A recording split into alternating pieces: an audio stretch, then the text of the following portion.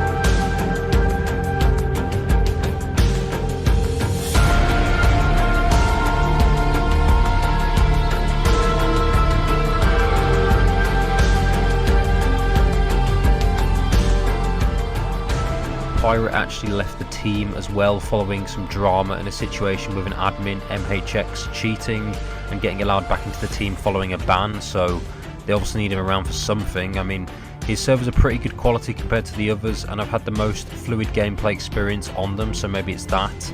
But it's counterintuitive, pretty asinine, and honestly defeats the purpose of having any rules if the staff can get away with anything. It's just pretty shoddy and second rate in my opinion, but I digress.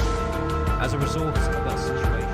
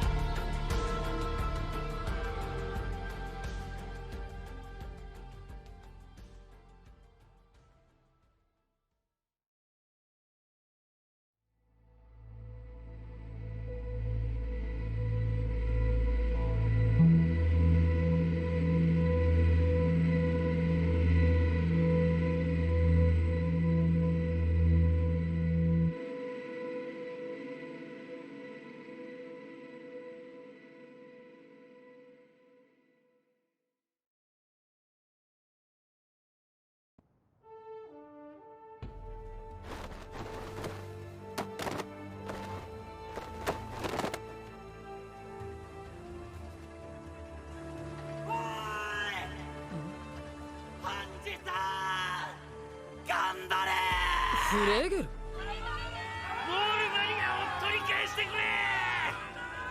人類の未来を任せたぞ。2番兵長、この町を救ってくれてありがとう。全員無事に帰ってきてくれよ。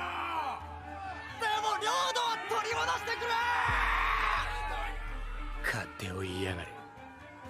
まあ、あんだけ騒いだらバレるよね。それがリーブス商会から肉を取り寄せたもので。フレーゲルめ。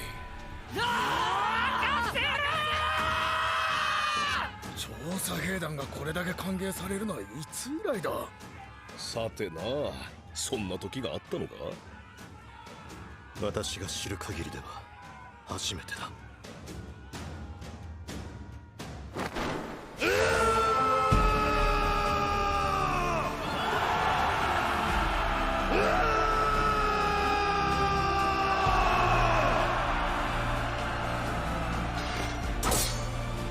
ウォールマリア最終奪還作戦開始。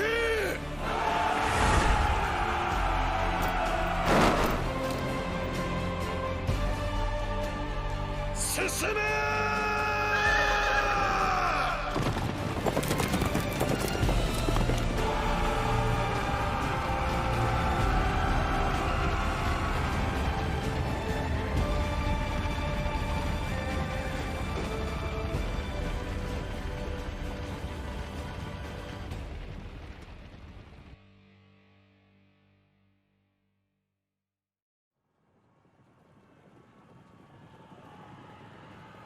突撃。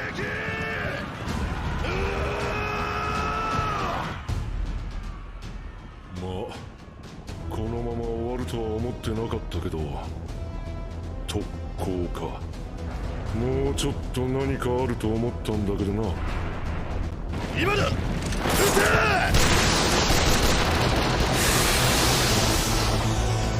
煙？ああ、信号を送るってやつか。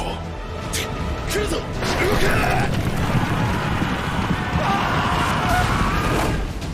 これより最終作戦を告げる。総員整列。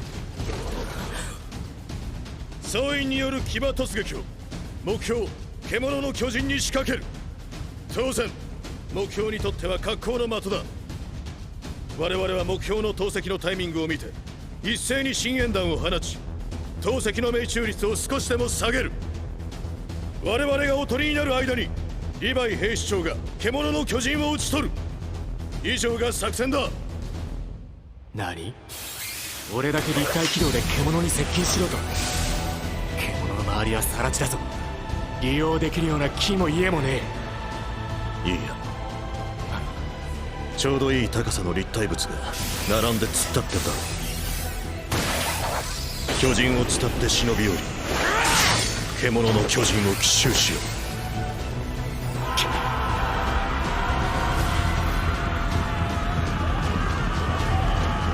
すまない。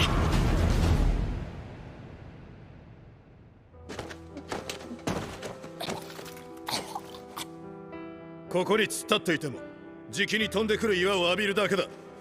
すぐさま準備に取り掛かれ。俺たちは今から死ぬんですか？そうだ。どうせ死ぬなら最後に戦って死ねということですか？そうだ。いや、どうせ死ぬならどうやって死のうと、命令に背いて死のうと意味なんかないですよね。全くその通りだ。全くもって無意味だ。どんなに夢や希望を持っていても、幸福な人生を送ることができたとしても、岩で体を砕かれても同じだ。人はいずれ死ぬ。ならば人生には意味がないのか。そもそも生まれてきたことに意味はなかったのか。死んだ仲間もそうなのか。あの兵士たちも無意味だったのか。いや違う。あの兵士たちに意味を与えるのは我々だ。あの勇敢な死者を、哀れな死者を思うことができるのは聖者である我々だ。我々はここで死に、次の聖者に意味を託す。それこそ唯一この残酷な世界に抗う術なのだ。兵士を怒れ、兵士を叫ぶ、兵士を叩け。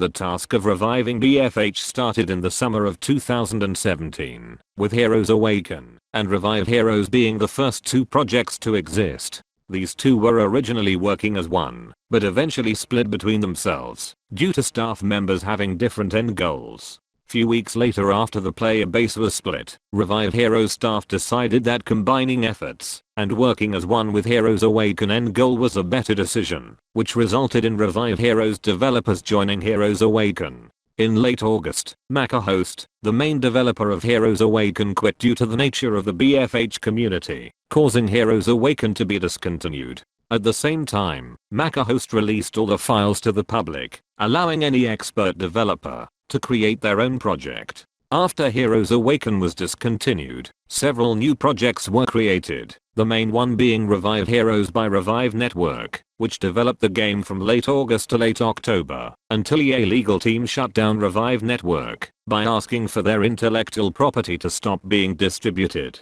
Some developers merged together and continued the revival of BFH at Open Heroes, a project created during the development of Revive Heroes with the files of MacaHost. Open Heroes ended up failing just a few days later, due to the lead owner, organization, and communication not being open and his behavior towards other team members.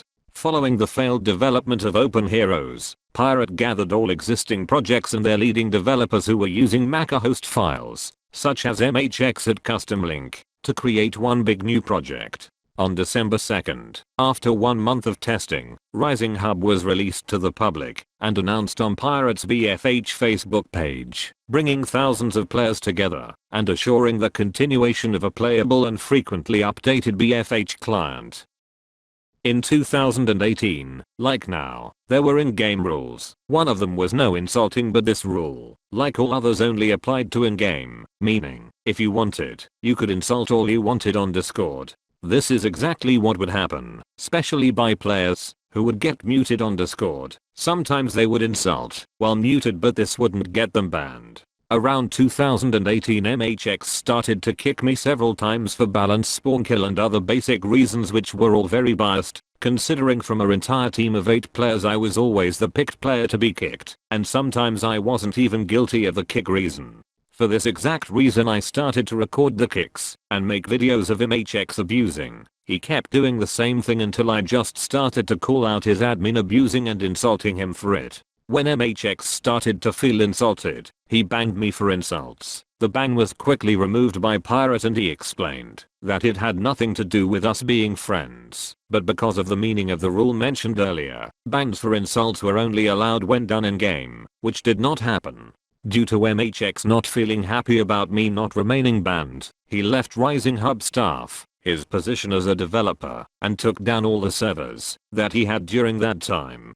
Just a few days later, and during that time in late August of 2018, Never Back Down had a server on Rising Hub called NBD Loping. Me, Pirate, Scrumpf and Warper had admin rights on this server, and it was created for high quality rounds with good high level players. We all paid €10 each as the total cost of the server was €40 per month. We had agreed that we would kick low level heroes to create more room for high level players to join. This is the same rule as the other server enters use when they create low level servers, which means that they have a level limit and you get automatically kicked if your level is too high. Since this was allowed, we created a high level only server kicking low level players. It's basically the same thing but in reverse. So whenever some low level player joined, they would automatically get kicked. My server, my rules. Isn't that right, MHX?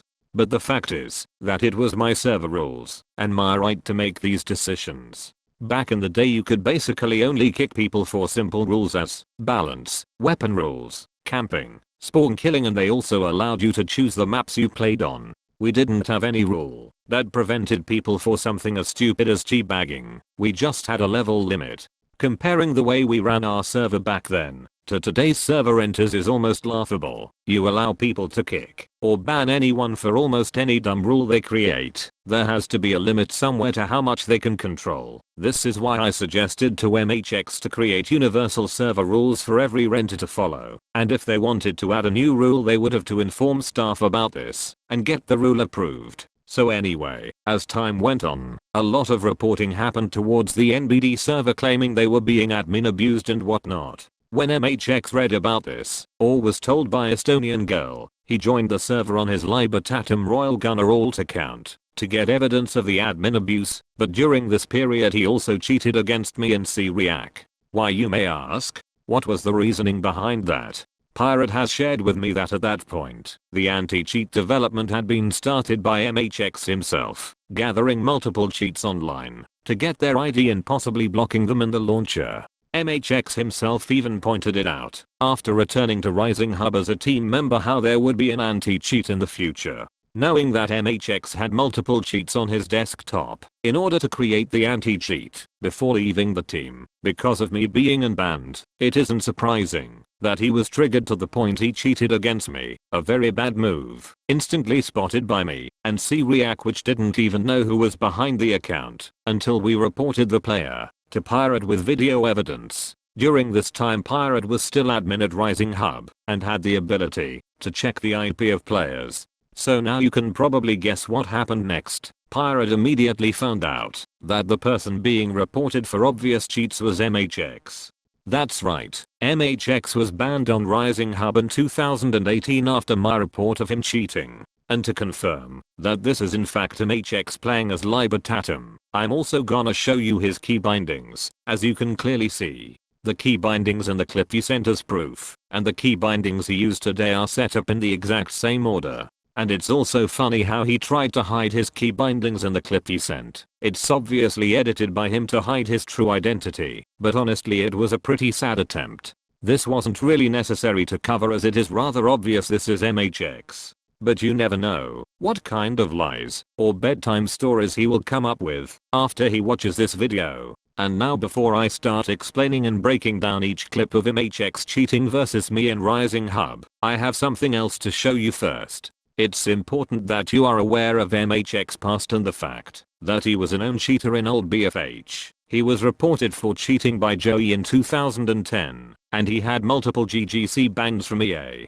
Exactly in December 18th of 2010, a legend was born, and he went by the name of CC Mountain Legend. This very spot at the CC Mountains is now a rare place to visit for any tourists. History was made that day, and it's important to never let go of the past. Mistakes were made, and usually people learn from their mistakes, but MHX is an exception. This idiot repeats the same mistake he made in 2010. Another thing I wanted to show you was a never seen before montage of MHX. This montage will perfectly showcase his true skill level. You will understand how horrible this guy really is at the game. Yeah. I wake up every morning with my head up in a daze. I'm not sure if I should say this, fuck, I'll say it anyway. Everybody tries to tell me that I'm going through a phase. I don't know if it's a phase, I just wanna feel okay, yeah. I battle with depression, but the question still remains. Is this post-traumatic stressing, or am I suppressing rage? And my doctor tries to tell me that I'm going through a phase. Yeah, it's not a fucking phase, I just wanna feel okay, okay. Yeah, I struggle with this bullshit every day, and it's probably cause my demons simultaneously rage. It obliterates me, disintegrates me, annihilates me. I'm about to break down, searching for a way out. I'm a liar, I'm a cheater, I'm a non-believer. I'm a popular monster. Break down, falling into love, now we're falling apart. I'm a popular monster.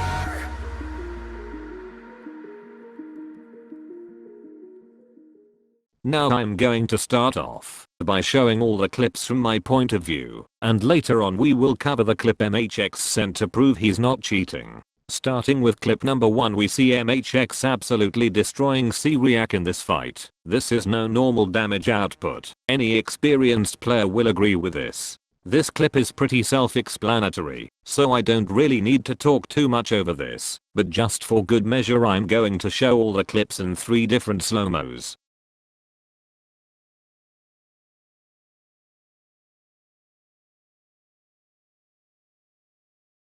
In clip number 2 we meet MHX on top of church, and the first thing you will notice is once again the crazy damage he deals. But we won't stop there. I'm not sure if you noticed, but C-React had his shield on before the fight, and you can see that MHX shoots his shotgun and C-React's shield is now gone. So the damage he dealt to him in this short period of time was with his machine gun only. This once again is obvious cheating by MHX. And if I didn't come in to help C-React in the last second of the fight, he would have died.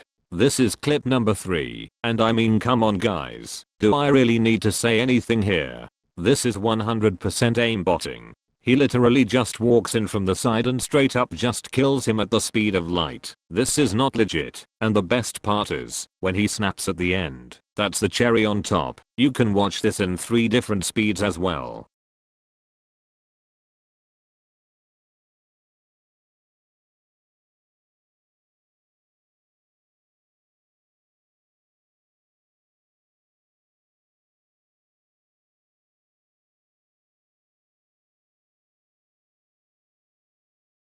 In clip number 4 it's from my point of view, and this is the famous fight between me and MHX where he cheats versus me, and uploads a proof clip not realizing he left a part of him cheating in it. My point of view from this clip is not important, it's the point of view from MHX that is the game changer here. So when MHX sent his proof clip, people quickly spotted the last part of the clip of him cheating. His crosshair literally just snaps to my head and locks in. And notice how, while his crosshair is completely steady, his camera moves around and shakes. Legit every frame by frame moment of this clip you can see his crosshair is locked to my head.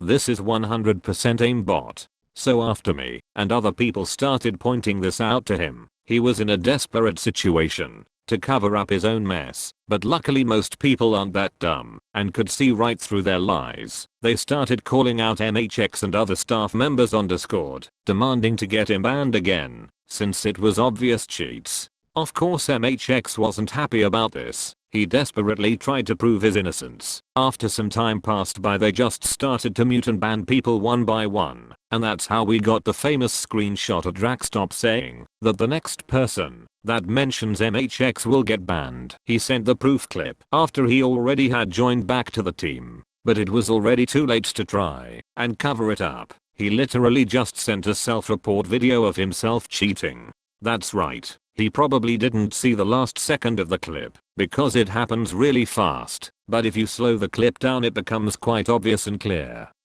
This guy just exposed himself and gave me undeniable proof against him. When you look at the clip in slow-mo, you can clearly see this is aimbot. Look at the way his crosshair is locked to my head and doesn't move an inch. I love watching this clip in slow-mo. Another thing is that he cut the clip hoping to show only the first part of him turning around. He wanted to show us that this was only a bug, but failed pretty hard. My question would be, why is it cut exactly at that point? If this clip was saved with shadow play, it means that he could have only saved it after the fight happened. I doubt he pressed it mid-fight. This means that he edited, or at least tried to edit it, in a way to cover up himself cheating. So get this. For the past 2 years, MHX has been saying that he didn't cheat in these clips, and that proof clip he sent was only a visual bug, no cheats there. He is still in denial about him cheating, and refuses to just simply admit it, telling people that I lie, and I make up fake stories, when I literally have video evidence. So I just made up my mind and thought, this guy's probably just delusional. Let's just move on. But of course this wasn't the end of the story. After everything that happened, and after MHX kept saying that he didn't cheat at Rising Hub for the past 2 fucking years, he randomly says that I edited the clip he sent to make it look like aimbot. Oh my fucking god. This was the moment I lost my composure and straight up flamed him for 2 days. This dude really said that I edited the last 2 frames of the video he fucking sent to make it look like cheats. You can't make this shit up. He is straight up lying to my fucking face. He doesn't even care what he says at this point. How does this guy sleep at night? This guy is talking about me lying and making up shit and manipulating people. Meanwhile he legit went back to his private messages with Pirate and deleted the proof clip he sent. So let me ask you this, MHX, which one is it? You didn't cheat at Rising Hub, or you did cheat, and I'm just the best editor in the world? But wait a minute, if MHX claims I edited the last frames of his video, why is it that when he sent the video, which now has been deleted just like his private messages with Pirate, people point out the aimbot shaking at the end of the video in these screenshots? They were talking about the aimbot at the end of the clip in 2018 when all of this started, right after the video was released by MHX, and later on deleted by him. Can you explain this one, MHX? Or are you out of facts again? And to confirm and prove the legitimacy of all my accusations towards MHX even further, if you for some dumb reason still don't believe me, I will show you an old group chat we had back in 2018. Me and NBD had a Discord group together, where we used to chat. During the time of MHX being caught cheating, he had sent the clip of himself trying to prove his innocence to Pirate. This happened on the 27th of August 2018. Let me now prove that the clip is real and has never been edited by me like MHX claims. Fucking bitch, I know you are watching this. Get your popcorn ready. Let me demonstrate how fucking dumb you are. And your sad attempt of lying your way out of this one is pointless after I'm done nailing this part. First of all, look at the thumbnails of each video. Exactly the same. Moving on, look at the dates from the screenshots. Pirate shares the clip MHX sent on the 27th of August 2018, and so did MHX. Basically we caught him the same day. Still not convinced? Alright, look at the names of each video. Both are named Jimmy MP4. The same. And to deliver the finishing uppercut super speed jab final form ultra instinct KO. Look at the fucking file size. They are both the same. Exactly 5.05 megabytes. So there we have it, ladies and gentlemen. We got him.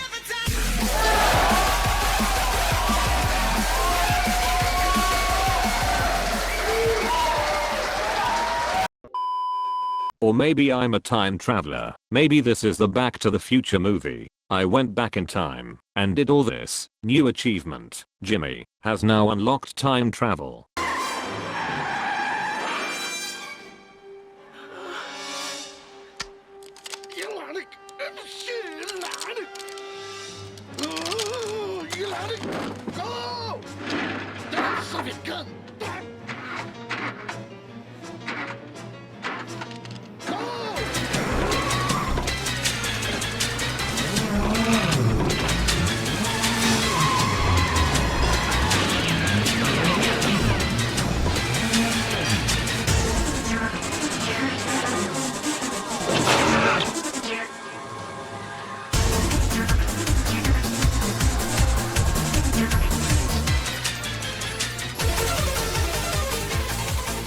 See if you bastards can do 90.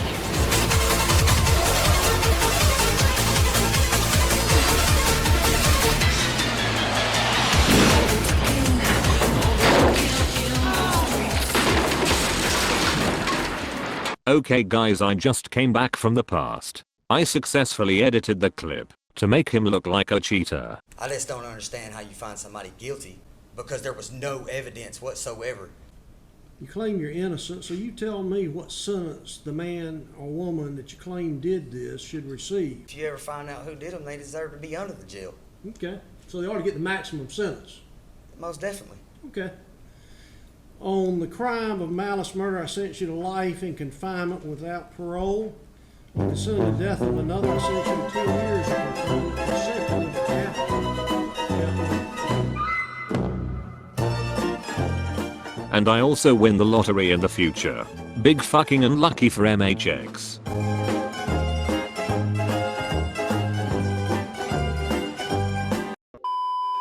After Pirate and me reviewed the evidence they got from me of MHX cheating, they agreed to ban him, and afterwards revealed what had happened to the other Rising Hub team members. While Estonian girl, Maybuds and some other people defended MHX, and saying he didn't cheat. Draxtop had other worries. He was worried that MHX could attack Rising Hub with his inside information. So knowing this, Draxtop then stated that he had no problem with it, saying himself that MHX 489 could even be Morius and still be their developer, because he was the only one that was working on the project as developer recently. He wanted him to come back. Upon reading Draxtop's statement of supporting cheaters, Pirate decided to leave. Draxtop of course asked Pirate to join back to the team, but Pirate simply replied that he left the Rising Hub team since he didn't want to be part of a project that supported cheaters, and shortly after proceeded to expose this cheating scandal on the Rising Hub Facebook page since he was the owner of it. Now that Pirate had left, Draxtop took the opportunity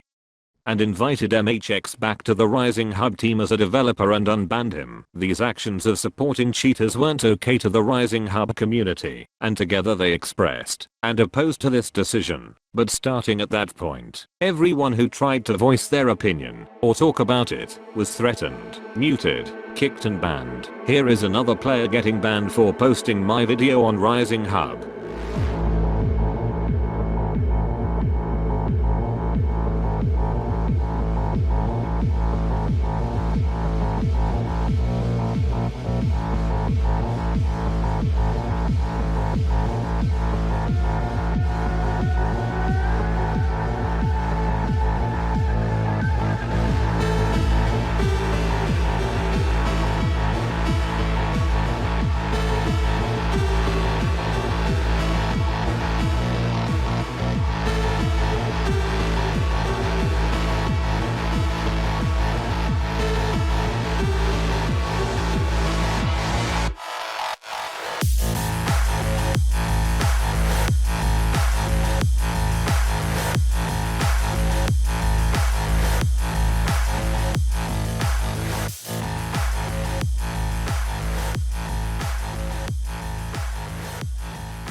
During this time of Pirate leaving and making the Facebook post, people calling out Rising Hub staff and MHX, arguments and everything else, Mew just decided to stay quiet and not talk on the matter. He knew what Rising Hub was doing was wrong, and he didn't want to be involved in it. As a last resort, to end the criticism of the community towards the cheating developer, now part of the Rising Hub team once again, Draxtop essentially extorted Pirate by taking down the €40 NBD server and saying he would turn it on again if he would give his Facebook page in return. His goal was to gain access to the page and delete the original post stating why Pirate had left the team and the cheating situation involving MHX. Pirate obviously denied it, and Draxtop just ended up stealing the NBD server for his own usage.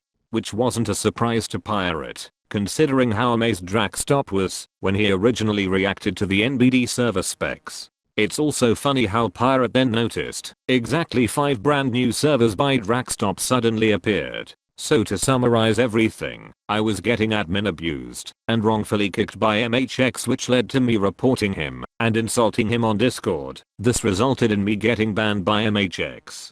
Pirate then later unbanned me because all my insults upon being admin abused by MHX were not in-game, and back in the day only in-game insults were bannable. Due to being upset by my unban, MHX left the team, and some days later, after hearing about the so-called NBD server admin abuse, he joined the server with the Libertatum account, and during that period cheated against me with cheats that he had on his desktop that were being used to create the anti-cheat that he had started working on before leaving the Rising Hub team. I recorded and reported him for cheating, which led to him getting banned by Pirate and Mew. They both then reveal what happened to the rest of the Rising Hub team and Draxtop's statement of allowing developers to cheat in their own project and expressing the desire to have him back working for Rising Hub as a developer due to also concerns of potential attacks to the project with inside info from MHX, made Pirate leave the Rising Hub team and exposing the reasoning behind it on his Facebook page.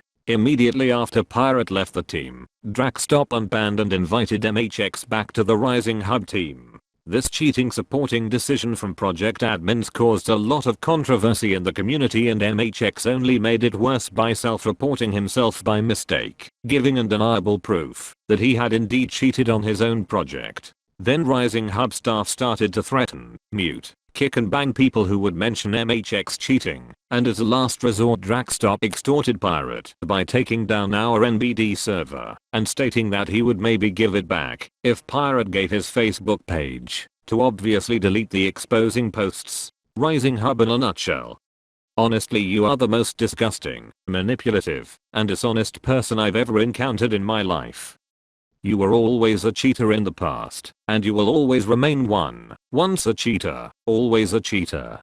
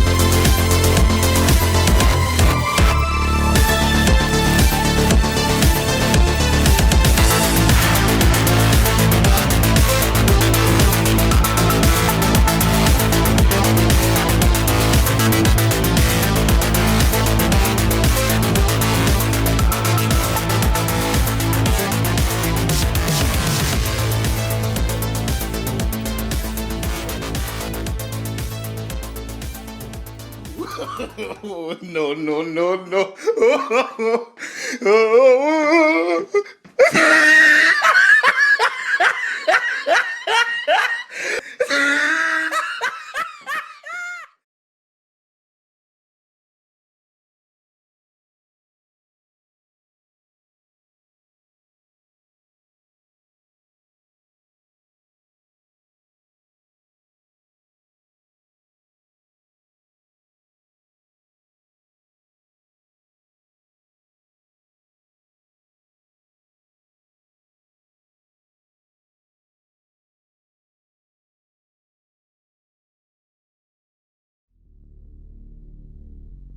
つまり巨人の正体は人間であると。まだ確証はないけど。じゃあ何か。俺は今まで必死こいて人を殺して飛び回ってたってのか。確証はないと言っただろう。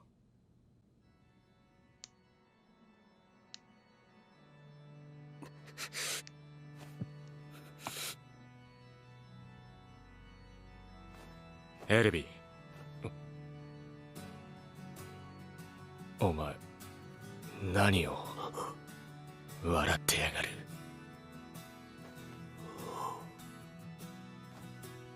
なんでもないさ。我々はまた一歩真実に近づいたというわけだ。たった一歩か。踏み台にした巨人と人間の数にしちゃ割に合わないな。だが確実な一歩だ。我々はいずれ必ず突き破る。真実を隠している壁を。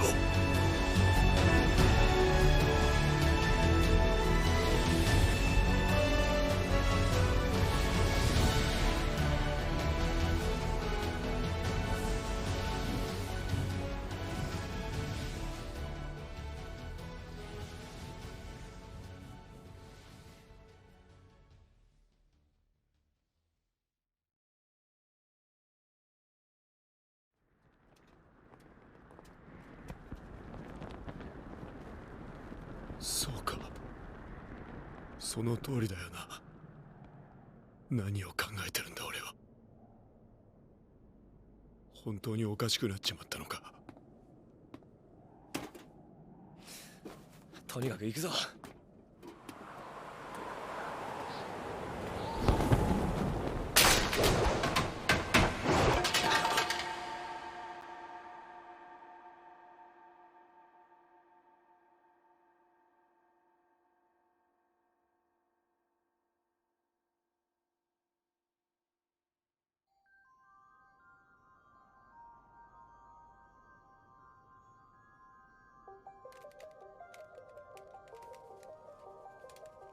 そうか。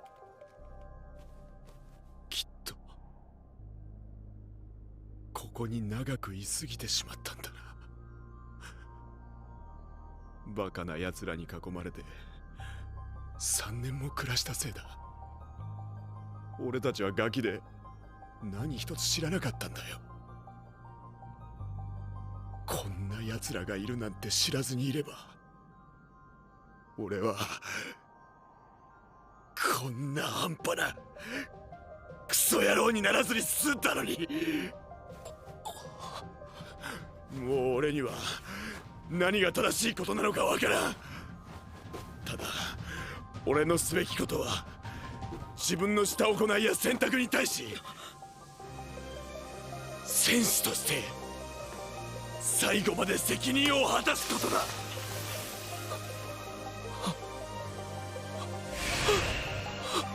ライダー、やるんだな。今ここで。ああ、勝負は今ここで決める。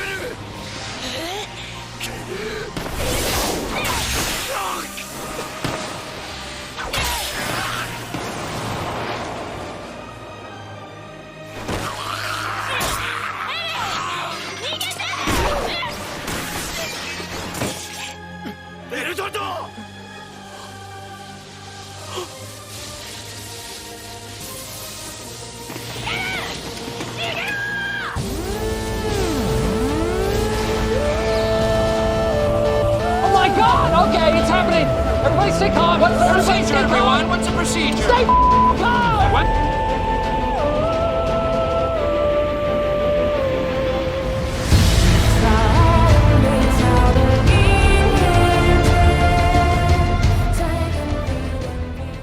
My father taught me many things here. He taught me in this room. He taught me, keep your friends close, but your enemies closer.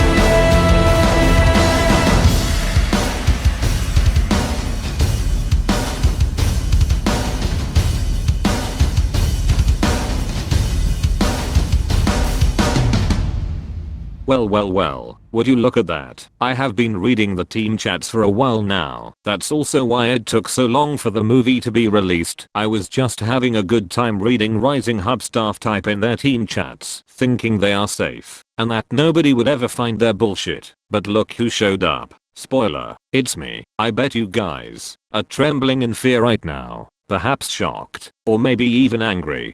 Sure, go ahead and ban me, or mute me as much as you want. I'll just enjoy reading you clowns type. God damn, you guys have no idea how hard it was for me to not leak or expose this shit. There is a saying that goes like, God is watching over everyone, but if you don't believe in God, then rest assured, you can believe in me. I'll watch over you from now. Not only am I destroying you from the outside, but I'm also annihilating you guys from the inside. I sure had a blast reading you guys type in team chats. I laughed my ass off. Imagine that, just when you think I can't do anything anymore, just when you think you are finally 2 steps ahead of me, but I'm already 2,000 steps ahead. It's such a shame, isn't it? So to make sure there is no bad blood between us, I just want to say that I'm very sorry and I apologize for the inconvenience of me not giving a fuck!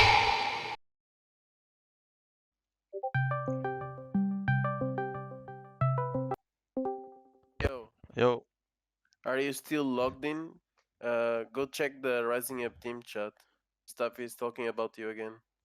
Really? Okay, wait, give me 1 second. I'll check it. Okay. Are you reading now? Yeah, I'm reading it. Hold on. Wait, we gotta do something. It's not only players against staff that are complaining over Yoda's server. Jimmy's hate group, question mark. What? Dude, what, like, why is he typing? Wait, why is he typing that? Okay. Yeah, Jimmy's club. What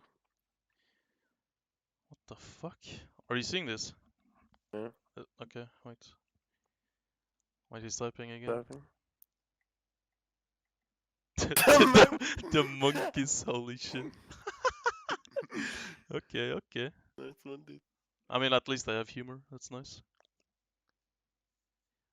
Okay, wait, maybe it's just typing again. The fuck is this guy saying now?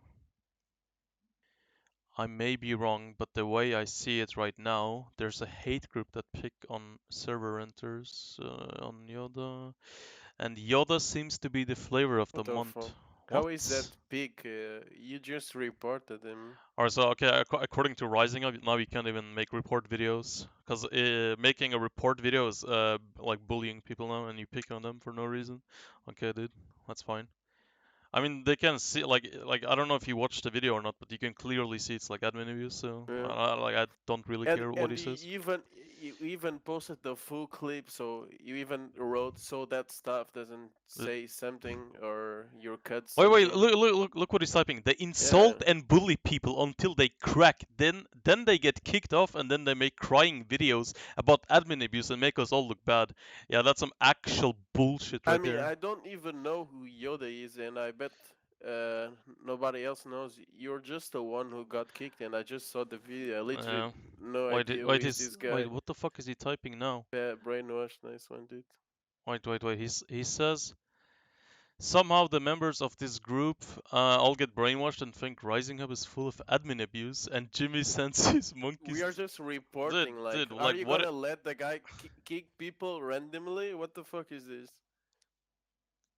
Dude, I can't believe what I'm reading right now. Okay, he replied again. Okay, give me 2 seconds.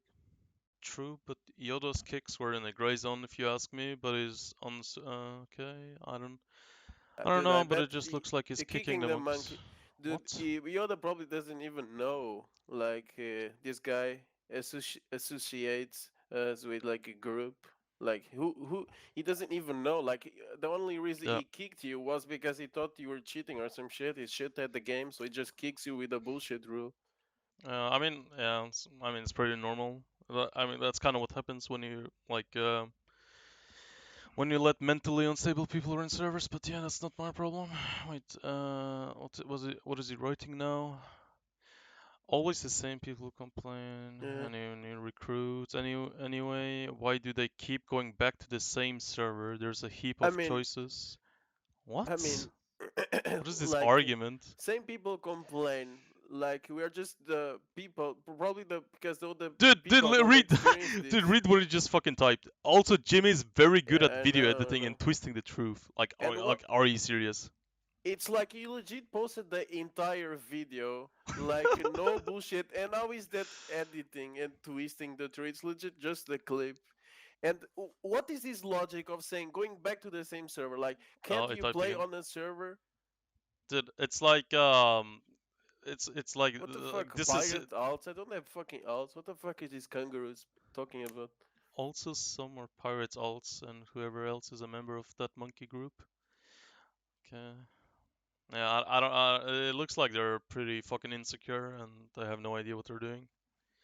I mean, he's talking about stuff, but he doesn't even know anything. He probably didn't even watch the video. Or like, how can you claim that was video editing? It's entire clip. Dude, like, who cares? It's not like maybe it's fucking plays the game anyway. He's literally just complaining and crying. From Australia plays. Yeah, fuck these people. He typed again. Go check.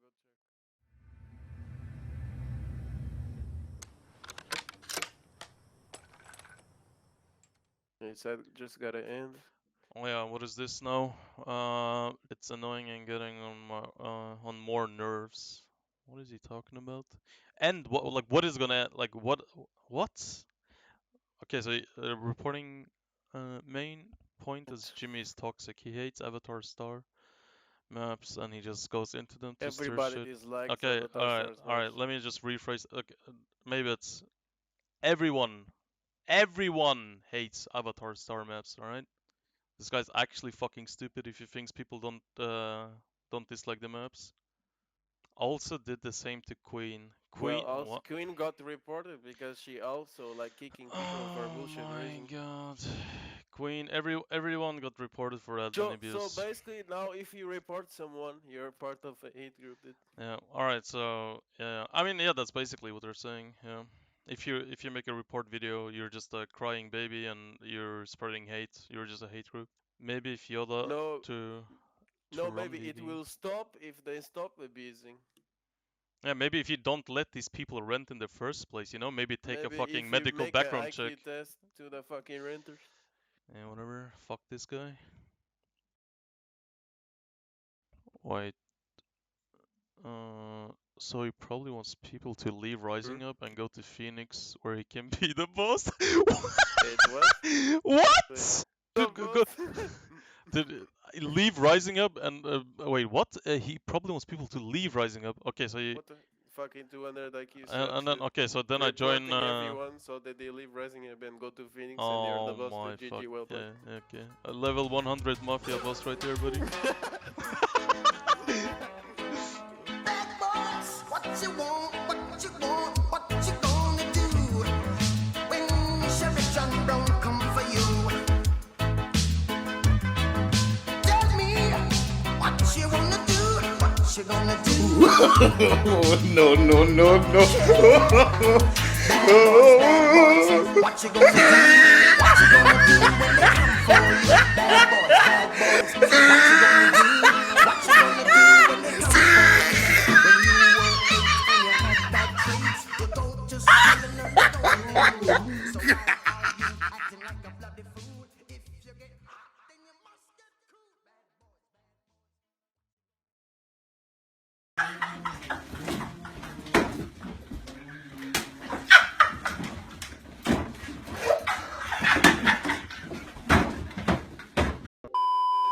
I will now show you guys screenshots from the Rising Hub team chat that I think are interesting. There is a lot more, but I have only included the most interesting ones for now. Newer screenshots and more evidence will be shown later in the movie. Most of the screenshots will be shown and explained later on in different chapters, so it would be pointless and a waste of time to explain stuff twice. Some screenshots will only be shown and not included in the other chapters. They are simply not worth explaining. You can make whatever you want from the screenshots shown. I don't really have to sit here and explain why Darksing is wrong and why your staff cannot make fun of players in team chats, but I can give a quick rundown. Rising Hub staff insulting and making fun of players. Very professional of them, especially considering they are adults and over 30 years old. You see Estonian girl claiming I was muted on Discord for provoking her. You see players account sharing and not being punished or treated equally. You see Estonian girl darksing a player. You see Maybuds trash talking me and accusing me of things I didn't do or say. Same goes to Estonian girl. You see Rising Hub staff making fun of Queen's Raw. The same Queen's Raw donating them money, gifting subs on Twitch, and defending them on Discord like a true simp. That's the person they make fun of. They obviously don't give a shit about me or anyone that are against them and their corruption, but making fun of people that support them as well is just hilarious to me. Another thing you will see is Estonian girl refusing to do anything about a player that was impersonating me, but later on I find out that a player by the name of Scrappy had an alt account with MHX's old names. MHX instantly banned him for this and changed his hero names too. Busted. And for a final touch he created 2 new heroes and stole the names of the player he banned. So if I understood this correctly, it's okay for MHX to do something about someone impersonating him, but when I asked for it I was ignored. Goddamn hypocrites. So what do you do when you get admin abused, lied to, ignored, and straight up spit on by the admins? The only logical thing would be to leak their entire team chat as punishment. There may be times when we are powerless to prevent injustice, but there must never be a time when we fail to protest. Ladies and gentlemen, you are about to witness history in BFH. I will demonstrate what true justice looks like. I fucking warned you idiots. I told you, step down. Stop being fucking clowns. But you bitches tested my patience for way too long. Now it's my turn. Now I will pass judgment on you. The day of reckoning has arrived.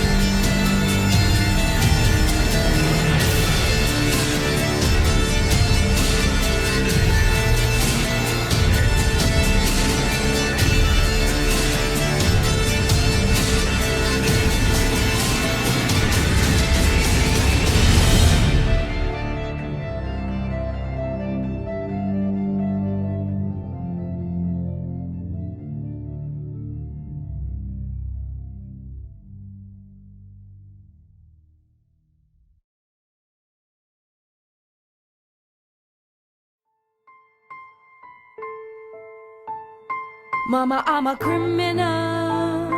Mama, I'm a criminal. Mama, I'm a criminal, criminal, criminal. Mama, I'm a criminal. Mama, I'm a criminal.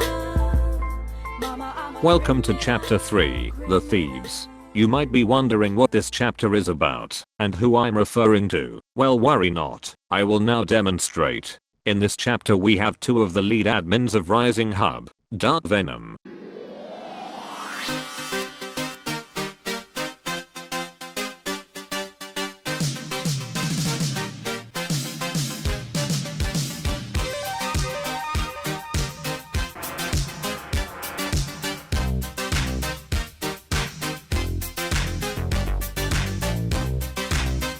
and MHX.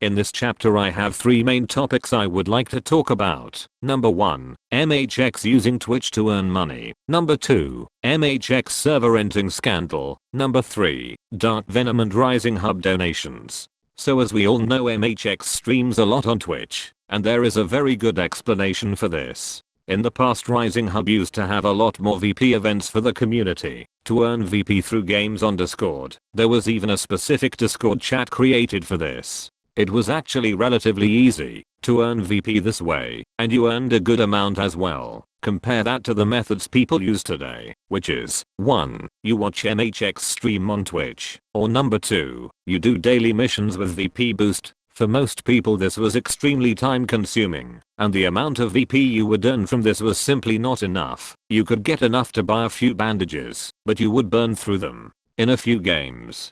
Going back to number 1, for some reason, Rising Hub, or should I say, MHX, decided to stop doing VP events, and focused his epic BFH gaming career on Twitch, claiming he only streams Rising Hub on Twitch, in order to gain more popularity for the project.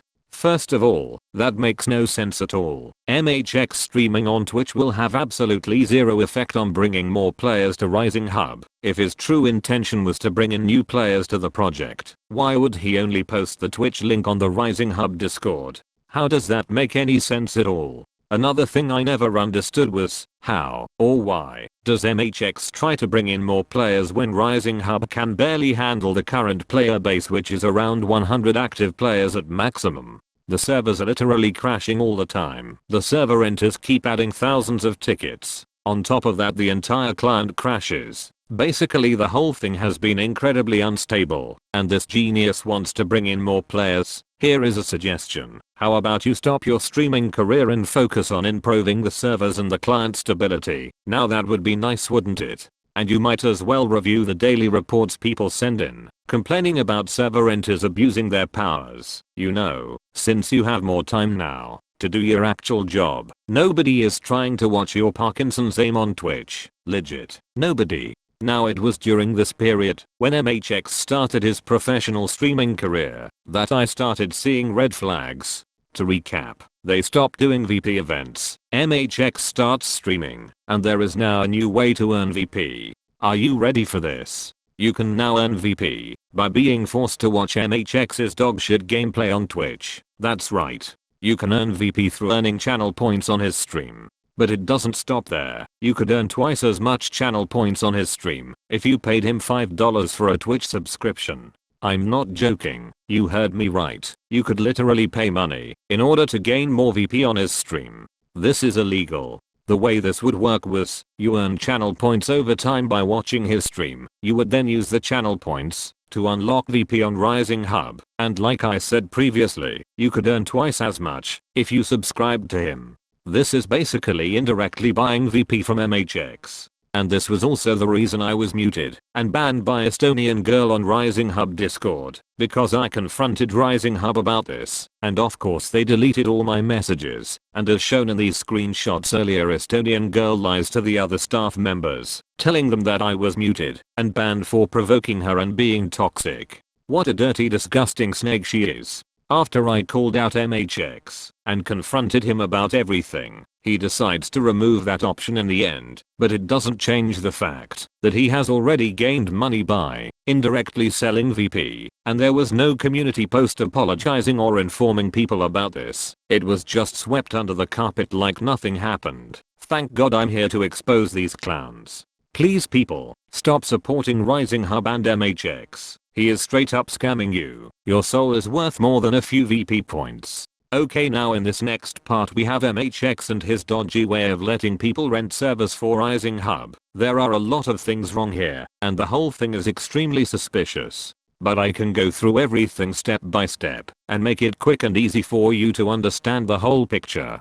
Basically it all began when I started questioning the price of the server. I know for a fact that Rising Hub used to rent out servers for $5 in the past, and I had to find out why MHX was asking people for $10 all of a sudden. As shown in this screenshot here, you see MHX basically telling two server renters that he will cancel and remove their servers because they simply asked about the renting prices. This is extremely suspicious behavior from MHX, almost as if he is trying to hide something. As soon as someone starts asking questions that are a bit uncomfortable for him, he just discards you completely and takes down your server. A normal person would be able to answer any question a renter has. That is, of course, if he has nothing to hide. But clearly, as you see from his behavior, there is something he doesn't want to tell us. And that's when I started asking further questions to confirm that he is not making money off this.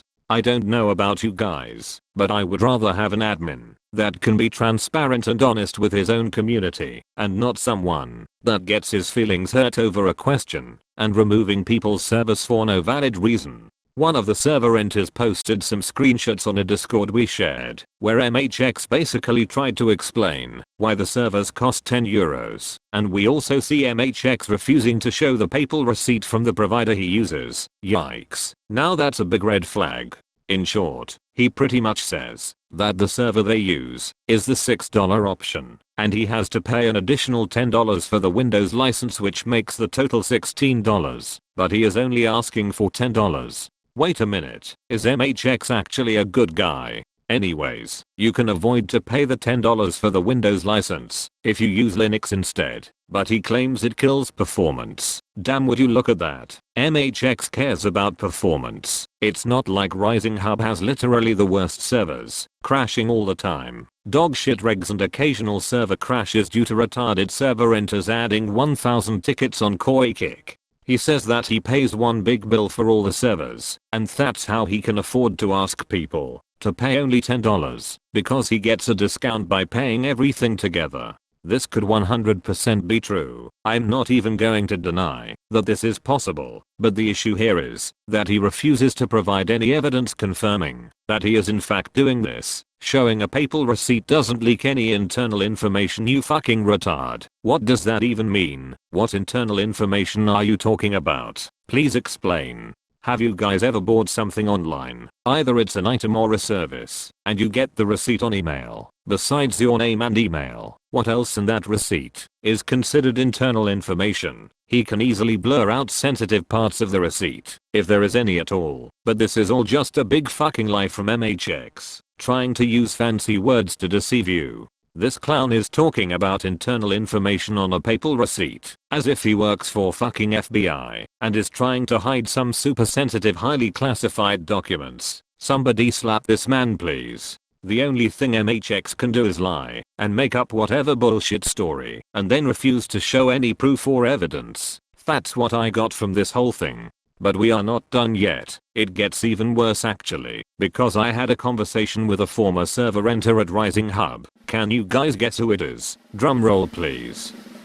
That's right, it's Yoda. I'm going to show you a Discord conversation I had with him in voice chat. Things get even weirder after this part. Hey, Yoda, how are you, man? Hi, Jim. I'm just looking because I read you're gonna do something about a movie from Rising Up. So Oh, yeah. You heard about that one, yeah. I changed the location from Amsterdam, from Netherlands, to Belgium. and I changed the owner name to my other friend's name. So I removed MIX's name, and he was getting mad, and the host servers, did not found my server anymore, and he just shut server down. Yeah, you can't make MHX mad. That's a big mistake. Yeah.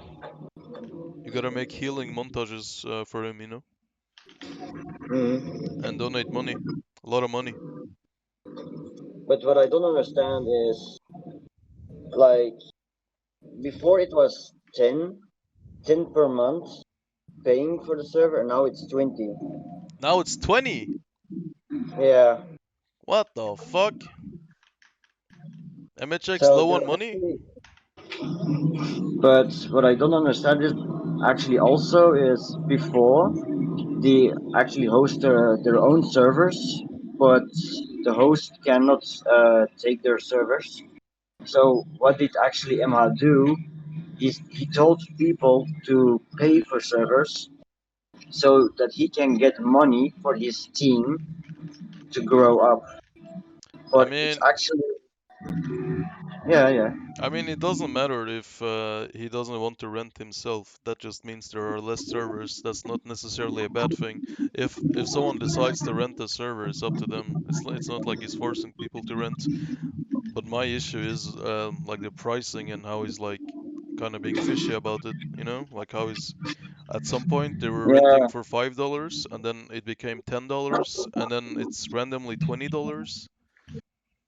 that's just wow. And he also threatened to remove Rick's server because Rick asked for the price. Isn't that funny? No, that's not funny, guys. No. That's pretty sad, yeah? Yeah. Oh well. So it's actually that I understand is like MIX is trying just to get money. I don't know if he's necessarily trying to get money or I don't know how much he can possibly earn with this. Did you ever ask him about that? Did you ever ask MHX why you're paying 20 and others are paying 10? No, because I was scared that I'm gonna lose my server for that. So I was thinking like I'm not gonna ask this because if I ask and maybe say something wrong, then he will remove my server. Wow wow wow, I'm speechless. Would you look at that? It just got even worse. This fool was telling us the whole time that he rents out servers for $10, but he took advantage of Yoda and made him pay $20 instead. Isn't that a bit unfair and very suspicious? It makes you wonder what other renters are paying. Are they even aware of all this stuff? Yoda probably knew he was being scammed, but as you heard in the clip before, he was too scared to question MHX about it. This is all wrong. Extremely wrong. There is no fucking way this is okay. This is what MHX does. He gets away with everything because instead of being transparent and open with his community, instead of being an approachable person, instead of being someone you turn to for help, he is a manipulator and a thief, a liar, a dictator, and his strongest weapon is using fear against you. If you speak or question anything, you will get banned.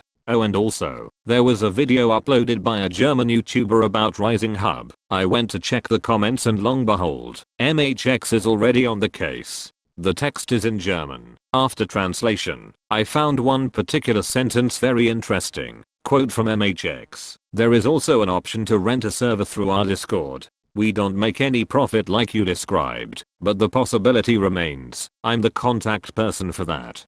Here is a screenshot from the 6th of September 2020, where MHX tells people to directly donate money to Rising Hub instead of donating on Twitch. This way Twitch won't take taxes on it, and MHX doesn't have to wait for payout day. He claims here that if you donate money directly to Rising Hub, he will use the donations to buy servers on Christmas. But if you look in the Rising Hub Discord during Christmas 2020, the only thing MHX did was give VP codes for John and Symphony to give out, and a code for the BFH Christmas outfits. And I love how he mentions the dogshit servers again in the same announcement.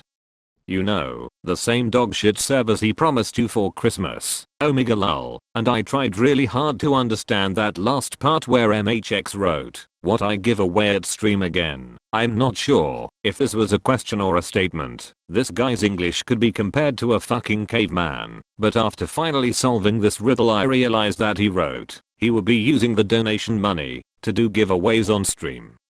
From what I remember, he used to do giveaways in the past. I remember he gave out game codes in Discord Nitro, but it's not like he was dependent on your donations in order to do these things. If Symphony's donations, which is a lot of money, we are talking thousands of euros, if his donations truly went towards Rising Hub only and not straight into Dark Venom's pockets, surely Symphony's donations would cover all of MHX's crazy Twitch giveaways.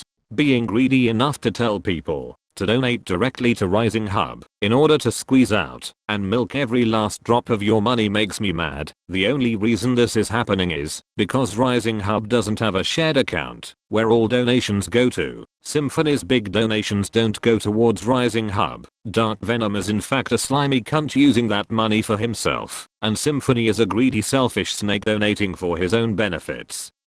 That's all there is to it. Fun fact, if you combine Symphony and Dark Venom you get Snake Funny.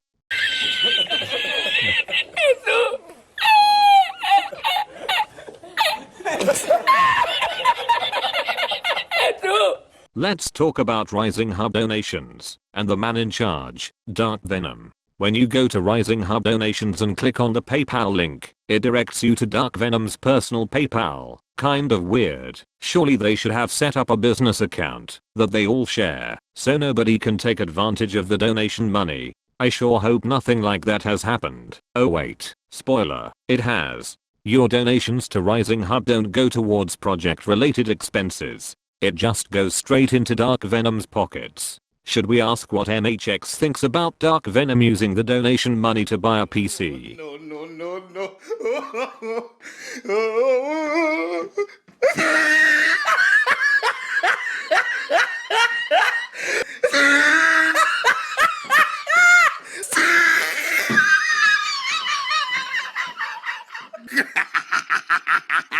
Oh, he tried it.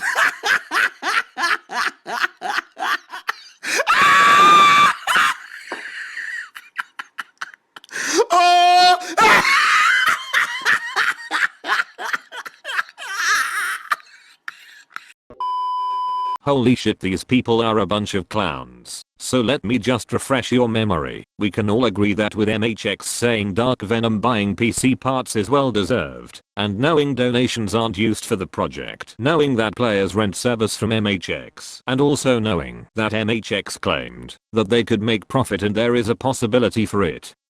It's obvious that Rising Hub is making a bunch of money and scamming people. Look at this old screenshot Pirate sent me back. When he was admin at Rising Hub, Pirate asks Draxtop if they can use the donation money to buy Brazilian servers. He says that he doubts that the donation money can be used to buy servers. How does that sound to you? To me it sounds like they are scamming you guys. Community members cover the cost of servers since Rising Hub lets them rent, and Symphony covers everything else. They have ad revenue from the website, they have Twitch subscriptions and donations. And don't be fooled for even a second. Donations/payments from Symphony don't go towards helping the project, but instead to Dark Venom, so he gets benefits. What kind of benefits, you may ask? Well, anything from free level 30 accounts, being accepted into the team only because of his donations, being able to edit his own stats on the website and even hide them, or completely remove them, having website admin access which allows him to check any account and find out who the account belongs to, change his profile names, hand out VP to his friends and much more.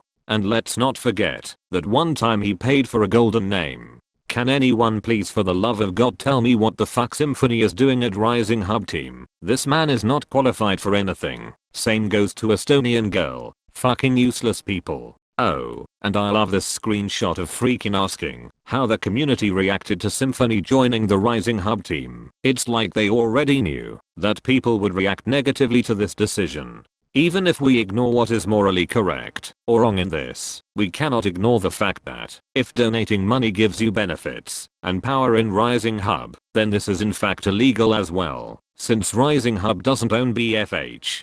And don't even use the argument saying that donating and paying for something is different. In theory this is true, yes, but Dark Venom knows that if he keeps giving Symphony what he wants on Rising Hub, he will keep donating to him. He's not as innocent as you think. This again would be Rising Hub indirectly gaining money by offering something that they don't own. Donating is giving without expecting anything in return. But when you donate with the intent of gaining something in return, it's no longer a donation but a payment. Oh well, who the fuck are we kidding here? They know exactly what they are doing.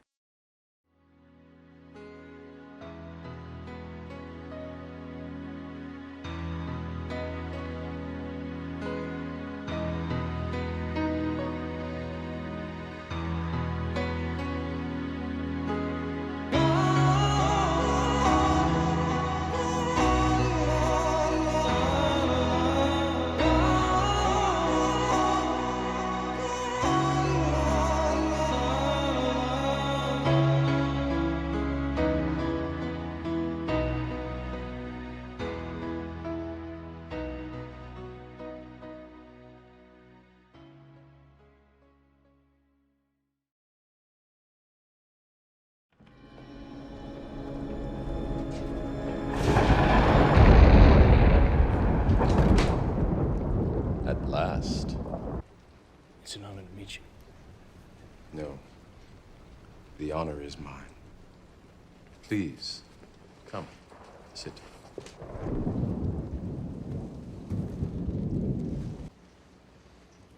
You have the look of a man who accepts what he sees. Ironically, this is not far from the truth. Let me tell you why you're here. You're here because you know something. What you know you can't explain, but you feel it. You felt it your entire life, that there's something wrong with the world. You don't know what it is, but it's there, like a splinter in your mind, driving you mad.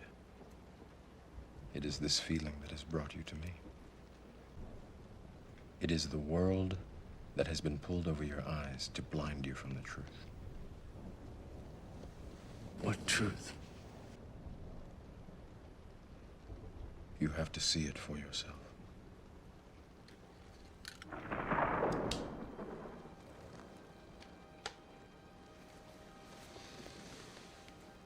This is your last chance. After this, there is no turning back.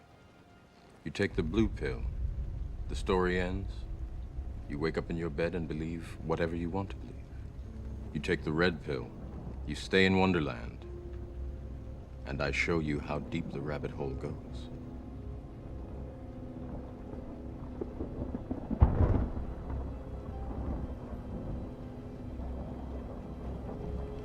Remember, all I'm offering is the truth, nothing more.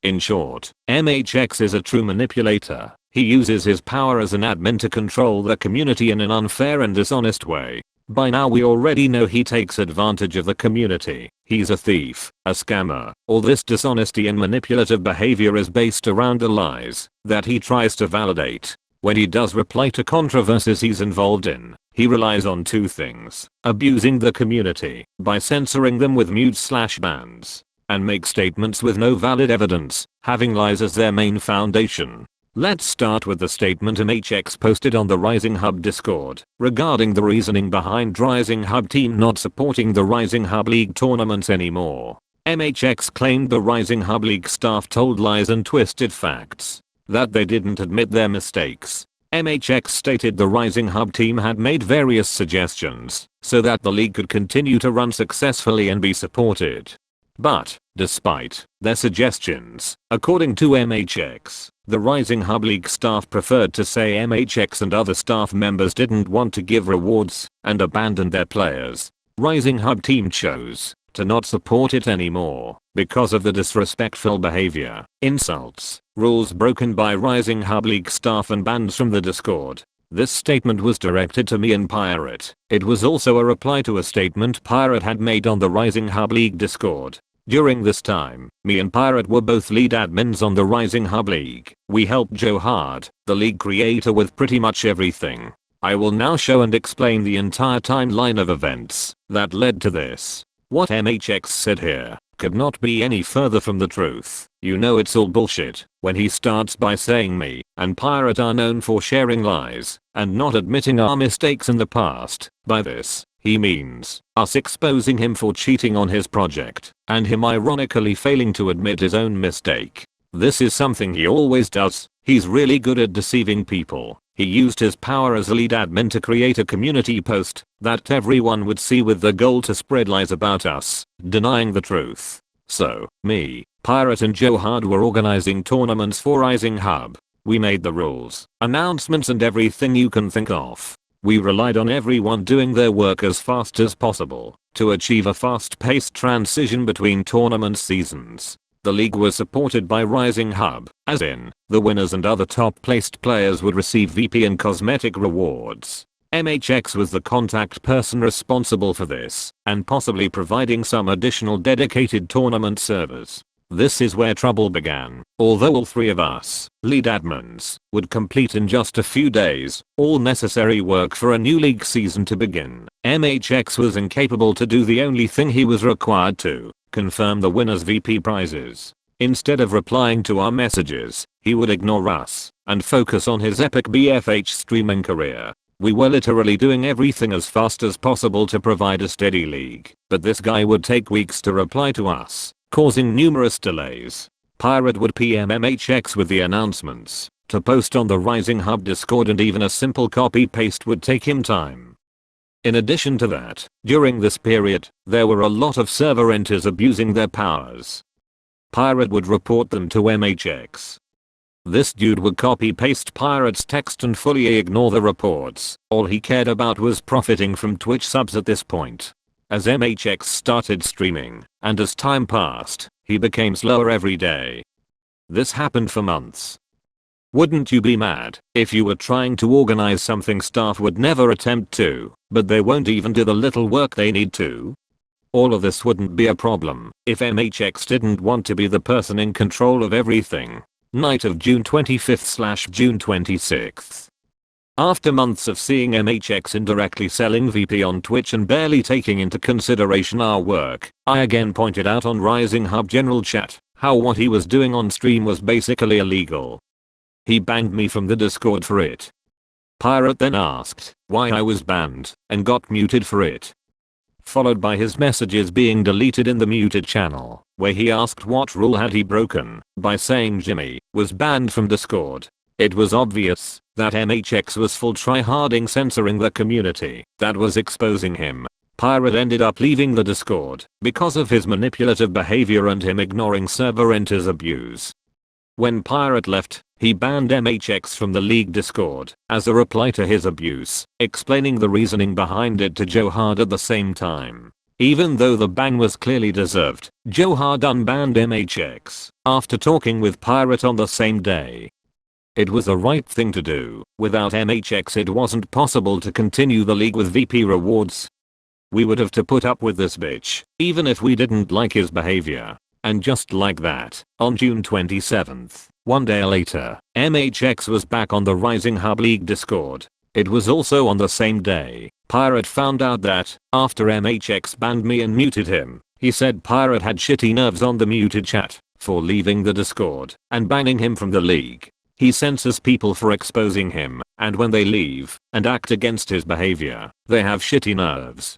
This is how detached he is from reality. Me and Pirate tried to PM him to discuss my unjustified ban, all the server enters, abuse reports he had been ignoring and other issues, but he blocked us, of course. So, we tagged him on the Rising Hub League team channel. What I'm about to show you is the entire discussion between us. I won't explain every single message in detail, only sum up and highlight some crucial words. You can pause and read them yourself. After this chat, and until MHX posted his statement, we never talked with him again. Help us by finding our disrespectful behavior, insults and rules we broke here. we started confronting MHX about his Kim Jong-un behavior by showing evidence of his censorship, deleting messages and banning me from Discord, plus the ignored admin abuse reports. He replies by basically saying we should only tag him when he needs to say something. I guess it's not his job as a lead admin to review reports and explain ban reasons. Lies about not banning me. Just to be sure, I tried to rejoin and I couldn't. He didn't just kick me, he banged me. Gets exposed and says he's deleting messages because they spread wrong information. We point out what he's doing on Twitch is illegal, and the fact that he plays for hours on stream, but never replies to us. Pirate also talks about Draxtop stealing the €40 server and extorting him. MHX addresses some issues. Says reports are not ignored, just not decided yet. Months have passed since then, still no reply. What a great team. Says he doesn't force people to watch his stream, but made watching his stream the only way to gain VP, after ending all regular Discord VP events. After claiming we spread wrong information, he proceeds to thank us for pointing out the possibility of indirectly paying for VP. LMAO, is MHX bipolar? Do you know who actually spreads wrong information? MHX. He says he will give out all Twitch income, but in the beginning of his VP streams, when he was rewarding Twitch subscribers with twice the VP amount through channel points, he only did giveaways of Discord nitros and game codes of $1 bundles for a few days. After I confronted him here, he ended up removing that feature from his stream, which caused his viewership to drop from almost 100 viewers to around 10 to 20 viewers. Ever since this happened, he still promotes the idea that he will give out his Twitch income. He continues to advertise giveaways when he streams, and as an excuse to avoid giving away his Twitch income, he created a rule that ties giveaways with the stream viewer count. If he was honest, he would give it away independently of the amount of viewers. He knows he won't reach the high numbers he had before, when he was indirectly selling VP, and he continues to use this rule to stream as much as he wants, still receiving donations and subscriptions, and avoid giving back to the community. A clear example of MHX manipulating and false advertising.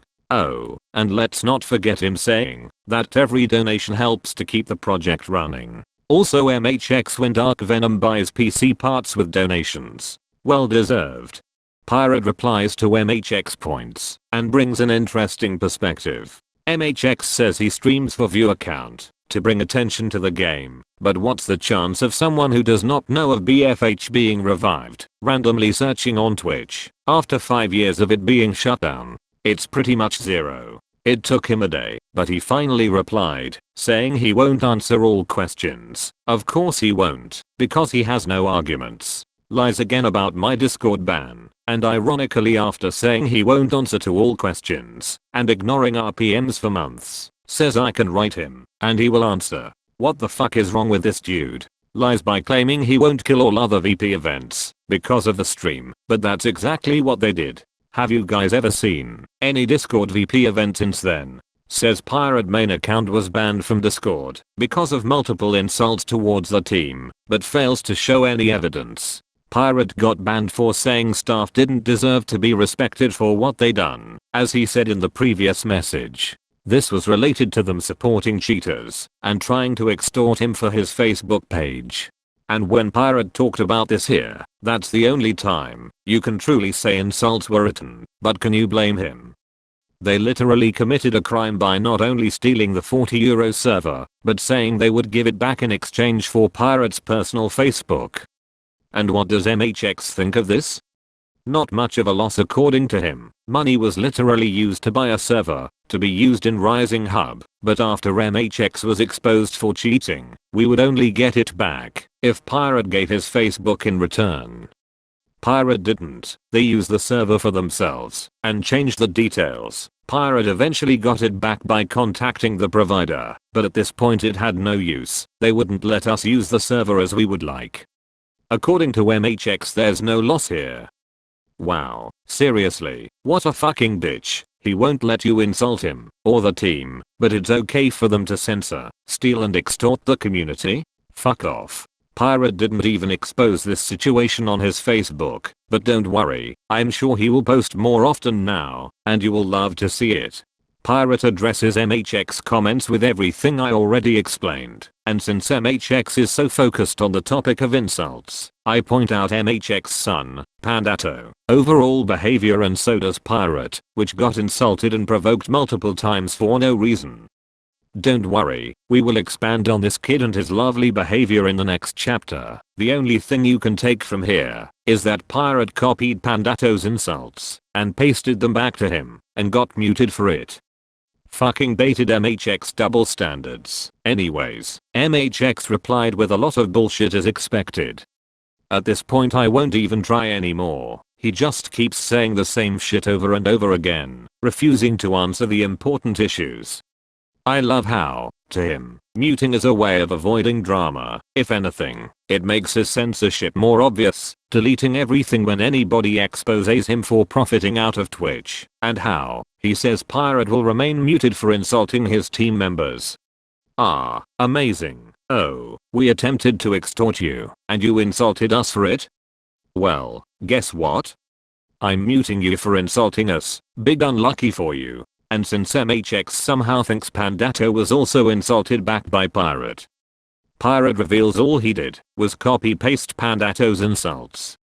If Pandato wasn't muted for typing them, I guess they weren't insults, and Pirate didn't insult anyone back, or was all of this double standards? I guess we found the truth, and it hurt MHX too much, because he never replied again, making his statements to just PM him regarding issues useless as always, because he also blocked us. But it's important to warn you that he didn't leave the League Discord after this discussion. He remained in contact with Joe Hard. If we needed something League related from MHX, we would forward it to Joe Hard, and he would ask MHX. Although he was still taking a few days to reply to the questions, he still did. He was part of the Rising Hub League team. He allowed Joe Hard to keep renting his server, changing the name of the server to the ongoing League season name, but never disclosed if he was okay with the League prizes we suggested. It was in his best interest to do everything he usually did for every season, but never reply to the most important question, the League prizes. After some time, MHX started ignoring Joe Hard as well, stalling the progress of the League. And how do I know MHX was ignoring us and just not busy with other stuff? Well, Pirate suggested to give him admin abuser role on League Discord to provoke a reaction and to see if he was actually actively reading messages. Guess what happened next? He left very shortly, and it wasn't needed to tag him or anything. Shitty nerves, I guess. It was clear this guy couldn't give a fuck. The league continued, and when the ongoing season ended, none of the players received prizes for participating. MHX had several weeks before and after leaving the Discord to tell us he wouldn't give rewards, but never did, giving us false hope by staying there and helping Joe Hard until he stopped. When the season ended, and consequently no prizes were given, Pirate made a post on the League Discord, exposing how MHX had neglected us, given false hope, which led to the League participants being abandoned. That's what made MHX write this announcement on the Rising Hub Discord. So, let's review this one last time. Us liking to tell lies is us exposing him for cheating in the past and pointing out the fact he's profiting from streams by stopping all VP events. Make his stream a VP event where subbing gave you double the VP. He claims us saying he doesn't want to give out rewards and he abandoned players is not the truth, but that's exactly what he did. He never replied to our question and suddenly stopped replying to all of us, including Joe Hard. Why is he saying he doesn't support us? Because of disrespectful behavior and insults. The only insults were related to their actions of attempt of extortion, an actual crime. Why does he say he doesn't support us? Because of bans from the League Discord. He's the person that was banned one time for a few hours and agreed to come back after it. How is he using it now as a reason to not support us? Not only did he rejoin back to the team, he was involved in team decisions until the day he decided to fully ignore us. When he didn't care about our work anymore, he got triggered with a Discord role and left. He stopped supporting us the day he stopped replying to Joe Hard. That happened after he was unbanned / agreed to come back, and after the confrontation on the League team channel. and before we gave him the Discord role. Meaning everything he wrote here is not true, because he was part of the team, and was supporting us, in between all the reasons he wrote here. He also said, he made various suggestions for the league to continue. He never contacted me or Pirate. But, Joe Hard ended up sharing with me, many months later, that MHX ended up contacting him with a proposition. As you can see here, 3 days after MHX post on the Rising Hub Discord, he reminds Joe Hard of his proposition. He suggested he would give rewards and servers again if Pirate gave his Facebook page, and if I deleted all my videos exposing him. It's awesome to see. Rising Hub staff still loves to extort people. This dude really tried to extort the three of us. Wow. Why the fuck would we even agree to this? And how is this even related to the league? Again, another example of MHX using his admin power to try to get whatever he wants from people. Without it, he wouldn't agree to help once again. Joe Hard wasn't dumb and refused to agree to this. He didn't even tell us this back then. But why did Joe Hard only share this with me months later? After MHX left, a full season was played without his support. Season 5.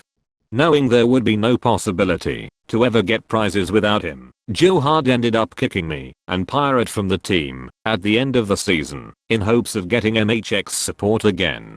Despite not obeying to his initial terms, this move worked. MHX was back, supporting the Rising Hub League. But, unfortunately the cycle repeated. Once again, MHX would take ages to reply to any league-related questions/requests, and he ended up leaving the league Discord and delete Joe Hard and others as friends.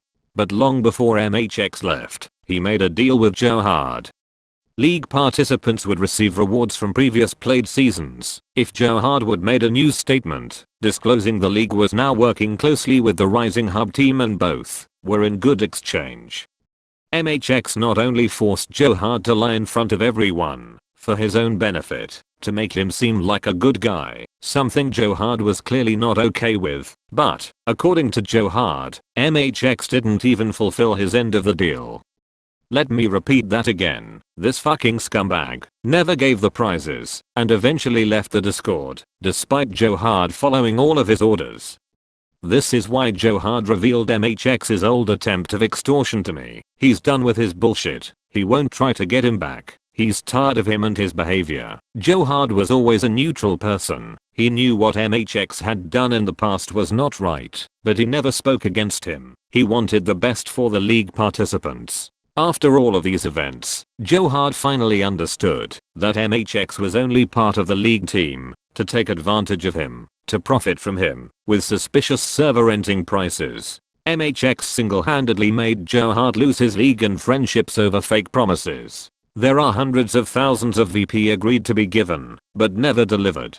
In each league season, the winners were promised cosmetic items, prizes that were agreed on with MHX many months before he left for a second time, from seasons where he himself was part of the Rising Hub League team, and also participated as a player. None of these items were ever given away, as promised. After a game update, when Joe Hard found out, he questioned MHX about it. This is when MHX basically said he would never give them away, by stating that he only cooperates with trustworthy partners, and no longer supports the league, because it has intentions to harm the project.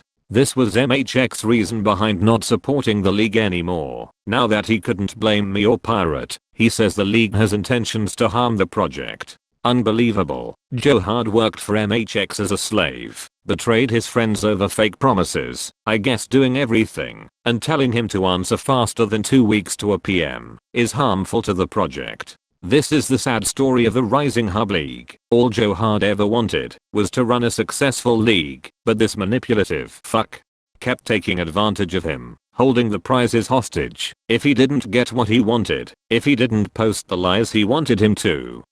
Every time he was part of the Rising Hub League team, he continuously ignored and neglected Joe Hard's league requests and eventually abandoned him.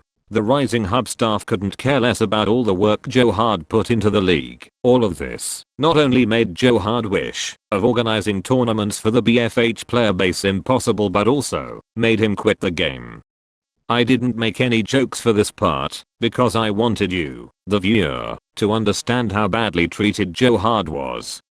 Congratulations to the Rising Hub staff, you managed to completely kill the motivation someone had to play their favorite game, their childhood game. You really are the scum of the earth. MHX is a type of person to play in the same league team as Joe Hard, but hold a gun to his head, say if he doesn't post his lies, he won't give the season rewards away. MHX is a type of person to go from being on players' discords, be their friends, talk to them on a regular basis, go the extra length to give his address, in order for his friends to send him expensive things, such as Pokemon cards, but then, in a day he exits all discords, deletes all friends, deletes his messages, and never talks to you again. This guy really is bipolar. A project led by an abusive, manipulative, bipolar, corrupt admin. Bye bye. Bye bye. Bye bye. Bye bye. Bye bye. Bye bye. Bye bye. Bye bye. Bye bye. I'm out of here. Bye. It was also in the Rising Hub League Discord, where MHX once again tried to change history, when he finally addressed Pirate's report of admin abuse towards him, 3 months after the incident happened, perhaps hoping that by this time Pirate had deleted the original recordings, but as I'm about to show, he didn't. It was on this day, November 8th, MHX learned Pirate has evidence of admin abuse going back to 1945. MHX was destroyed by facts and logic. He tried to desperately change the narrative to fit him, a pathetic move, and as always with zero evidence, unlike Pirate. Let's talk about the report itself. The situation happened in July 25th. This is the original video Pirate uploaded. MHX kicked Pirate for spawn killing, after he killed him from the middle of the map, and did not step any foot on his spawn area, unlike some of Pirate's teammates that were much closer during this round. Pirate questioned MHX several times, and never got an answer, opposite to what he claimed in the Rising Hub League Discord. It was obvious MHX was ignoring it. In September, when I reported server enters for abusing their admin permissions, MHX commented on my video, saying that he had noted my report, but when Pirate replied to him, saying for him to note his reports towards himself, he never did. He fully ignored it, and even replied to other comments on the comment section like Pirate had said nothing. Anyway, back to the Discord chat. After claiming he had already replied to Pirate's report, MHX questioned where the spawn kills were before. He really thought he was about to escape this by claiming he had been spawn killed before the clip Pirate uploaded. Followed by him saying he was killed in spawn, and question if that is not spawn kill. You're a fucking idiot. No, it's not spawn kill, you dumb fuck. Spawn kill is when you spawn, and enemies insta kill you at your own spawn area, not letting you even react/run away. Just because you were killed by Pirate when you were in your spawn, doesn't mean he spawn killed you. This guy is the lead admin of the game, and I have to be explaining here what spawn killing is. This dude is this fucking dumb. He kicked Pirate because he was the one who killed him while he was on his spawn. For him, that's spawn killing. Holy shit. If that's spawn killing, then everyone playing these small maps is technically spawn killing according to MHX.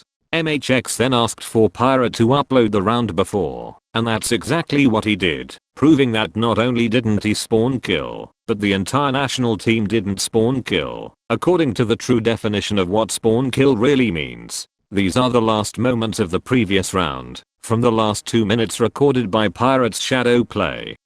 You can clearly see that there's no teammate, nicknamed in blue color, even close to the enemy spawn. Nobody was spawn killing anyone.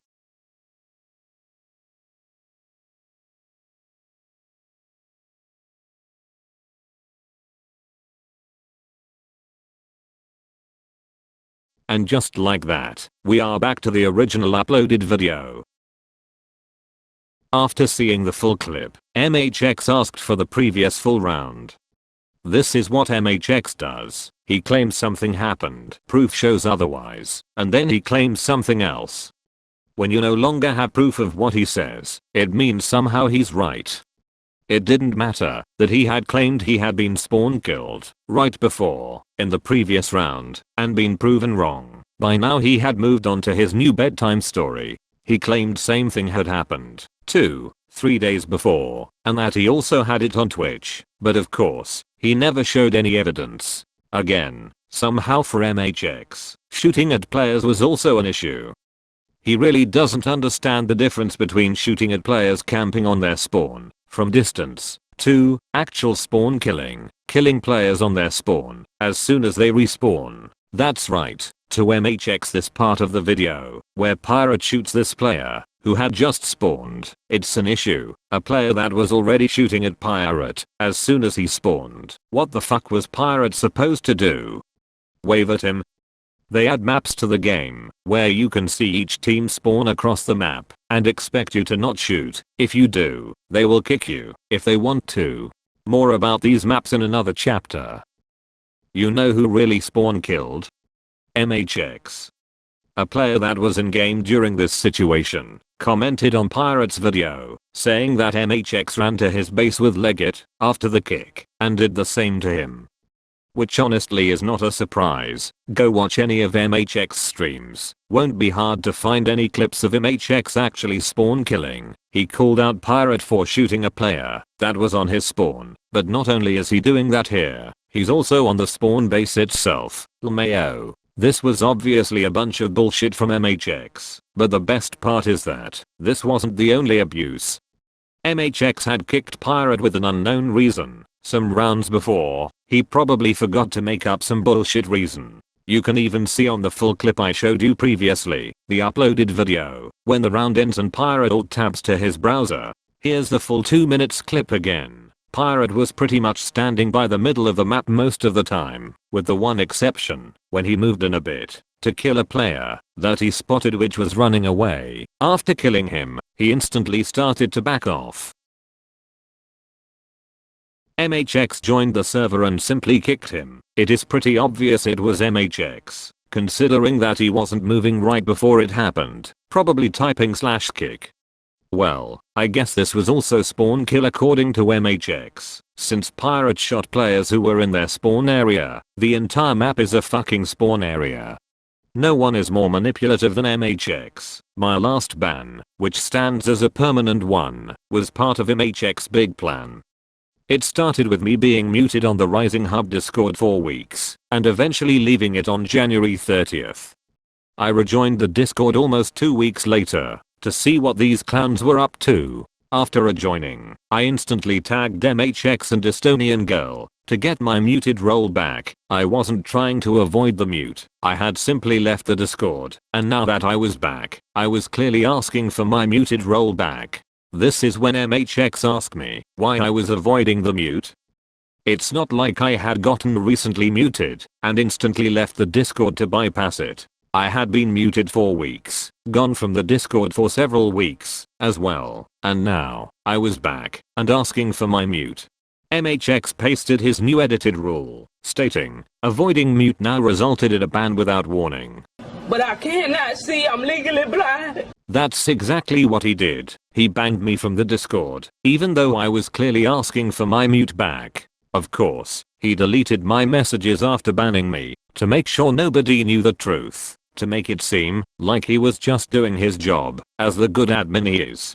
MHX needed to fake my ban reason from Discord, to make sure I would never play Rising Hub again.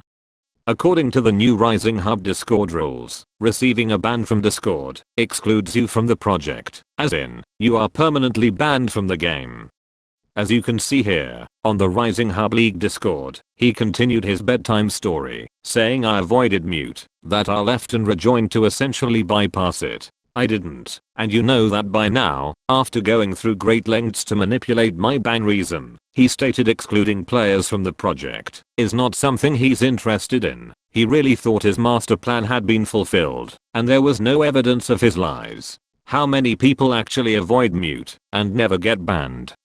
I know that Chuckner was banned from Discord for purposely avoiding his mute, but unlike me, he never got permanently banned from the game, like MHX himself said it would result in. Why give permanent game bans to people who get banned on Discord? That makes no sense, and MHX will take advantage of that rule by banning you on Discord for whatever reason he comes up with next. He says he has no problem with people hating him, but is quick to mute anyone who says anything about him. The mute lasts for months. If MHX has any personal grudge against you, and you choose to leave, and come back on a later date, he will probably claim you also avoided mute, in order to ban you from Discord, and from the game. I guess you need to stay in the Rising Hub jail, known as the muted chat for the rest of your life, or else, the same thing will happen to you. Truth hurts, doesn't it, MHX?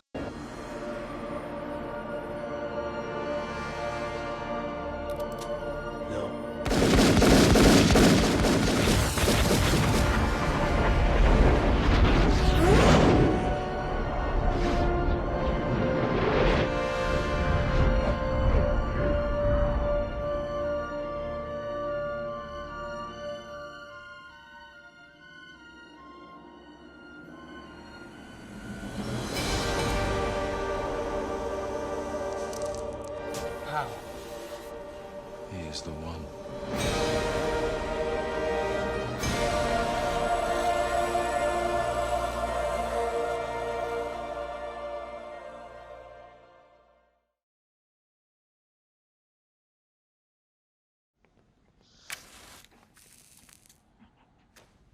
クルーガー、尋問はもう済んだろ。今回はそいつに踊ってもらうぞ。踊る？思い出したよ、少年。お前は巨人にしないでやる。3、4メートルくらいの巨人に調整するからこいつと戦ってくれ。お前らエルディア人をこの世から一匹残らず駆逐する。これは全人類の願いなんだよ。なんだと。心が痛むわけないだろう。人殺しはそっちだろ。お前ら復権派は俺たちマーレに何をしようとした？心は痛まなかったのか？嘘だ。俺は真実を知っている。始祖ユミルは大陸の人々を豊かに。なあ、分かったよ。偉大な歴史があったんだろ。下にいる友達と語り合うといい。やめろ！だからな！ほら、妹が呼んでるぞ。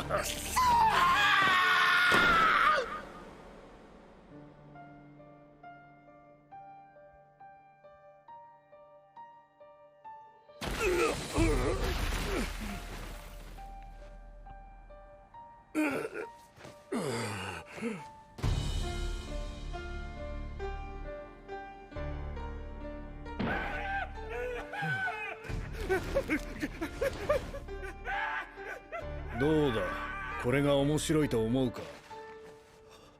あんた、俺がフクロウだ。覚えておけよ、グリシャ。巨人の力はこうやって使う。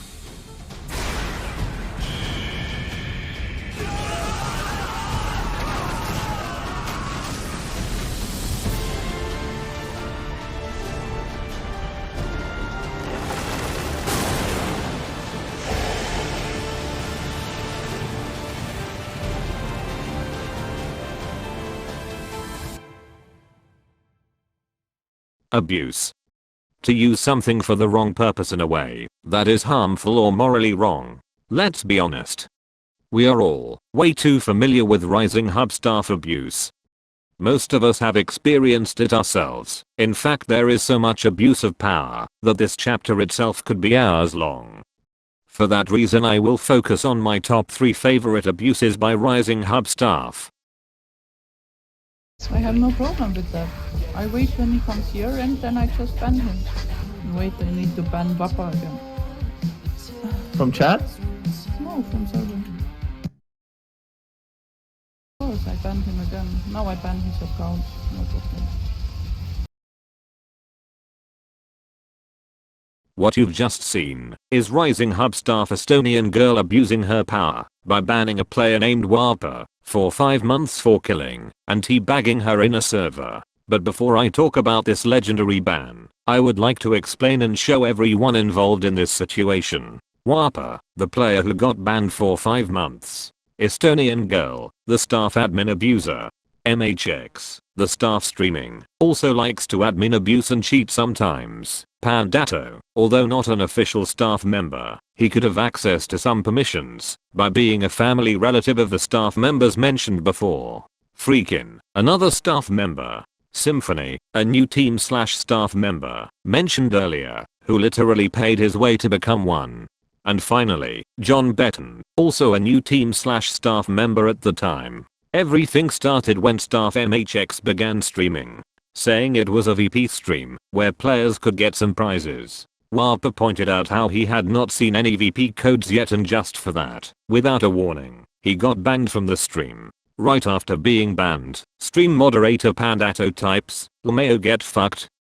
A very mature reply from a moderator. After being banned from the chat, Warper joined the server to play. After killing and teabagging Estonian girl, she issues her first threat to ban him. I have no problem with that. I wait when he comes here and then I just ban him. The next clips shows Warper getting kicked and then banged on a gunner alt account for killing and teabagging Estonian girl. I want to point out how Warper didn't type anything in the chat during this entire situation, but as you will see later in the video, she will justify the 5 months ban for insults. Wait, I just killed her on teabagging. Watch now. Wait, she's like /ban.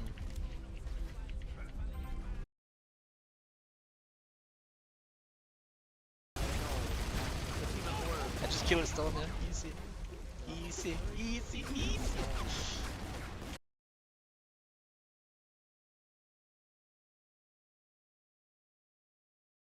Now I will show the same moment, but in the point of view of MHX stream. You can see how none of the staff have anything against these actions of admin abuse, almost as if this is a regular thing they do.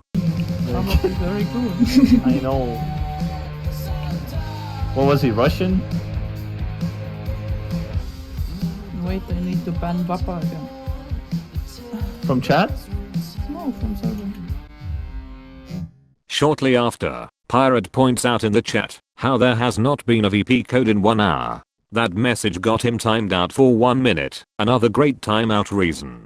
You can even see MHX alt tabbing just to time out Pirate. Meanwhile, since Estonian girl banned Warper's alt account from the server, he starts to join with his main account, but Estonian girl keeps kicking and banning him, preventing him from playing the game. This next clip shows MHX stream with Warper's voice in the background, as things happen in real time. I got kicked from server, reason unknown.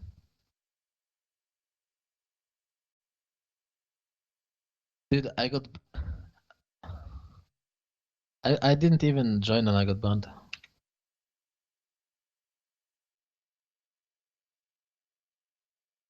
Yeah. Listen to them. I'm gonna keep joining so everyone sees. I'm gonna keep joining so everyone sees.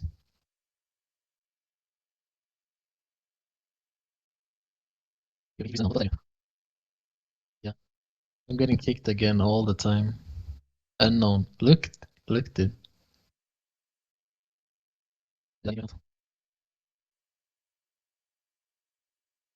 At the same time, Pirate gets once again timed out from the stream chat, this time for asking why he got timed out for previously saying 1 hour no code. Another great timeout reason. Warper was able to join the server after being banned from it because he contacted Lucio, the server enter, that removed every unjustified ban he witnessed. This left Estonian girl with only the possibility to kick Warper in order to prevent him from joining the server.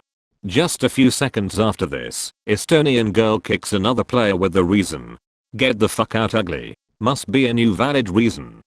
After Warper's unjustified bans were removed multiple times, Warper rejoins the server for the last time and types in chat for the first time, saying how it's not easy to ban him because of Lucio removing the bans. But right before he says this, Estonian girl bans him from the server and from the game for 5 months, and she ends up replying to his message by typing easy in the chat.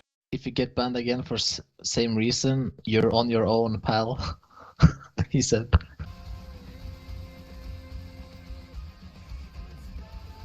Oh my god. Oh my god. No, they didn't. Yeah, of course, I banned him again. Now I ban his account. No problem.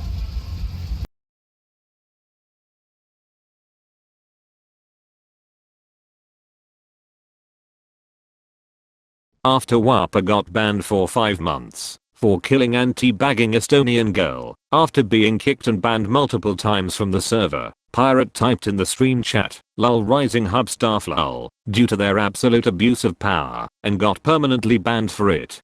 You can once again see MHX alt-tabbing to ban Pirate. Fun fact, this is what made me produce this movie. After being banned, Whopper was also muted on the Rising Hub Discord, where he asked Estonian girl about the reasoning behind her actions. She made it seem like the teabagging was not the true reason of the ban, and then joked about it. Johard also asked what the ban reason was, and this is when she claimed she was provoked and insulted. As I have already shown, Whopper never provoked or insulted staff. She herself banned him after he killed and teabagged her. She even said it herself on stream when it happened. What was he, Russian? Wait, I need to ban Vappa again. From chat? No, from server. This was the beginning of Rising Hub staff hiding the evidence of their admin abuse, starting by deleting the video of the broadcasted stream. Unfortunately for them, Pirate recorded the entire stream.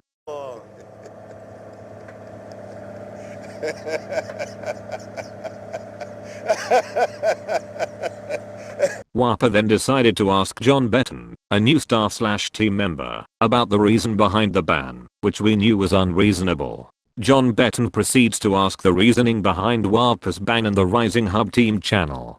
Estonian girl replies by saying Whopper is his pet. A good way to describe how staff abuses their community members and treats them like animals. Followed by John Betton showing his private messages with Whopper and Freakin', another staff member, which wasn't even playing during this situation. Basically says that Whopper is trying to fool him to get unbanned, and that every kick/ban made by staff has a decent reason. A complete and utter lie, proven with chat, video and audio evidence. This ban was unjustified, an abuse of power by Estonian girl and MHX for being killed and teabagged in game, followed by their attempt to delete the evidence and them further abusing their power on Discord by muting players that pointed it out. We definitely know why Whopper was banned. It was due to your admin abuse, and we have all the evidence. Old staff members basically lied to John Betton since day one, implying all bans had a decent reason. He had no reason to doubt them and never asked any further questions. I would have loved to see these so-called ban files, where apparently they have all the ban reasons and evidence. After being lied to by the old staff members, John Betton replies to Whopper, implying he knows why he has been banned, thinking Whopper broke Rising Hub rules, something that never happened.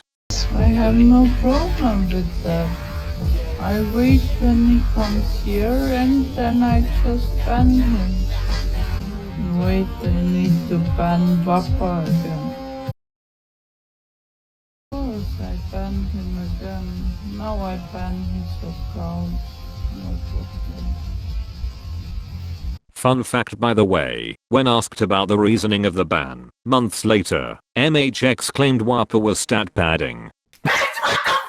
If by that he means padding the number of times he teabagged Estonian girl, he's technically right, but stat pad bans only last for 30 days, not 5 months, and Whopper's hero levels didn't get reset. MHX legit shot himself in the foot with that one. I'm pretty sure he just forgot the fake reason they used to ban Whopper back then. Hold up.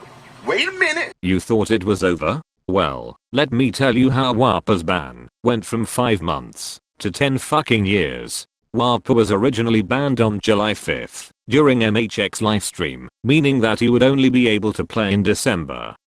Due to this ban time duration, which by the way, is 5 times more than cheaters receive for aimbotting, Whopper was unable to participate in the Rising Hub League with his main account.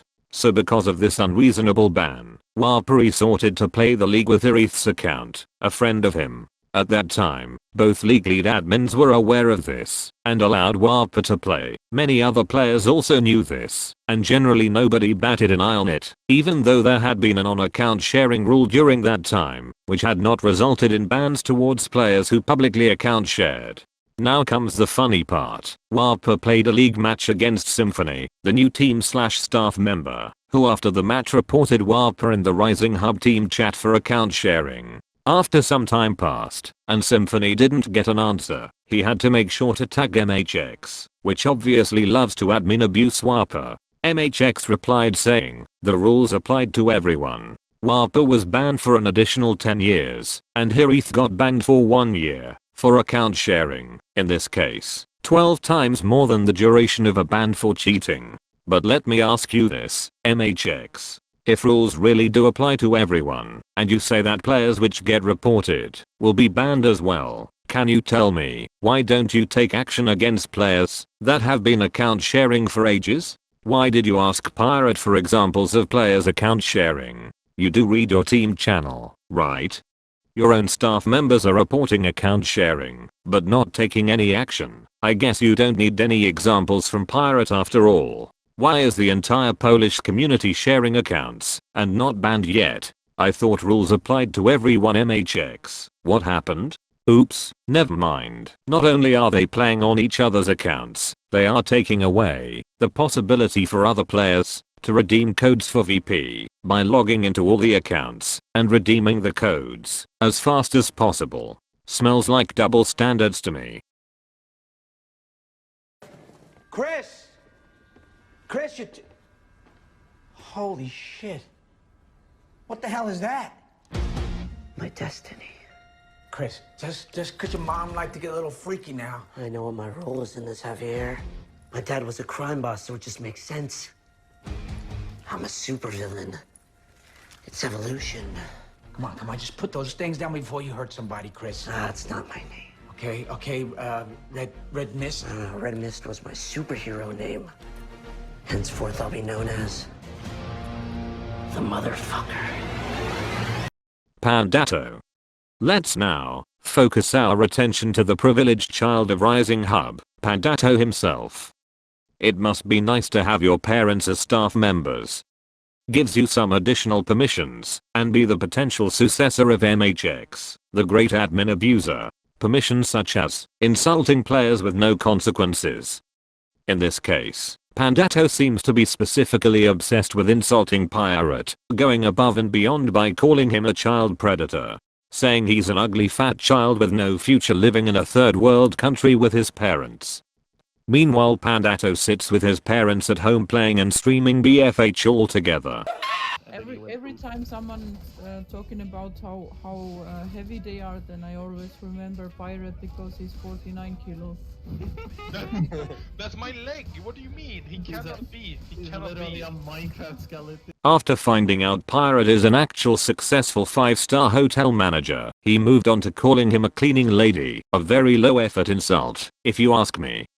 But don't worry everyone, although insulting is absolutely forbidden according to the Rising Hub rules, MHX claims his behavior is just fine. The same MHX that left the Rising Hub League Discord for a second time, and when he did, he deleted channels where he was confronted and shown evidence of Pandato's insults. For something that is apparently fine, he sure tried really hard to delete it. And deleting channels without approval is something that we can actually categorize as harmful.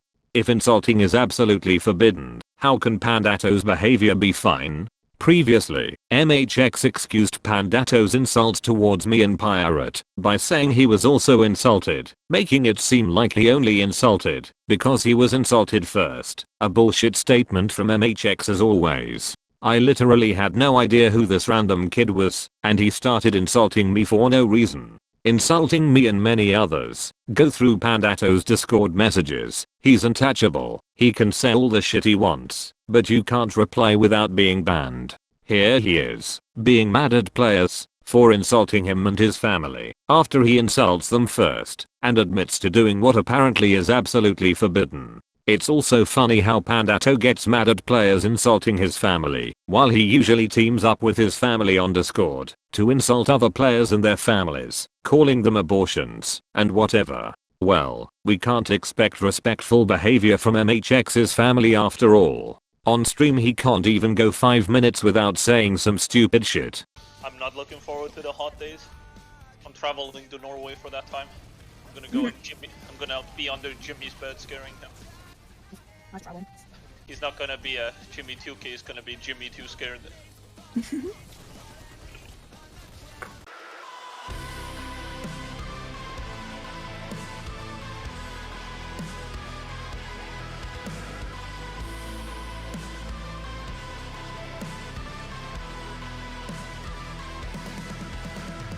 When Pandato plays, his behavior is pointed out on Discord regularly, not only because of his insults in game, but also because of his abuse of widgets. Widgets that weren't bought with his own VP, he didn't grind them, they were added by his family to his account, just like MHX does to himself. With unlimited widgets he can spam them as much as he wants, but then cries when used by Pirate against him. The hypocrisy of this guy. And notice how he provokes a player on Discord for calling him a no-name, which is true anyways, and he says that he might as well poke the bear. Is this not Pandato provoking MHX? The player points out that he kept attacking him for 30 minutes. Well, I can't really blame Pandato. He doesn't exactly have the two best role models. This guy is lost. On top of all that, he is also a hypocrite when it comes to spawn killing. Just like his dad, he claims he never spawn kills, when everybody knows he does, and proof shows otherwise.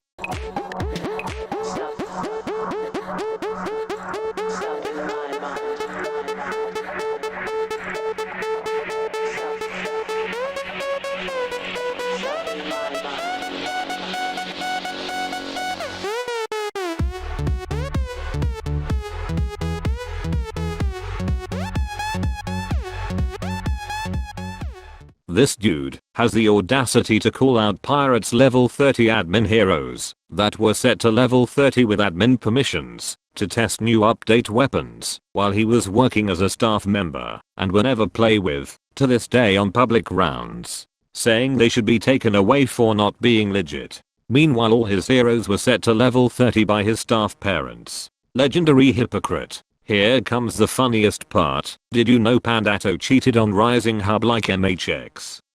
That's right. Being the child of staff members also allows you to cheat. You probably never heard of it because players who exposed it were censored. Kinda reminds me of something that happened before. The video evidence was recorded by me. I reported it on the Rising Hub Discord, but not only was I banned for 1 month, the report vote ban, which at that time everyone agreed with, was deleted. Other players also reported it, resulting in other vote bans being deleted, followed by MHX saying it was not valid evidence. How to censor your community tutorial. Claim it's an accusation with invalid evidence. Don't allow invalid accusations. Ban them. Now let me explain why this evidence is proof of cheats. Why would Pandato turn to me while shooting someone and then aim back to the enemy he was shooting first? This movement is not legit. There's no logical reason behind it, and the speed of it clearly makes it to be an unhuman snap. You can barely see it. It's well known that sometimes cheats just glitch out, but the most important thing here is that I'm running towards him, and as soon as I close in on him, Pandato snaps to me. My aim was on him, and I was as close to him as the player he is shooting at, and you know what else? Cheats have this information, and can use it to change who they aim at, even if this setting is turned off. Let's see it once again. I run towards Pandato. At this point I'm the closest enemy to him, if not as close as the enemy he's shooting at. I move my mouse. And just after my aim goes on him, he snaps to me. The aimbot checked out, me being the closest enemy and me aiming at him. The time between me full aiming him and Pandato snapping to me was the reaction time of the aimbot, inhuman. And as soon as I full aimed him, my aim fell off of him, making him snap to the original enemy. On that day, Pirate messaged MHX to get an explanation on how this snap could be legit, giving an example that MHX had shared with him before of a potential snap by Nitro. The snap of Nitro was caused by netcode issues, because as Pirate pointed out to MHX when he originally sent the video to him, MHX receives damage before Nitro even turns to him, meaning that this is only a visual bug caused by netcode issues. Here is the video. As you can see, MHX receives damage and a hit marker before Nitro even turns around. It's a netcode issue. MHX replies to Pirate saying that it happened due to netcode issues. Pirate replies back by saying, the Nitro situation he showed was literally a netcode issue. But here is an important detail. The Pandato clip could not be a netcode issue, because unlike the netcode issue clips, I received damage and a hit marker exactly at the time Pandato snapped to me. In addition to that, there would be no explanation to Pandato snapping back to the original enemy he was shooting at. After Pirate caught MHX in 4K and showed and explained why the Nitro clip was an actual netcode issue, all MHX could say was that Pandato didn't cheat. Pirate then revealed there was no possible netcode issue explanation because of the hit markers received at the moment Pandato snapped and the fact that he snapped back to the original enemy. This is when MHX replied saying that he would play for 2 hours and show 3 situations like that. Despite MHX playing every single day and 1 year has passed, Pirate is still waiting for a message. April, May, June, July has passed and still no evidence. I'm running out of food supply. No more water. I'm starting to question if MHX was lying this entire time. If you are wondering how Pandato managed to cheat, considering there's an anti-cheat, well, as you can see here, MHX leaked that with admin rights, you can indeed inject cheats. Furthermore, he said that Pandato was playing on Estonian girl's computer, and that computer has no inject tools. Are we really supposed to believe him that? It would have been better if he hadn't said anything. This guy manages to make every situation worse. Kinda reminds me of something once again. Oh, and I love how he uses the argument of Pandato sitting next to him playing as an evidence of Pandato not cheating. Is he forgetting the fact that he literally cheated in the past while playing with Estonian girl? Are we really supposed to believe in this family of liars and cheaters? Perhaps cheat inject tools is a reason why Pandato plays so often on Estonian girl's computer, or is it Estonian girl account sharing with Pandato? Either way, both are against Rising Hub rules. MHX should have spent more time with Pandato, helping him set up and hide his cheats in a better way. Like father. Like son. Before moving on to the last abuse, here are some honorable mentions.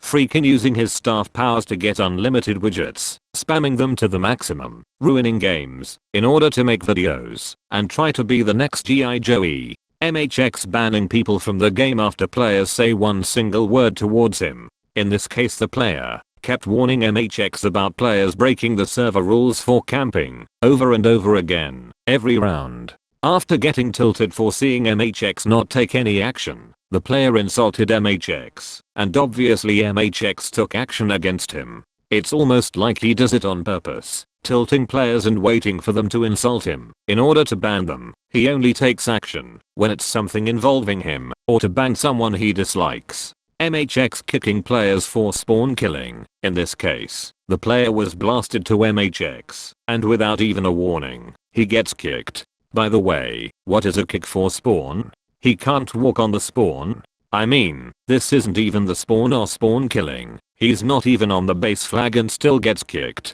It's also funny how the players are so used to admin abuse that when something like this happens, they know they are going to be kicked and try to explain what happened in the chat, as you just saw. All of these kicks coming from a guy that has a playstyle based around rushing enemy bases and sometimes adding some pirate kegs to the mix. MHX is also the type of guy to tell me that if I have problems or something to report, I can just PM him. Meanwhile, it doesn't take much time for him to block me or unfriend me. When asked on stream chat why he had done that, he replied saying happens.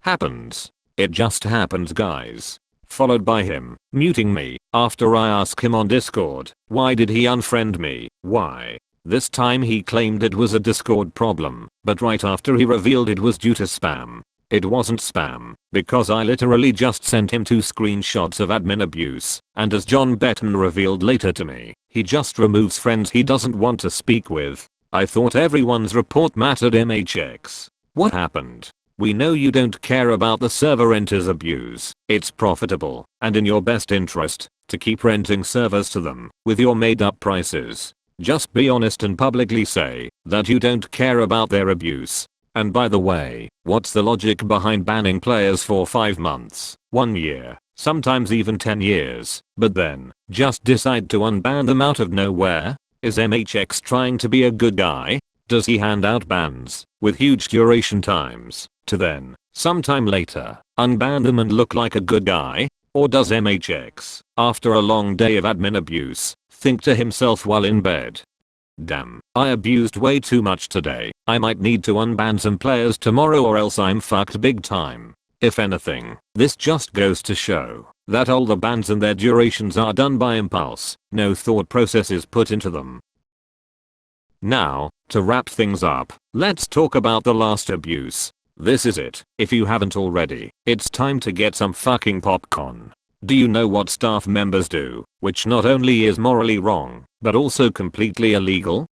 Leak players' personal information. Yes, you heard it right. You see, when you sign up to Rising Hub, you are required to link your Discord account to your website profile. This process is done by granting permissions to the Rising Discord bot. Permissions such as access to your email address, meaning that when you link your Discord, the email address you use for your Discord is saved on the Rising Hub database. In this picture, you can see all the information they gather and save of each account. As you can see, the email used on your Discord is shown here. In addition to all of this, the Rising Hub launcher, used to boot up the game, can scan your computer specs and files, which like your account information, are all saved on the Rising Hub database. All of these launcher features were built in for the Rising Hub anti-cheat in order to detect and block cheats. The anti-cheat, which these days is absolutely useless because of a new developed undetected cheat that has been used for months and still hasn't been patched into the anti-cheat by MHX.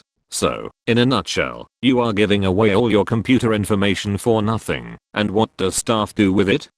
Dox you by leaking it all for their own abuse entertainment. Here are some examples that I've censored for privacy reasons. Staff member freaking casually leaks my friend's real life name on their private messages. My friend instantly suspects of him knowing it due to the email address of his Discord, in which he has his real life name, like most people do. He could have also gotten it from his computer name, but in this case, he literally admitted to getting it from his email. Some months later, freaking once again leaks my friend's name, this time in game. Upon being doxxed for a second time, my friend exposes this abuse on the Rising Hub Discord, tagging other staff members to take accountability. None of them addressed it. Freaking reacts to his message with the shut your mouth emoji, and then pretends like he never leaked his name, followed by him mockingly asking what's his name. He must have forgotten that he literally said it to my friend and already admitted to how he got it. After being called out for his abuse, he ends the conversation by saying bye to my friend, not taking any accountability, just like the other staff members. Notice how, after exposing this, several players that were reading the chat at this time share that the same thing happened to them. This isn't a one-time occurrence, this happens on a daily basis, and I'm aware and have evidence of more than 100 cases like this.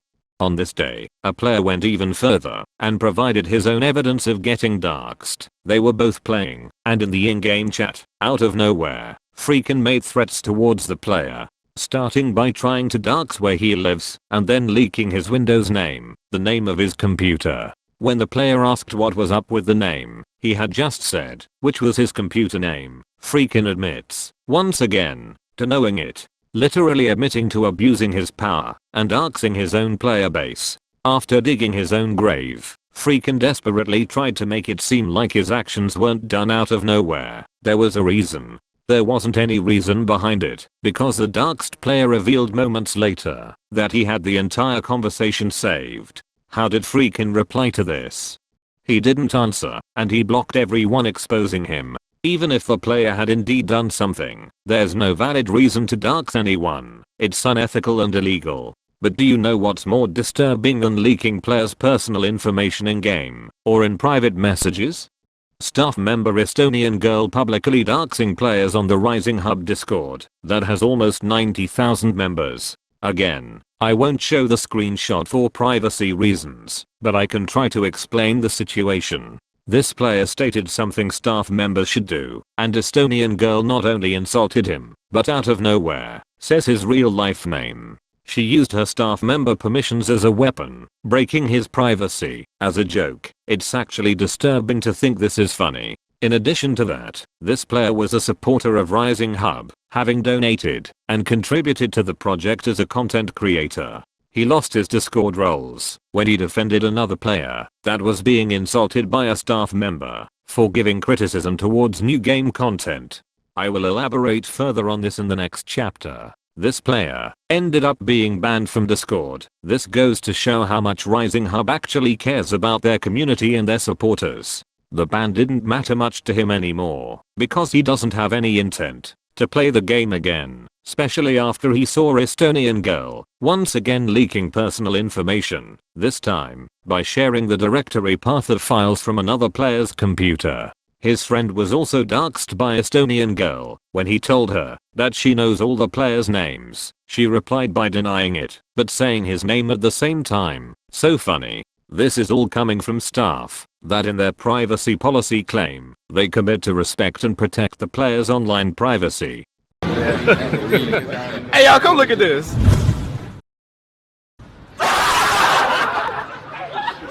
They say they only disclose non-personally identifiable user data, which doesn't include users' names and other identifying information.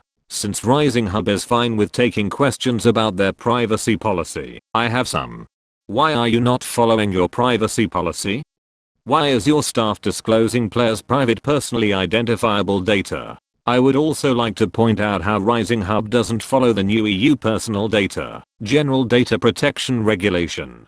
Players have the right to know which personal data is saved, what it is used for, and the right to have it removed by request. None of this information has been shared, and the data removal requests aren't allowed. As shown before, since Rising Hub doesn't, I will do it for you. Here is the information they have of every account created. And to make it clear, MHX is well aware of the General Data Protection Regulation. He just chooses to not follow it. When asked by a player how old he was, he said he couldn't handle that information due to the General Data Protection Regulation. But it's okay for his wife to be disclosing players' real-life names. As you can see here, another example, this time with more context. Another one. And another one. It's funny how she leaks a player's name because he apparently cheated. Someone remind this bitch what her husband is. Have you guys noticed a pattern with Rising Hub staff? When they get confronted with evidence, they either claim it's not true and that they have evidence, never showing it, or all they do is block/ban you. And let's not forget the infamous goodbye they type when they can't win an argument. What happens when the community goes to MHX Twitch channel asking why isn't action being taken against his staff members? They get banned, of course. Players have learned that they can't confront them. If they do, they simply won't be able to play anymore. What a great dictatorship. Hear this now. What if I told you that Rising Hub staff bans players for leaking personal information? Yes, they do. Staff who doxes and ridicules players on their team channel. Staff who leaks players' personal information publicly on Discord and in-game, and staff who also publicly leaks players' computer path of files. Alba was not only doxed by Estonian girl, but also abused and banned for 8 months, for no reason. On the same day Wapa was banned for 5 months for teabagging her. He even typed in the chat when it happened. The ban occurred at the same time Estonian girl kicked a player with the reason, "Get the fuck out ugly." Now, here is the $1 million question for you all. Who did Estonian girl kick? You guessed it, it was Alba himself, and now we know what Estonian girl thinks of Alba's appearance. Okay, now taking into account all this information, let me tell you that, after Wapa used an emoji in Discord with an edited face of a Rising Hub player, he received a permanent ban from the game by MHX, followed by MHX reporting it to Discord for being a TOS violation. So, let me get this straight. Wapa got banned permanently for sharing an edited face of a player, but Estonian girl and other staff members are involved in leaking players' personal information by using their admin powers, doxing them, breaking their own privacy policy in Discord TOS.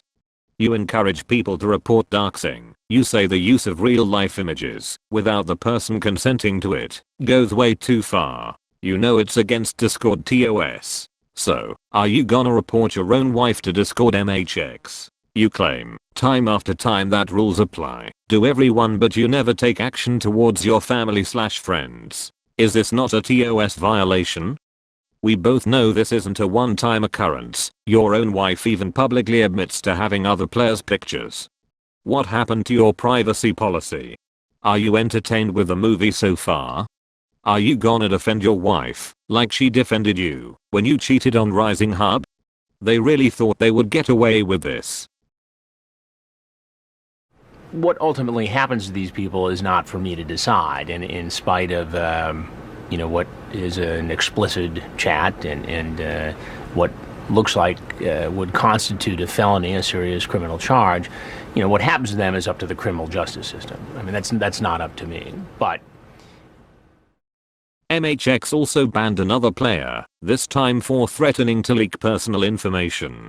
But you know what? He never did. This was just the reason MHX used to justify his unjustified ban. Which, to be honest, I have to give it to him. This is a pretty genius move. If anybody asks for evidence behind the ban, of course he would deny to show it, because he would be doxing himself. This player was banned after asking MHX why he was banned/kicked from the Rising Hub Discord. MHX claimed he never was, calling it bullshit, but as always, failing to provide any valid evidence, such as the Discord audit logs. Is this the reason MHX will start to use to ban anyone he wants to? Claim they threatened to leak his personal information, like his real life name? Everyone knows his name, not only because he used it on his PayPal, where players sent money to rent servers, but also because his fellow team members have said it on public Discord channels. And most importantly, when streaming with his son, Pandato, or should I say, stepson. You see, Pandato is not actually MHX's son, he's his stepson, so of course he calls him by his real life name, and not father. Andrew, you are not the father.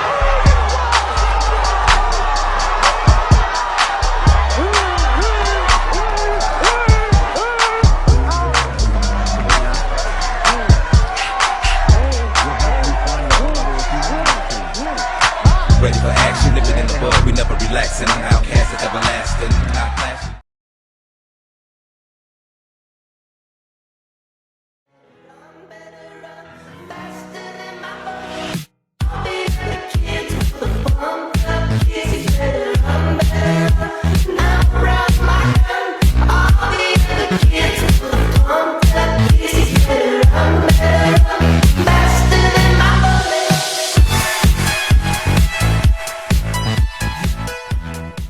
This is a guy Rising Hub chose to be their lead content developer.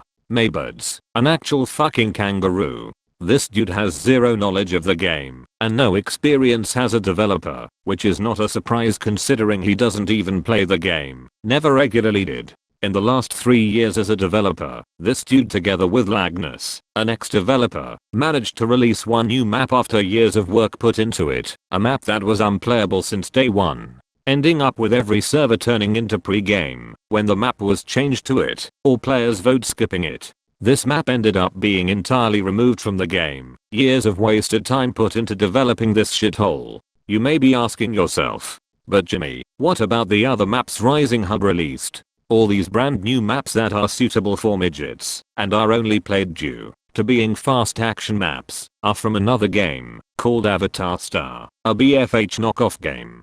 They were imported to the BFH map editor by Apache Thunder, a very well-known modder. Maybuds just used his work, which itself isn't a problem. The problem is him claiming he's developing a new map with Avatar Star assets, but all he did was copy it from the Avatar Star game. It's not a new map, it was entirely copied.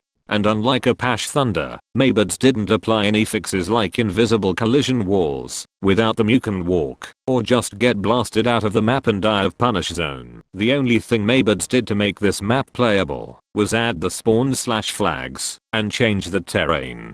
Something that maybe would take 1 hour maximum. It took him months to do that. This map, like the one mentioned before, was once again unplayable and hated, resulting in every server with it on the map rotation turning into pre-game or the map itself being skipped. Although this map is still in the game files, it is pretty much not played at all. The community hated it since day one. It lasted less than a week for it to disappear forever. The community has expressed how much they dislike these type of maps, some even commenting on the YouTube trailer video of the map itself. But of course, Maybuds and the Rising Hub team continue to push this type of trash content that has zero effort put into and nobody enjoys. Another example of time wasted, not listening to your community and slowly killing it. Between the update that released the first 3 Avatar star maps and another map imported from another game, and the update which introduced the new Avatar star map, 15 months passed. In this 15 months, Maybuds and the team managed to not produce any new content. The only content that was added to the game was developed by community members.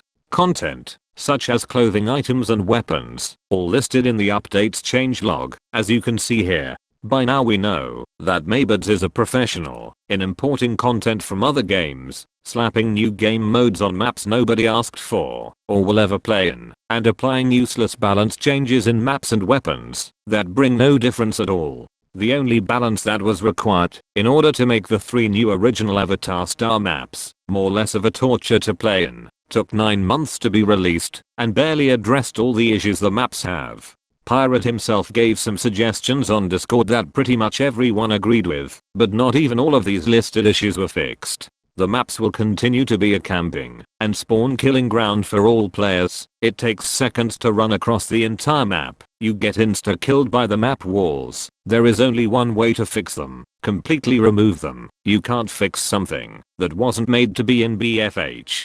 Maybuds has been working on a new map for months now, this time developed by himself with BFH assets. He has even given a little sneak peek. Considering his past work, I wonder what the community thinks about it. Oh, never mind. They already shared their opinion.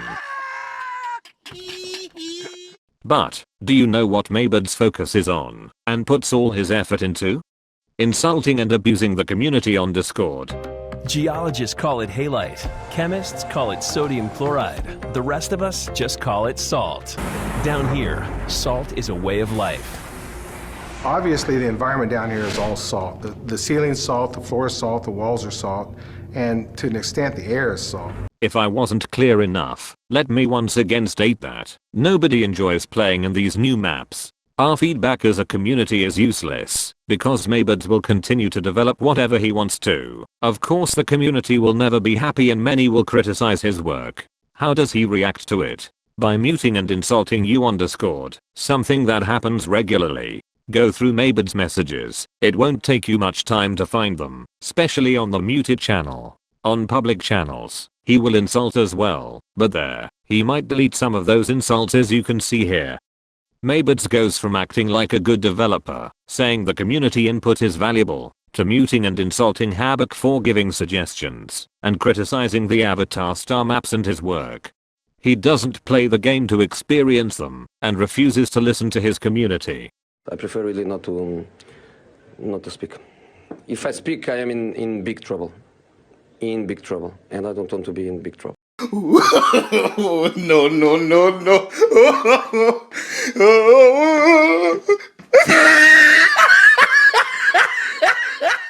Even though Maybuds insulted and muted players for criticizing his work in front of everyone, he then claimed, in the muted channel, that it was a lie. He must think we have below room temperature IQ, like him. You didn't mute anyone because of any map, didn't you?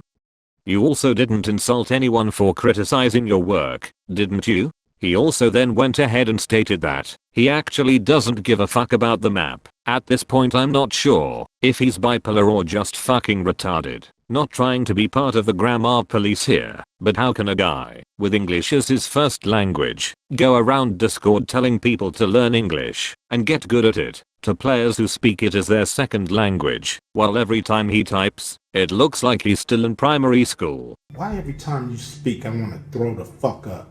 Never mind guys, he revealed in the team chat he only speaks Australian. Must have happened after he got drop kicked as a child by a fucking kangaroo. Speaking of the team chat, that's where Maybuds shares his mute reasons. After abusing players on Discord, Maybuds lives a shitty life, so he relies on insulting and muting the player base to feel better about himself. This guy says Chuckner is a joke, and when he gets a reaction from Chuckner, saying that Rising Hub is a joke, mutes him, claiming he's on a short fuse today, and if other team members feel sorry for Chuckner being abused/muted, they can unmute him. Followed by John Betton saying the community needs to respect their work, while they can't even respect the player base opinion towards their content. So, you insult players, abuse them, and they need to respect you for it?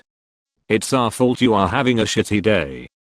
What work do we need to respect you for? You can't begin to follow your own rules. The content you make is so dog shit it either gets deleted from the game or is never once seen again. You take months to release updates that fix content you force onto the community because our feedback is useless. Only your opinion matters. You spend your day trash talking the community to you not having the same opinion is being toxic. Insulting Rising Hub. Why do you even try to claim our input as a community is valuable? It clearly isn't, and you know it, because you even said in Pirate PMs years ago that you are only here to make mods no one wants. You don't want our suggestions. Habit knows how useless the suggestions channel is, because you telling him to post his suggestion there when he had already done it proves you don't even read them, and in the past all his suggestions were ignored as well. As the pathetic liar you are, you tried to claim Pyra denied them back then when he wasn't even in the team anymore. You really have to be delusional to be this abusive.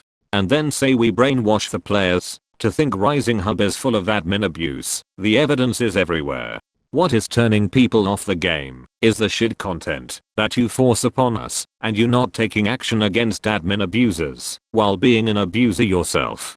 Maybuds, the type of kangaroo to defend MHX, saying he didn't cheat when there's clear evidence he did, even from MHX perspective. Also the type of kangaroo to label people as cheaters, giving them cheater role on Discord, and muting them after they joke about having an anti-cheat bypass with no evidence. You can't make this shit up.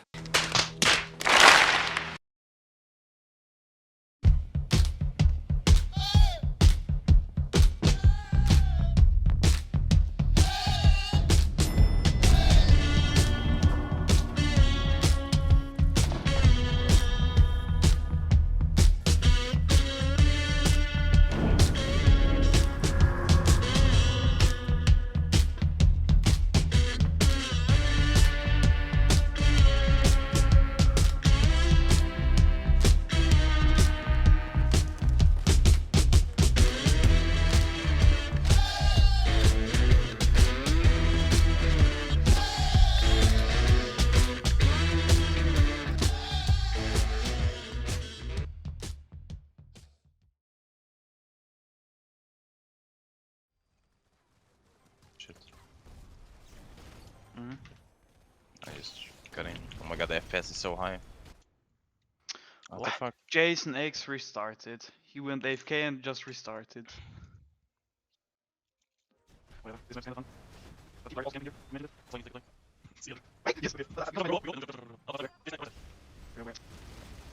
Another one.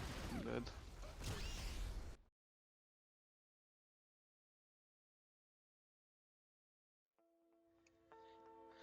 I think he restarted and even the admin said, Jason, why?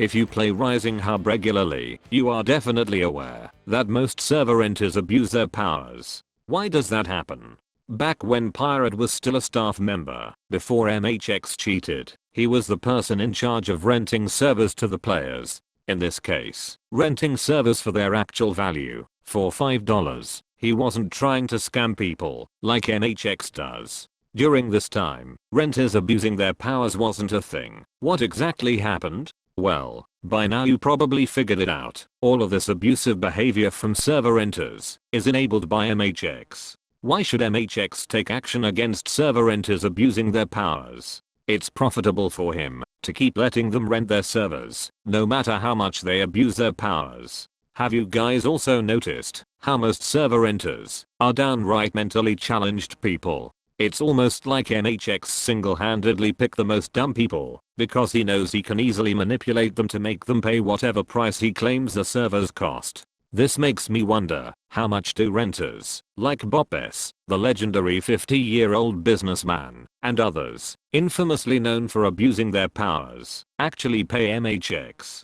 How is Bob S. server still running? He is what I consider to be the original abusing renter, at one point being reported on a daily basis. The reports towards him eventually stopped, not because his abuse stopped, but because the community finally understood that MHX simply doesn't care. The renters know that they can get away with pretty much everything, and that allows them to do whatever they want. When they get reported and confronted on Discord, their go-to quote is, "Don't play on the server then." Sometimes the only server that is active happens to be a server that you are banned on. What are you supposed to do then? Just join a fucking empty server. They act like there are many other options to play in, and what's most likely to happen, if there even are other active servers, is more abuse from the other renters, so you're fucked regardless. With retards like these being able to rent servers, players definitely won't play. Not just in one server, they won't play at all. Nobody likes to be abused, and see staff not take any action towards it. And let's not forget the time MHX allowed Chuckner to rent a server. He knew damn well nobody wanted him to be a renter, and that Chuckner would abuse his powers. In this case, the server ended up being shut down just a few days after being opened. But don't take this action as MHX doing his work as a staff member. Remind yourself that by renting the server he's profiting from Chuckner, and that after the server gets shut down, he still has ownership of it. It's not like he's issuing a refund to Chuckner for taking down his server. This was all a scheme to make a quick buck.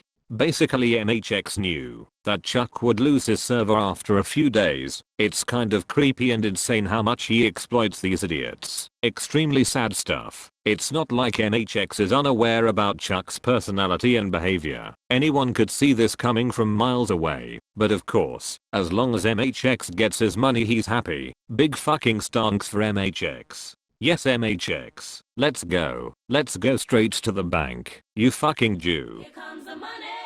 Here we go. Money talk. Here comes the money.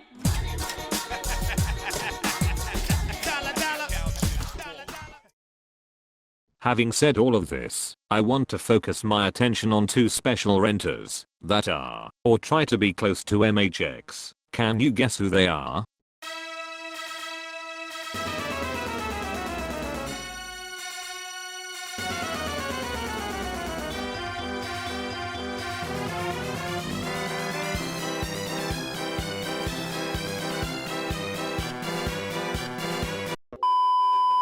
Starting with Sir Anna, MHX and Estonian girl's best friend. Just by knowing that, you can begin to imagine the privilege he has, and the abuse he's allowed to inflict on the community. Since the day Sir Anna started renting his server, he and his server moderators have been abusing their powers, kicking players with fake reasons, while breaking their own rules. This behavior was known/reported multiple times, and while MHX pretended to care, Estonian girl didn't even try to hide her biased opinion.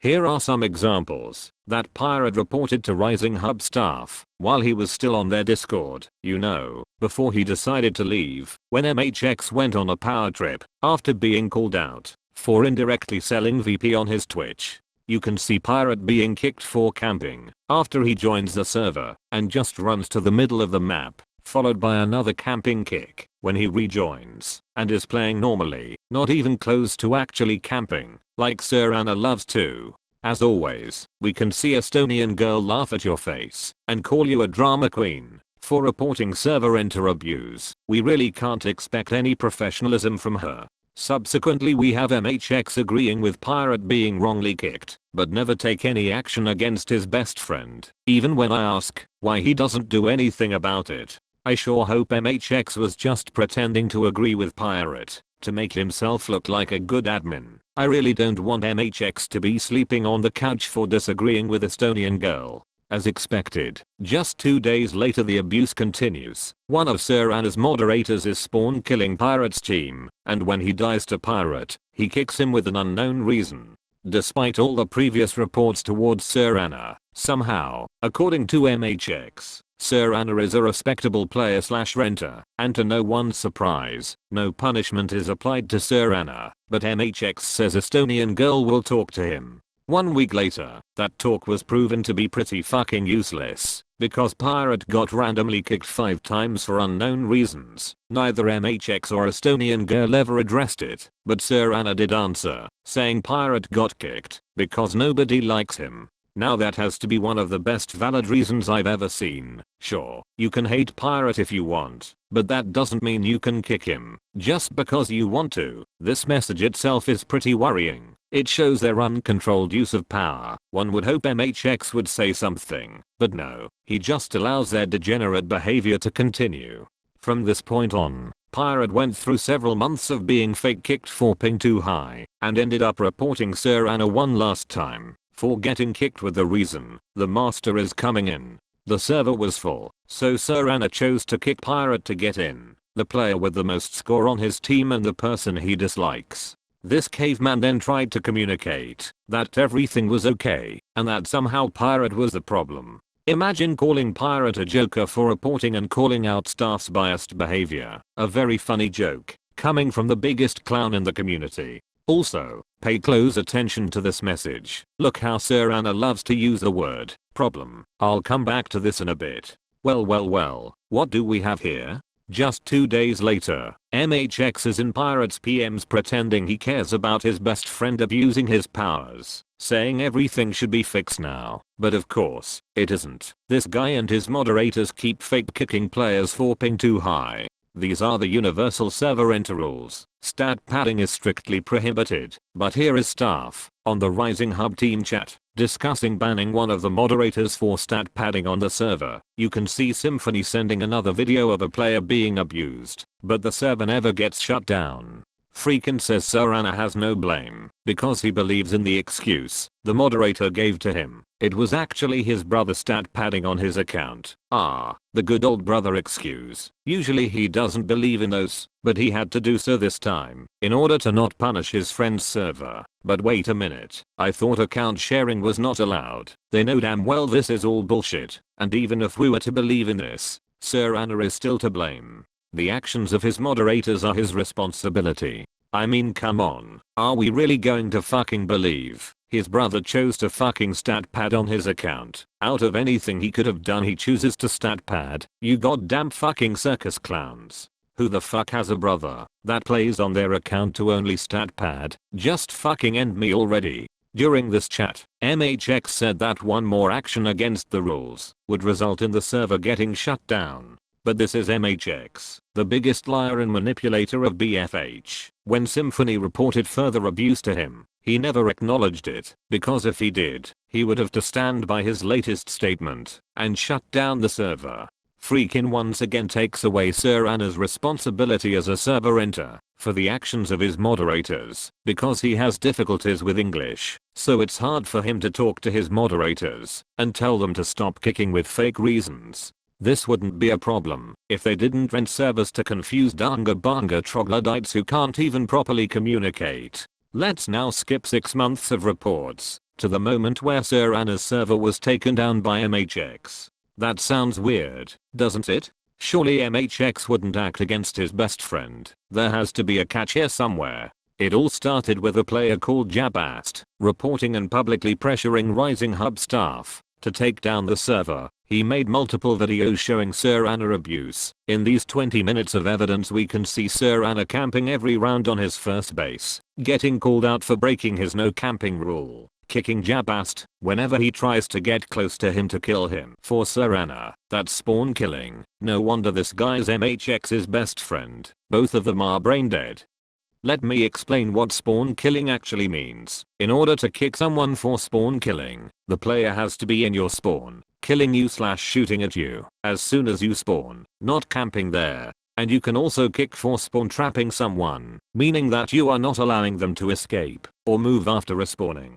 Basically the main point is that you shouldn't be in the enemy's spawn at all, and you should also avoid spawn trapping them. The issue here is that Sir Anna uses the excuse saying that he is being spawn killed, which is not true, only to enable himself to camp in his own base by choice, even though he could easily move forward, and then he claims this is not camping. This later results into people getting frustrated and attempting to kill him in his spawn, but then this fucking idiot kicks them with the reason spawn killing. This loser thinks he's clever by bending and manipulating the rules to his advantage. Sir Anna's logic goes like this: if I don't leave my base, you can't kill me, because killing me when I'm in my base is spawn killing, and that's against my rules. Checkmate. After kicking Jabast for essentially trying to kill him, he starts threatening him with a ban while he continues to camp with his team. I sure do hope Sir Anna doesn't break any other rules on his server. Oh wait, what is this? It can't be. Did Sir Anna just change teams, making the round even more unbalanced? What the fuck? Why would he do that? No way. And now he's actually spawn killing pirate? The fuck? Let's check the rules.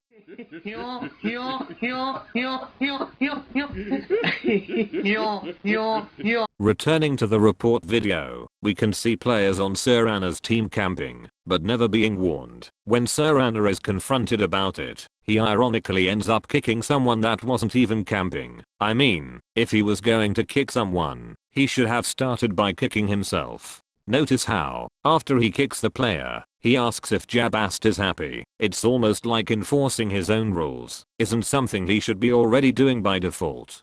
Following all of this, Jabast just ended up being kicked again for being a toxic player, which according to Sir Anna, is anyone that reports him. After all of this, he just used balance as a reason to continuously kick him. When Jabast used this evidence to report Sir Anna on Discord, majority of the community agreed with his report and wanted Sir Anna's behavior punished as well. Here we see a prime example of server enters trying to damage control after being reported multiple times. After seeing a lot of people voting yes to remove the server, they start to panic and become very desperate, to the point where they start changing the admin message on their servers to influence the voting. We see the same case from two of the most infamous server enters, Bopes and Rana, and despite all of this happening, Rising Hub staff was nowhere to be seen. Not a single soul from their staff addressed this issue. It's like my good friend once said, we want all voting to stop.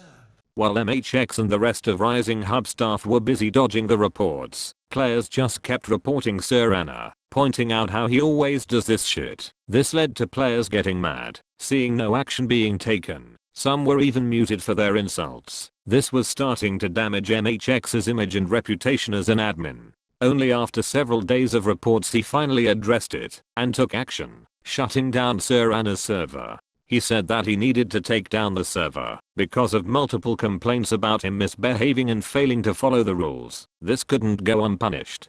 He says this only now, as if Sir Anna wasn't already reported hundreds of times before, for the exact same thing, but seeing how out of control the situation was on Discord, he decides to finally crawl out of his hole to punish him at last, but as we all know, he crawls right back into his hole, avoiding other issues in the community. Remember, this is MHX, always trying to portray himself as a good admin. If he had the chance he would never punish his friends, or stop giving them the benefit of the doubt. The day after Sir Anna got his server shut down, he was already requesting to rent a new one. Usually, this wouldn't be possible, but we are talking about Rising Hub, and MHX's best friend here. 11 days after Sir Anna lost his server, and 10 days after he requested to rent again, a new account named Alpha was created. Knowing that Sir Anna wouldn't be able to rent us himself, they had to come up with a new plan for him to continue renting without revealing his identity. That led us to meet a new server enter, exactly 5 weeks after Sir Anna's server was shut down. Who could this mysterious person be? Oh wait, it's Sir Anna. Shall we compare the accounts? Similar stats. Same equipment order. Exact same dogshit accuracy. Uses Discord only to refresh roles and to tell people to join servers. Remember when I pointed out how Sir Anna loves to use the word problem? Guess who had to use it in one of his 6 Discord messages? This guy's vocabulary must be pretty limited. I also love how he says he's an old player, but if you go to his new account, across all heroes, he played a total of 25 minutes on Victory Village, having the rest of his playtime on the unknown section, which includes the Avatar star maps. If he was a player returning from old BFH, you would expect him to play some normal maps, like a decent human being. It wouldn't make sense to tell players, after creating the account, to join Koei Kick, the degenerate map Sir Anna loves to play in. Their attempt at deceiving us was poorly executed. Everything points to it being Sir Anna. People were suspicious as soon as they saw the server. It's located in the same location, has the same server settings, and we ended up confirming that they have the same old moderators, including the one moderator that got the old server shut down when MHX reviewed the report of his abuse. Take a look at this. Sir Anna is so excited for Alpha's new server that he willingly joins this empty Koei Kick server that he totally is not the owner of. What a nice guy. If this overwhelming evidence wasn't enough already, when the new server appeared, Sir Anna basically confirms Estonia still exists. On top of that, judging from his excitement, he speaks as if he is the owner of the server. And you know what else? Just like MHX and Pandato, Sir Anna also cheated on his alt account and got away with it. In Rising Hub, it's okay to cheat if you are staff or family/friends of staff. He was reported after being caught snapping to stealth commandos. In his defense, he used the commando apparently always moving the same way as an excuse. These people legit bury themselves even further after being caught. Another thing that caught my attention is how Sir Anna, or should I say, Alpha, noticed this message. He was reported without even being tagged on Discord, and at that point, he had sent a total of 5 messages. He isn't exactly the most outspoken or active person in this community to say the least. I wonder if someone instantly informed him as soon as he fucked up. Oh, again, this is where he used his favorite quote, "What's your problem?" At this point, the community already suspected that Alpha was Sir Anna, due to all the resemblance of his behavior, account, server, and server moderators. He and MHX were called out for it, but after that, their silence was never broken. This situation came to a closure when Estonian girl swept everything under the rug, implying she couldn't ban him because it was a one-clip report, just like the hundreds of reports she has reviewed and taken action on. Nice one. I guess we will never see him getting banned because he went right back to being a dogshit player. And now here we are again. It seems like I can't finish this movie without retelling the stories of the Queen of Admin Abuse. Queen's Raw herself. Queen's Raw is a server enter at Rising Hub. She is the owner of Fair Fighters and is the biggest brown nose in Rising Hub after Symphony, dedicating her life to protect MHX at all cost and striking down her enemies with the mighty bang hammer. On the surface she may seem like a kind-hearted person just trying to help Rising Hub and players on Discord. I thought that myself when I first saw her typing on Discord, but oh boy was I wrong. She's just fake. Her kindness is not genuine. Her words have no weight, and she is blind to the obvious truth. It's truly scary how ignorant and naive she is. You will most likely see her on Rising Hub Discord every day helping people set up the game, which in itself is nothing but positive. But I'm afraid that doesn't matter anymore. Maybe she is doing it just to help, or maybe she is trying to score some brownie points from Rising Hub staff. Perhaps she is trying to impress them enough to become staff one day. You see, ever since I remember, she talks down on people, like she is a level above them. Does she think she is a staff member, or does she know that she can get away with it, since staff allows her to act this way? On Rising Hub there are two paths you will choose. You will either go against Rising Hub, or you will join them, and by joining them, I mean that you become a dog, a goddamn brown nose, while you witness staff going on insane power trips. You are enabling this behavior by doing nothing, by saying nothing. You are part of the issue. So let me ask you, watching this right now, which path will you choose? The path Queen's Raw chose was the symphony path, and you can tell that she knows it damn well herself when she gets triggered at someone for making a joke about Symphony donating his way to the team. But that's the funny thing, it's not a joke, it's reality. You are a fucking idiot if you say otherwise. Queen's Raw thinks that donating money on MHX's stream and gifting subs will land her a spot in team. In the beginning months of MHX streaming, I witnessed Queen's Raw gifting around 40 subs in total, and that was when I lost count. Here you see her boosting the Rising Hub Discord multiple times, and here you see Rising Hub staff reacting to it in their team chat. Don't you get it, people? They don't care about you. These staff members that are supposed to be neutral, these fucking morons that have one single job, which is to make sure everyone follows the rules and then follow the rules themselves. How can you expect these hypersensitive cucks to do anything right, acting with emotion instead of logic? Another incident that came to mind was the time when Queen's Raw left the Rising Hub Discord for some reason. And what do staff members do? They make fun of her, of course. That's what these fucking retards do every day. And here, in the same screenshot, you also see them making fun of the fact that she has a Fair Fighters tattoo. I wonder how Queen will react and feel about staff after she sees this. Oh wait, I know. She will go donate even more money, cause that's how fucking dumb she is. She will most likely just continue making montages for MHX where she heals him in game and suck his dick until the day she dies. You heard me right. This idiot is so fucking desperate she uploads a full montage of healing MHX in game. I'm legit lost for words. Imagine if she only put in half this effort into being a decent server enter and followed her own fucking rules. This project is going to complete dog shit, and I hope it dies as soon as possible. To further confirm my point about Queen acting like a staff member or acting like she has some kind of higher authority above normal players, I'll share a conversation between her and George Walter. The confrontation happened in the German chat, but worry not, I translated it.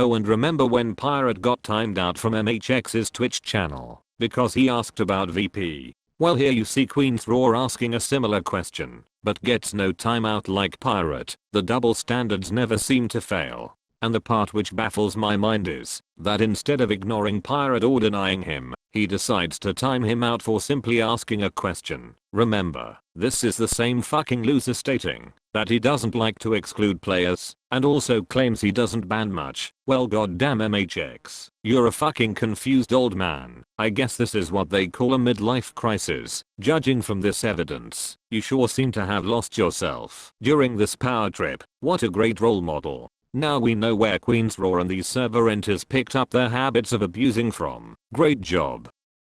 Oh, and did you know that I was once kicked from Fair Fighters by Queen's Raw for my hero name? Yep, you heard me right. I was kicked because my name was FF Monkey. First she says it's because I used FF in the name and that was against the rules which she made up on the spot. Obviously there was no such rule. She just got extremely triggered. Then you see freaking calling her out on her bullshit, followed by her all of a sudden saying, "It's not about the FF tag anymore." Now she says that no monkeys are allowed. What the fuck does that even mean? Holy shit, she is mental. She first insults me and my friends by calling us monkeys. After that we simply power move her and rename ourselves to monkeys, embracing the monkey within us. And now she makes up a new rule out of nowhere saying no monkeys. But wait a minute. If you go back to the original screenshot of the Fair Fighters rules, you see that there was no such rule, meaning that she added this rule after insulting us and calling us monkeys. And if I understood this correctly, she is giving herself an excuse to kick us for simply being us. Nice one. And talking to you about anything is probably the biggest waste of time. You legit have negative IQ. Talking to you is the equivalent of talking to a cement wall. Please shut the fuck up. Shut the fuck up. You're a fucking cunt. Shut the fuck up. You're a stupid cunt. Suck my dick. Shut the fuck up. Stop being a fucking cunt. Shut the fuck up. Nobody even wants you here.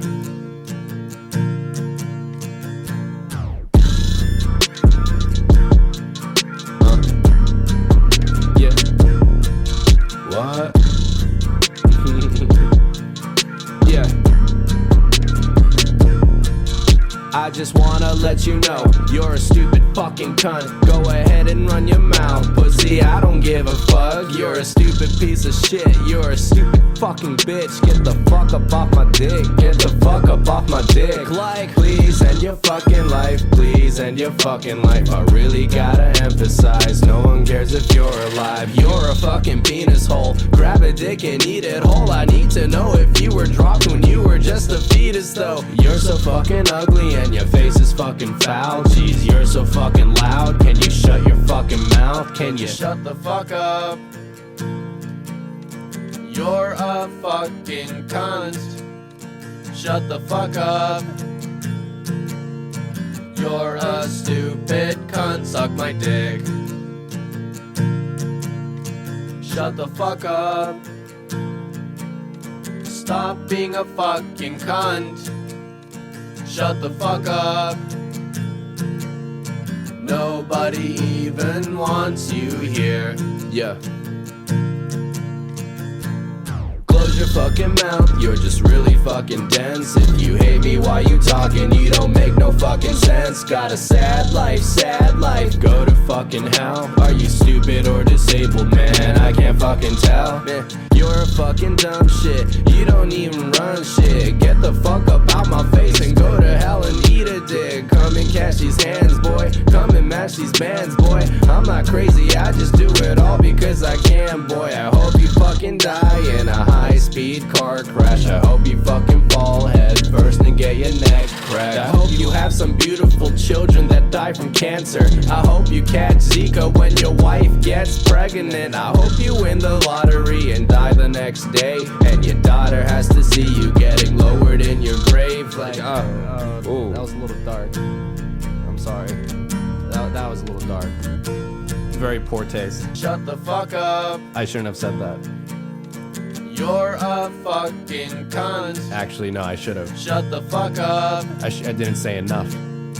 You're a stupid cunt. Suck my dick.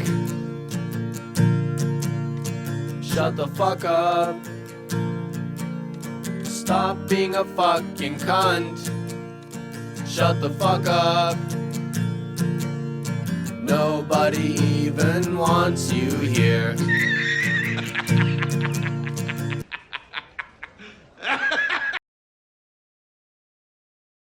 don't worry, since I already covered most of this bullshit in past videos, I'm only going to quickly show you a recap of everything, but also show you a few new additional clips to really nail this case once and for all. I'll explain it in a chronological order, from start to finish.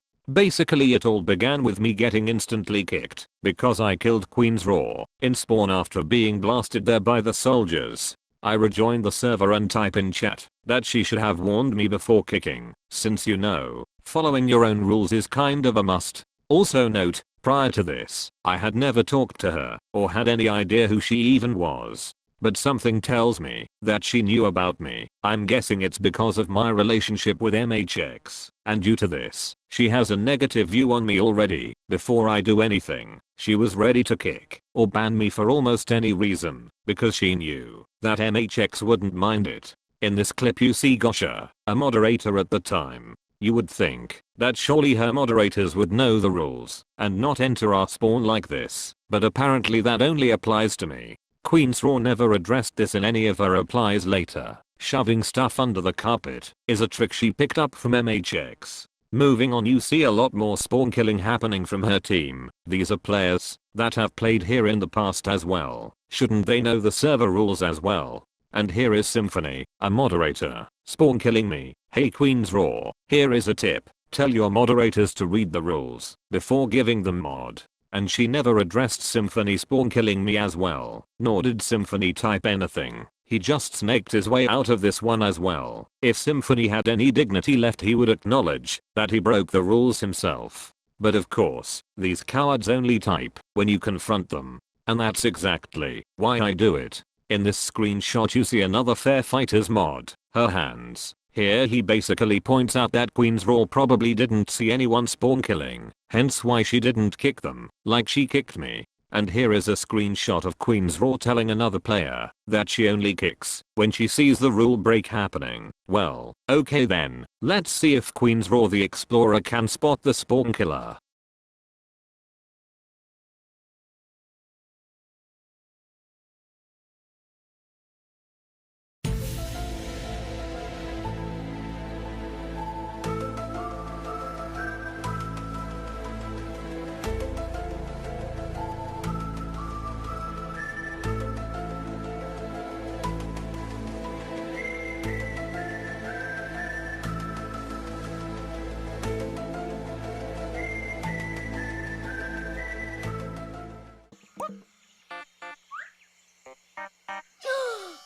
Do you see Swiper the Fox? Where? Right behind us? Man, you stupid bitch! Honestly, what a shit show. Basically she kept ignoring me and did everything in her power to not ban/kick the other players that were also spawn killing, including her moderators. I realized that this person is mentally ill. There is no way Rising Hub can allow these mouth breathers to rent servers. What the fuck even happened? Since 2018, where did it all go wrong? I was in disbelief after everything I witnessed. But I guess this is what money and being a loyal brown nose to Rising Hub gets you. I'm sure you can relate, Symphony. You guys are the problem by enabling this dogshit behavior. After all that, I started to teabag. I mean squat. Sorry, I meant squat. And she pretty much just banned me for it. Because you see, teabagging is not allowed on Fair Fighters. This is by far the dumbest rule I've seen on Rising Hub. A prime example of Rising Hub staff letting the community down by letting these server enters create idiotic rules. The rest of these clips speak for themselves. It will perfectly showcase how big of an hypocrite Queen's Raw is, and also show her double standards and lies. Also, I don't feel like typing anymore. Fuck this shit.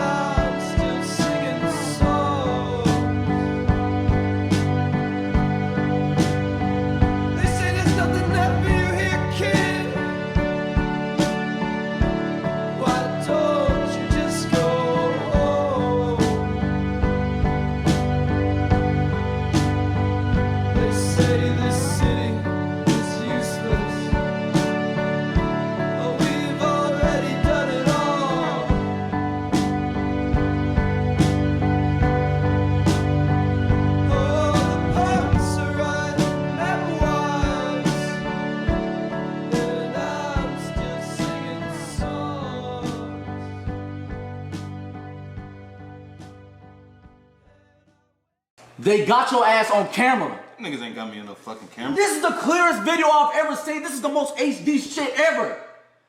This is 4K. How did they get you in 4K? That ain't me.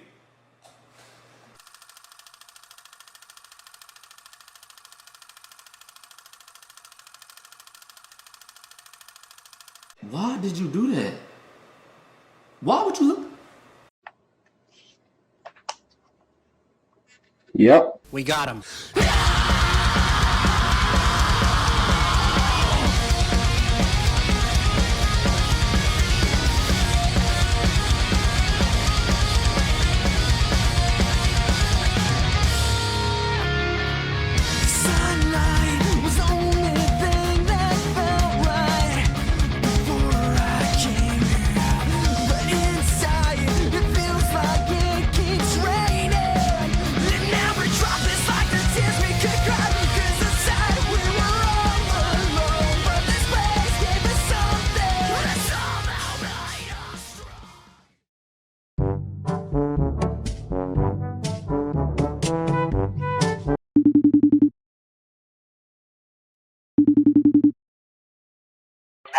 A joke. I do not believe this is happening. I'm literally about to fucking kill myself and I'm not kidding. You better fucking fix this shit right now.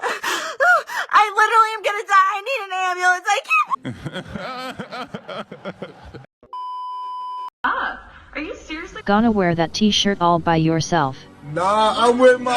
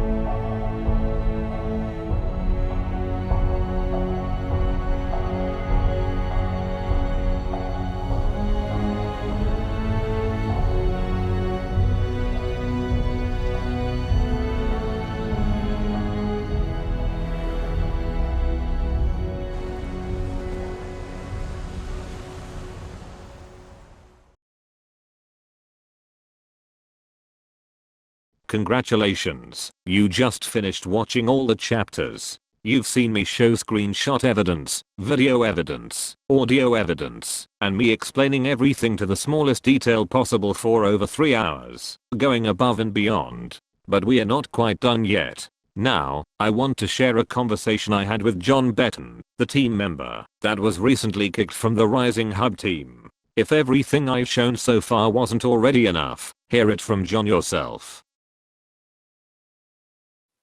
I don't know. There are rumors that he used money from Rising Up for private reasons, etc. Like those things.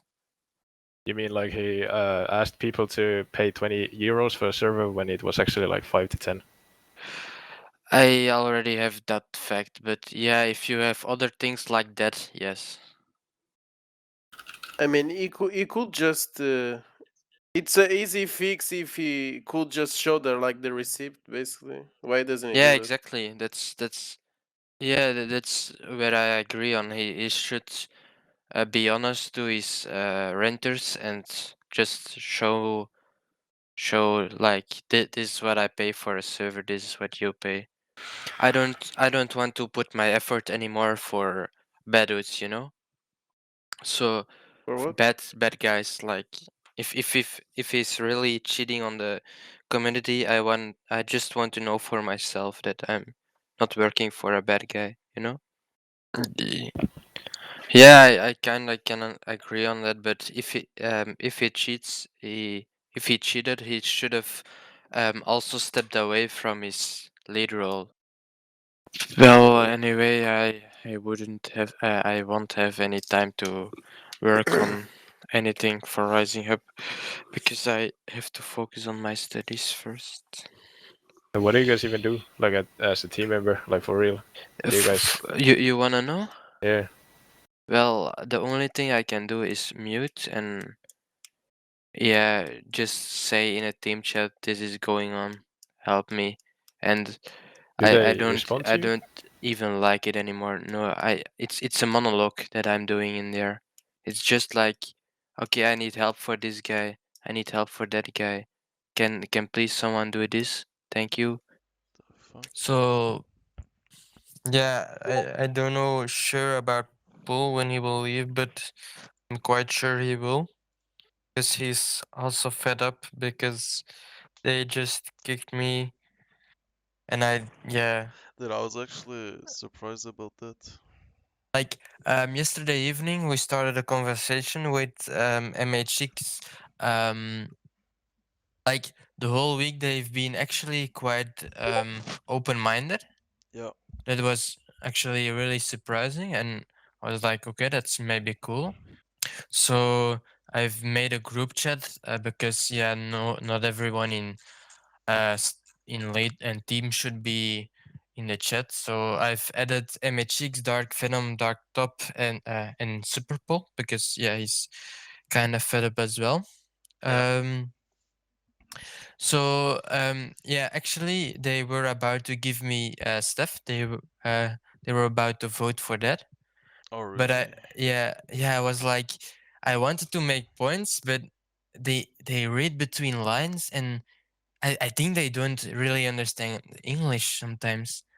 Oh yeah, Like that's I've said multiple times I don't want to be staff, but there has to be changes in staff. yeah, Like exactly.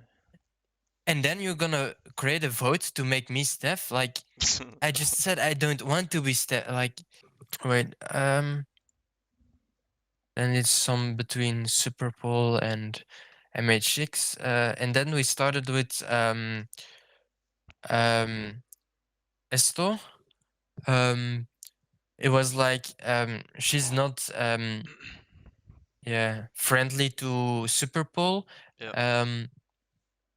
And I am actually disgusted by her recently behavior, banning a driven for 12 hours. That was just a bullshit move. Yeah. Also, her ban reason was because I love you. Yep. Like, come on, you gotta communicate well within the team and not add a reason like that. Like she just doesn't have to be in team in my opinion. But anyway, I said like she's good. She's a good woman, but that behavior is just not correct in my opinion. And once that conversation was to an end, that was actually, I think we still were chill on that level. I'm not sure about them, but I was still like all right with them. He's like he says I don't see much actions from you and freaking also try to hide some bands by not talking about at staff or some people. He's just saying like we doesn't defend his actions. Pause right there. Hold up. Wait a minute. Let's look at this screenshot from John's group chat. Well, if it isn't MHX being a manipulative fuck, as always. This statement is just as precious as the statement he wrote when he left the Rising Hub League. Nothing here is true. MHX replies to John, saying it's sad that he believes in us, almost making it seem like we purposely talked with him in order to manipulate him to think that way. No, he came to that conclusion by himself after seeing the evidence. Same conclusion everyone else made. You're a scumbag cheater. What does MHX do when somebody reminds him he cheated on Rising Hub? He starts digging and bringing up stuff not related to the topic, spreading more lies about me and Pirate. Here we can see MHX defending himself by saying we stay quiet about the same type of snapping videos he has recorded of our friends apparently cheating. First of all, the snapping videos he's talking about are the netcode issue clips MHX sent to Pirate,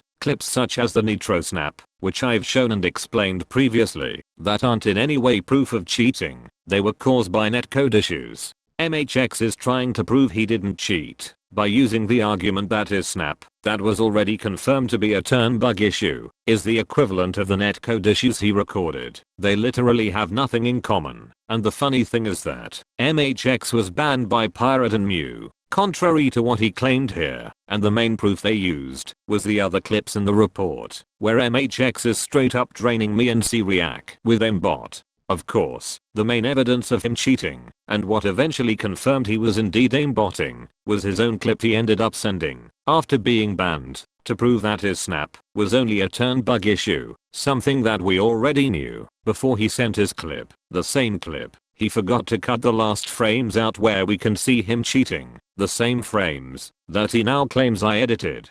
Basically he makes this entire situation to be about the snap, comparing it to something completely different, when his ban was concluded with the evidence of him draining players' HP, something he never addresses. Then he fucked himself by proving our point even further, showing a clip of himself cheating, and proceeds to claim I edited it. After completely dismissing the evidence, he goes on to bring up anything he can think of, not related in any way to this topic, to disregard our accusations. What has stat padding in some random alt accounts have anything to do with you cheating, MHX? This guy is so desperate, bringing this up, like it's some crime against humanity. He implies that Pirate helped us stat pad, but he knows that's not true. Even MHX himself doesn't believe that.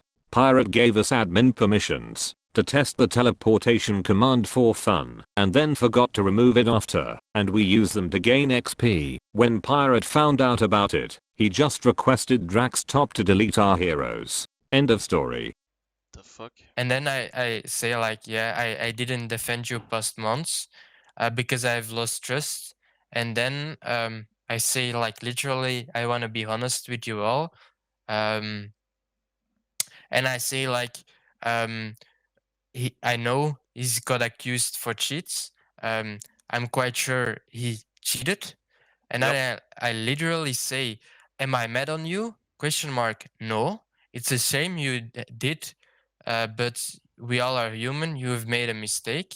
Yep. And then I say like more like, yeah, it's like not a good thing, but you've proven your word in the project. You are a good leader because you're doing this conversation. It's like giving good criticism, bad criticism, but with a good ending, you know, to give That's what MHX doesn't understand this part. It's Yeah, like everyone knows he cheated. It's you cannot deny that.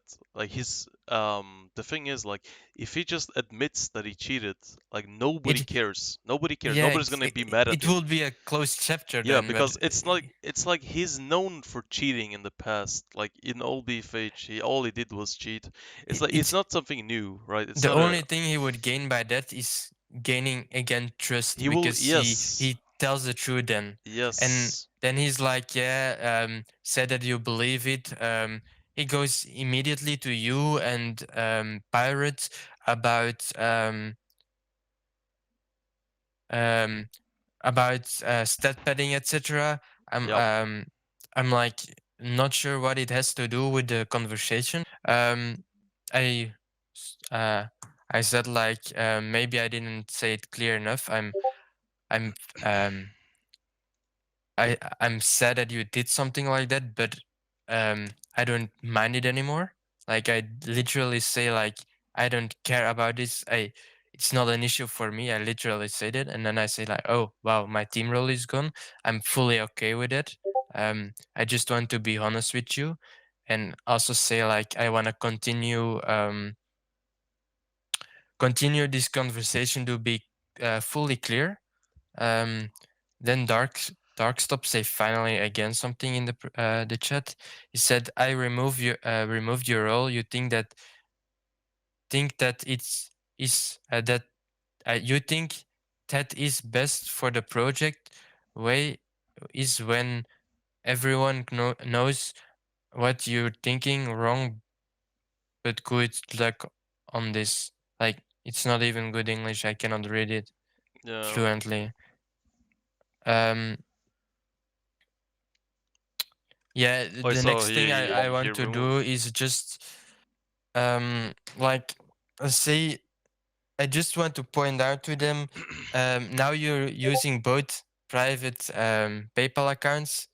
This is my biggest issue. You can easily gain money out of it. I'm not even gonna say if I believe it or not.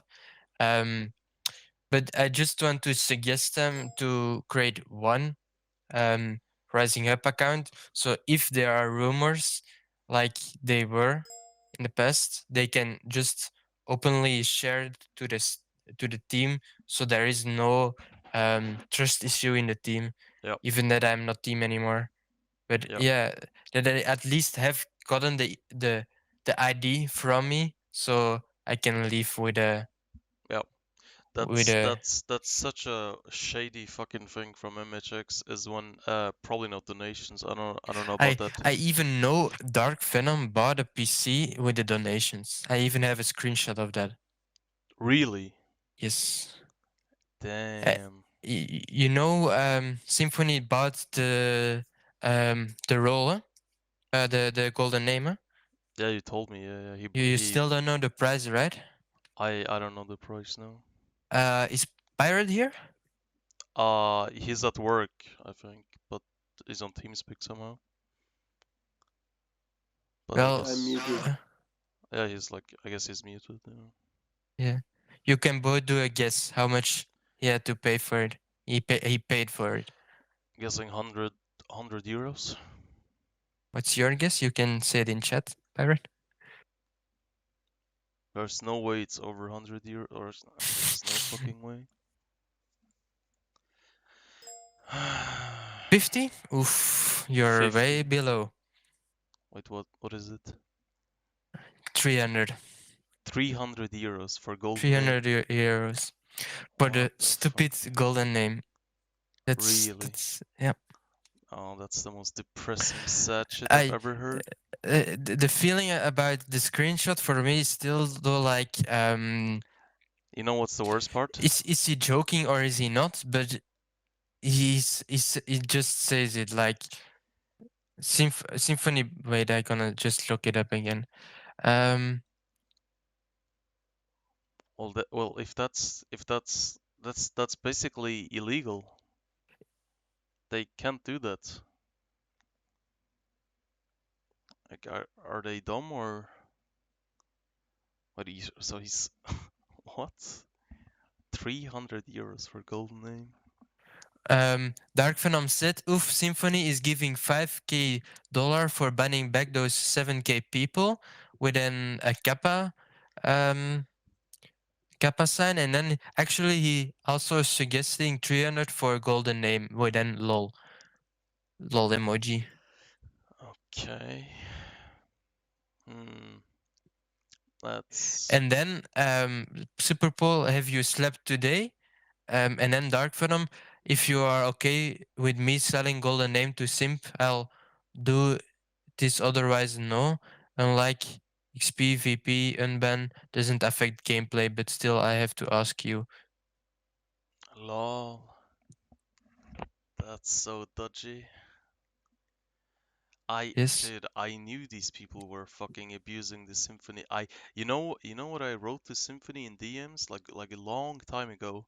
I said, be aware of Dark Venom or like rising up. Like they are gonna use you and like just try to like milk money out of you. I know I that told Dark him. Venom bought the GTA back in the day with donations, but he deleted that message to me when I left there. I know that. Wouldn't be surprised. There's literally a screenshot where Dark Venom reminds Steph that he's buying a PC from the donations. Yeah, I want to work for the project, but I cannot work. I cannot put my face, and I literally don't sleep anymore because of this. Like, I'm setting my face to the community. Like, I'm kind of representing them. Like, Yep. and they are doing this. Yeah, I cannot sleep that's when what I I'm work. saying. Like, This is the main issue with Symphony getting free level 30s. He's getting unlimited VP. He's getting name changes, profile name changes. It's like he is now that he's part of team. It's just even worse because he's. he's actually not Team. He's Steph. He has the same powers as Steph Oh have. really? Yeah, he has access to the admin panel on. To the Um, website. yeah, exactly. The website for admins. He can control every server if he wants. Yeah, That's weird. so tonight I'm gonna talk about their PayPal so they know a right solution, and then I'm like, I cannot help this project anymore if you stand by those points. So Yeah. you can remove my helpful role as well. But please don't ban me because I still want to play sometimes with my friends.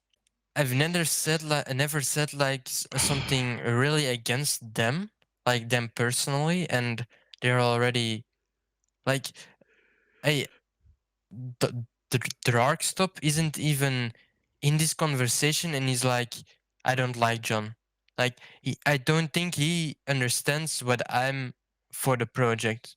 All right. So you have a team member that has like suggestions to how to make the project better and improve and fix issues, like actually doing something, unlike a Stolen Girl. And then Yeah, they suggest to remove you from team. Good to know. yes. So I Nice. want to make changes for the better. I'm suggesting changes, but yeah, they're just Nice. saying like, no, this is not an issue. This is not an issue. The last thing I said, I don't get it why they are mad on me. I literally say like, I've not offended you because I lost trust. Okay, yeah, that's maybe an issue for you. I started this conversation to be fully honest with you all. I think that's something great to have within the team, Yep. having fully honest people. So you only can be happy with this, in my opinion. And then I say, I think this will be appreciated. I'm not here to play games with you. Maybe in Battlefield Heroes, but not about managing the game. Yeah, I'm not a fan anymore of Estonian girl being in the team. She's totally not able to be being a good judge. She's just like, are you fully up to date with Adrevan Ben?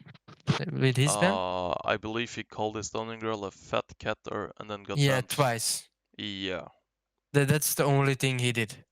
But Calling her like I asked Johard. Johard could be fully under control of MH6 because if MH6 doesn't support Leak, he's fucked. Like yep. That's how hard he controls Leak.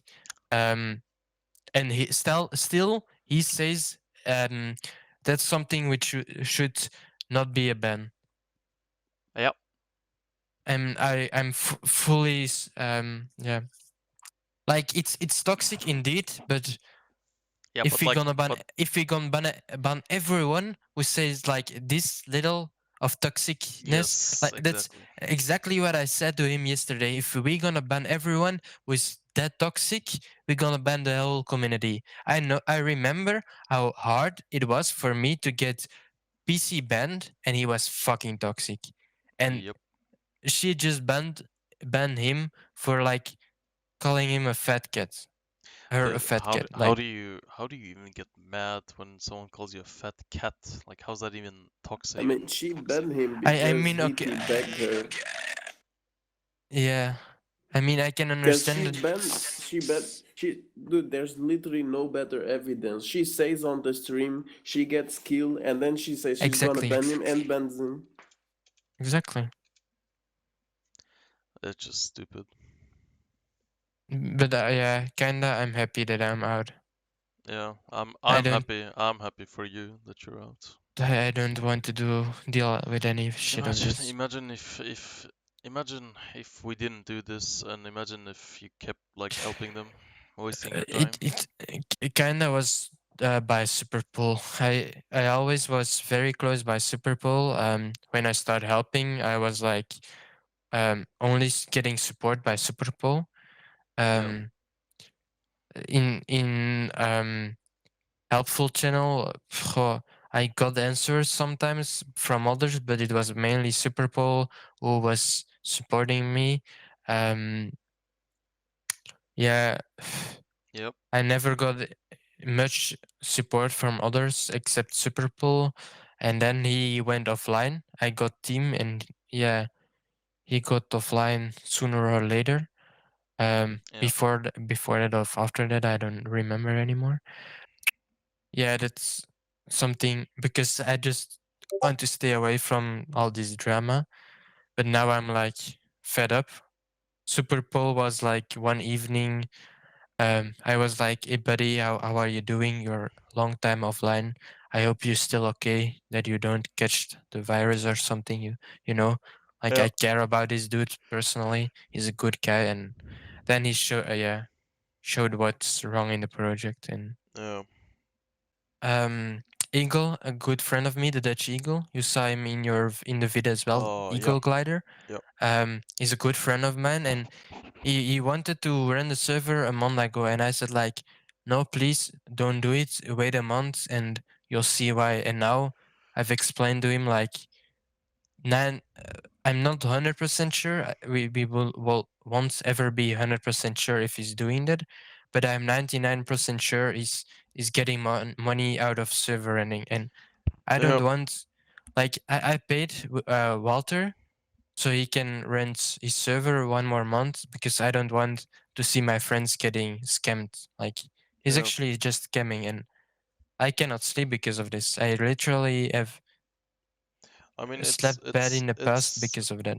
It's just obvious when he asks Yoda for 20 euros a month, and I have a screenshot of this.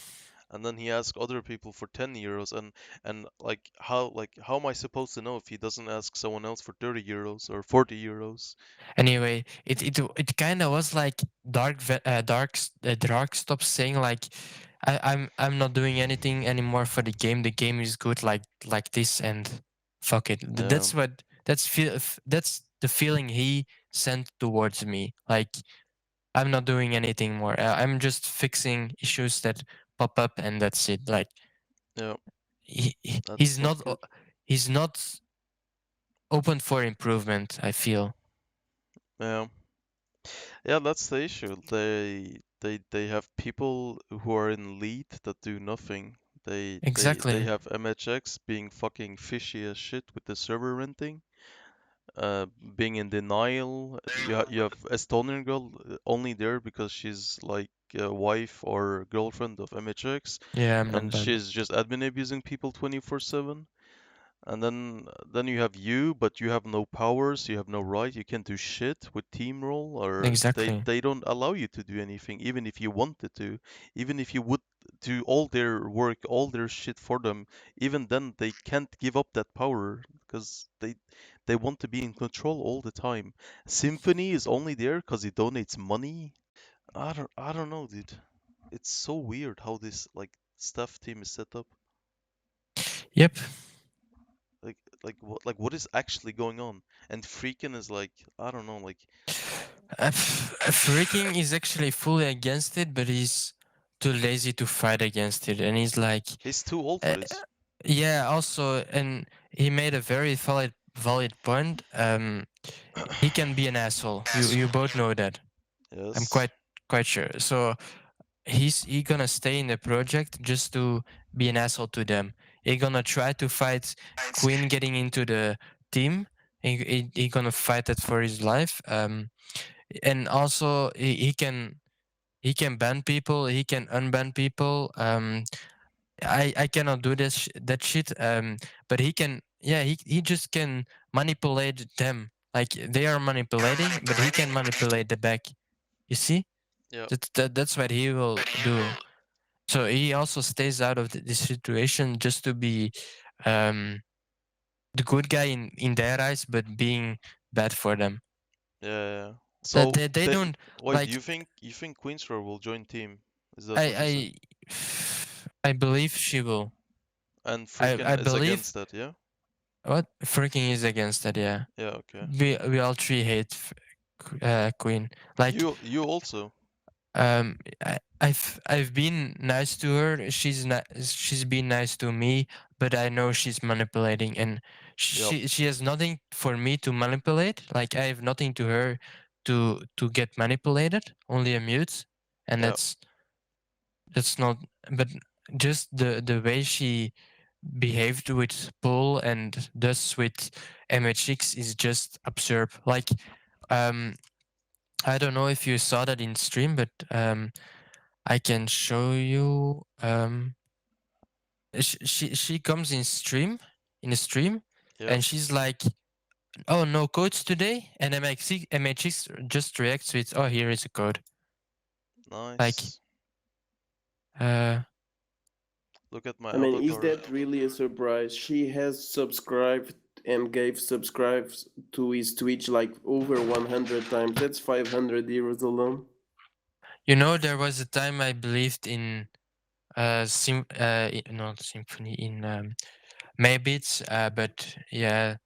No, He dude, recently changed a lot. you know what he wrote today in general chat or media? I don't know, but It's it's called- recently changed so hard that I don't even believe it's him. I really don't believe it's him. He's a way other person than I've known him. All right. Anyway, I gonna go now. Thanks for the chat, and oh, it was a long one.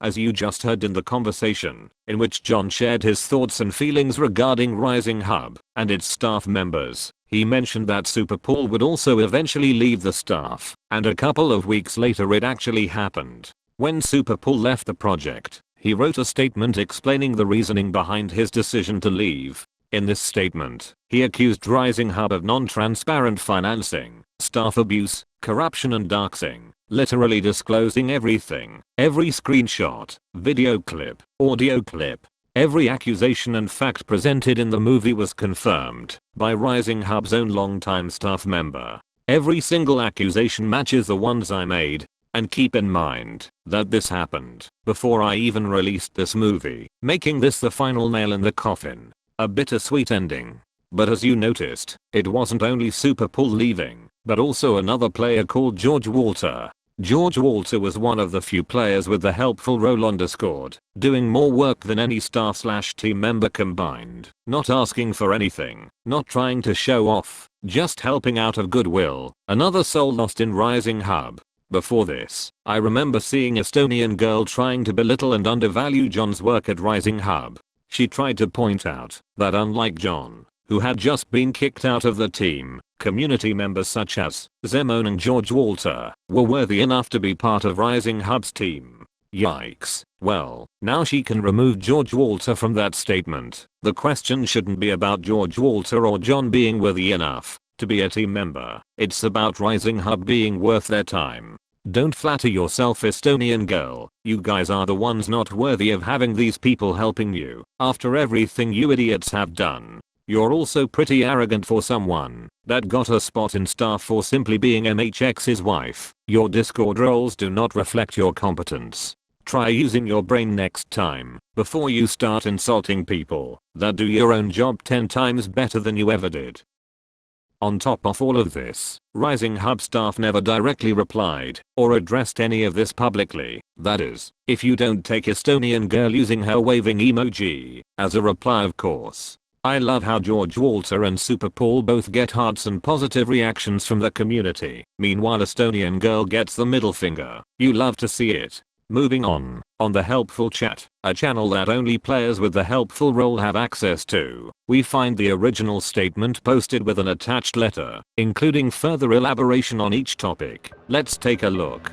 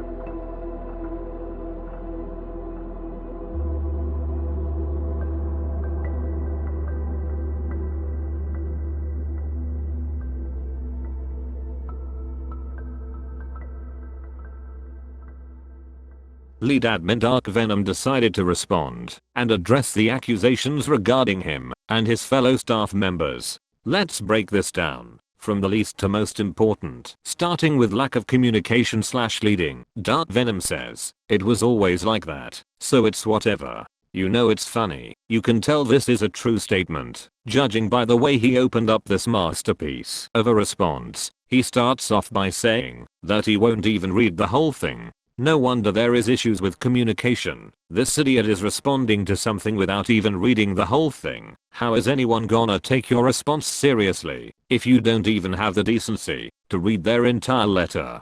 How is your statement going to be valid without you taking it seriously? The things you are being accused of are pretty serious. Doxing and scamming people, and your genius move is to let everyone know that you don't have enough respect or dignity to fully read a statement in order to write a proper response to your longtime staff member, to your loyal community member who helped countless of people to improve Rising Hub.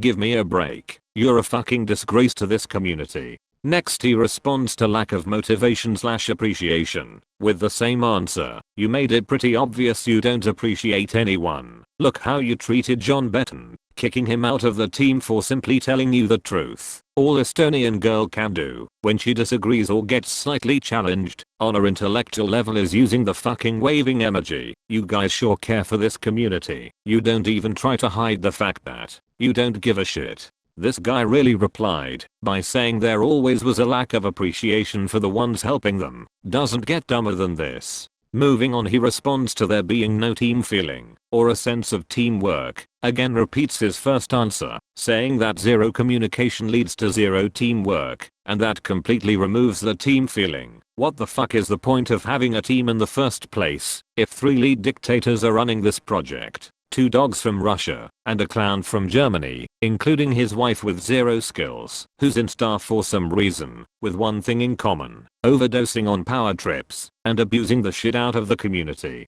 Lack of progress/objectives. Here we see Dark Venom use the same excuse as MHX when confronted for not doing their job. Says that he has no time. Sure, I get it. This isn't a full-time thing for you. But if you are so busy that you keep the fucking Christmas theme song in the game until April, and then when you lazy idiots decide to push an update, it's only an update removing the fucking Christmas song, which was supposed to be done months ago. You can't be surprised that people are frustrated. You don't have time for something that is basically just copy-paste. You take months to release updates that fix content you force onto the community because our feedback is useless. Only the team opinion matters. You had the website shop ready to be released to the public since last September, but of course, you delay everything like always, which is not really a surprise. Even back when Bixie was part of Rising Hub, he always had updates ready to be released, but you and other lead admins always ignored him for months and never pushed any of the updates.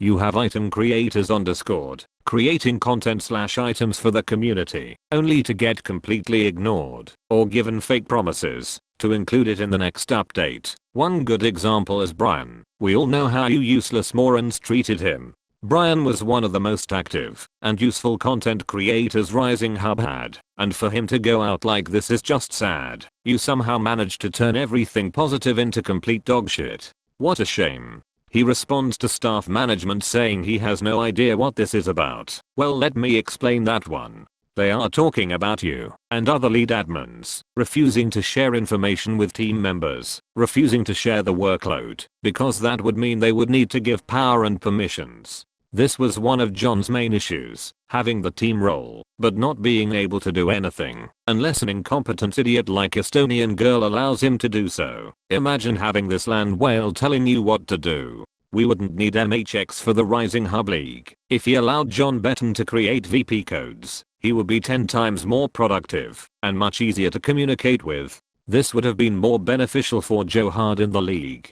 But all MHX was interested in was streaming BFH instead of helping the only active event that people actually enjoyed. Always using the same excuse, saying he's busy, not responding for weeks. He refused to give up power, making it impossible for other active team members, like John Betten, to support the Rising Hub League, refused to help out himself, refused to give the promised VP rewards and t-shirts to the tournament winners. He extorts Joe Hard, telling him he will only return and support the league if Pirate gives up his Facebook page, and I delete all my videos exposing Rising Hub. Of course Joe Hard declined this, but in the end he managed to convince Joe Hard to remove our admin roles. He then proceeds to force Joe Hard to write a statement that he didn't agree with, saying that the relationship between the league and Rising Hub is perfectly fine. What a caring and loving person MHX is, forcing someone to write something while holding a gun to their head. Amazing stuff. So yeah, of course there is no team or communication, because in order for a team to work and actually be effective, both sides need to listen to each other and help out. Instead, it's all just one-way communication, taking orders from the higher-ups and doing everything they say. Otherwise you get removed from the team and then labeled as someone that spreads lies and half-truths. The only type of person that would never get kicked from the team is a snake like Symphony. Non-transparent financing. Dark Venom responds by saying that nobody forces anyone to donate or end their servers. First of all, nobody said anything about anyone forcing to donate or end servers. You're not even answering anything. See what happens when you don't read the whole thing. By non-transparent financing, he means that all donations, money from ads, scamming server enters, and other slimy ways you make money with, is not shared with them. He means that you're not being open and transparent about the money coming in. But by now it's pretty obvious why you aren't transparent about the financial situation at Rising Hub. Like I said previously, Rising Hub claiming that all donations go towards helping the project is a lie. They go directly to Dark Venom's personal PayPal account, and he refuses to use them for the project, like Draxstop revealed to Pirate years ago. We also know that he admitted to buying a fucking PC with that money. This is you being non-transparent. MHX refusing to show the PayPal receipt or any kind of proof when he charges server renters completely different prices, depending on who they are. That's you idiots being non-transparent. Do you get it now? Corruption. I think Dark Venom deserves the award for the laziest attempt at justifying complete nonsense. Once again he doesn't even understand what corruption means, so he is answering and giving complete pointless arguments. Nobody is trying to claim that donating is not a way of supporting. The problem here is that Symphony is making payments instead of donations. Otherwise he wouldn't be in the team right now. Of course Dark Venom would say that Symphony supports Rising Hub the most, but he doesn't. He supports Dark Venom. Also none of the other team/staff members have any idea about the donations made to Dark Venom because he doesn't share this with anyone. Regardless, he shouldn't be in team for simply donating. Then he goes on to say that Queen's Roar is a great supporter. Again, nobody is talking about her support. We are simply saying that she is treated better than others. She gets away with everything because MHX and Estonian Girl allows it. Basically in Paul's and Walter's statement, the two main issues were Queen's Roar and Symphony. They make the same points as I made throughout the chapters. Queen's Roar and Symphony are both treated with priority over other players. Queen's Roar devoted her life to protect MHX and Estonian Girl, whether it's in-game, on Twitch or Discord. She also donates money in various ways. In return she never gets in trouble, no matter how many rules she breaks, and gets treated like some spoiled brat. Symphony is giving Dark Venom his life savings away to gain power and status on Rising Hub. He had no valid reason to join the team at all, has no useful knowledge that could help Rising Hub in any shape or form. All he does is reveal people's alt accounts and report them. He is also never active on Discord, but all this doesn't matter because the thousands of euros that went to Dark Venom's PayPal account makes up for it. He was better off if he just kept his super donator role instead of joining the team. Straight up an insult to the community, and they know it. And like I said previously, after joining the team, he goes on to abuse and take advantage of his powers, and spends the rest of his time doing nothing useful for the project. Why, you ask? Because he doesn't care about this community. And if you don't believe me, here is a screenshot of him saying it himself. Totally team worthy, right? Dark Venom responds to staff abuse/doxing by making it seem like it's simply an issue with Rising Hub collecting personal data. He continues to lecture us about how the internet works and how most websites collect your data anyway. The issue is not that we are concerned about this data being collected by Rising Hub. It's the fact that Rising Hub staff members use this data, which includes players' personal information, against their own community. Just like Paul and Walter wrote in their letter, they use this information to scare and intimidate players. It's funny how Dark Venom pretty much ignores every accusation being made towards them in this letter, answering to something completely irrelevant on every single point. If he agrees/admits to all of this, it's bad. If he just ignores it and doesn't reply, it's also bad. So he resorts to giving a poorly executed response with zero effort. Basically, if you're getting doxed or worried about getting doxed on Rising Hub, just follow Dark Venom's advice and stop using the internet.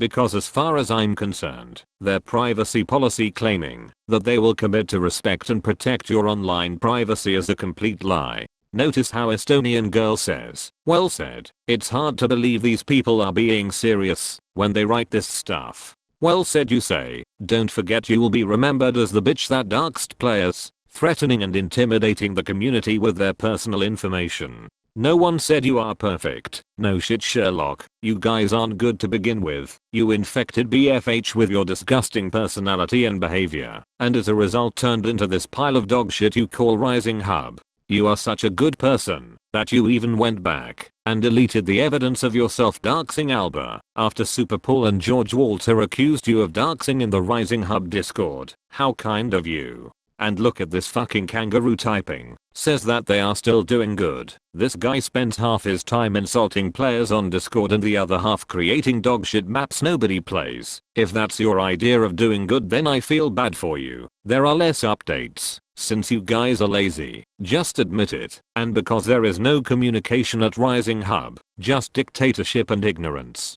You push item creators away that did something positive for this community. And most importantly, you demotivate the ones that actually wanted improvement. Go fuck yourself.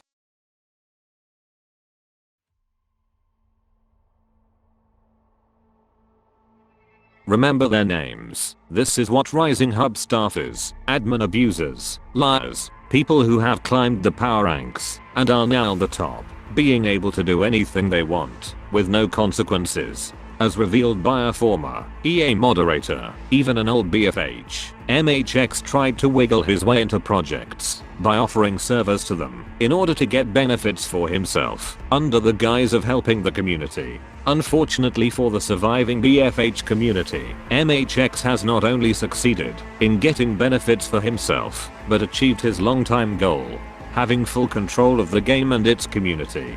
The cancer of BFH has always been the cheaters. Now, we are being led by one. Ever since MHX cheated on his own project, and Pirate left because of it, Rising Hub has abused and censored their own community. These corrupt admins will continue to scam, extort and dox you, because at the end of the day, as far as I'm concerned, Rising Hub will never change. You might say we are powerless, but we still fight for justice. We do what's right. Maybe one person can't make a big enough difference, but together, we might just do.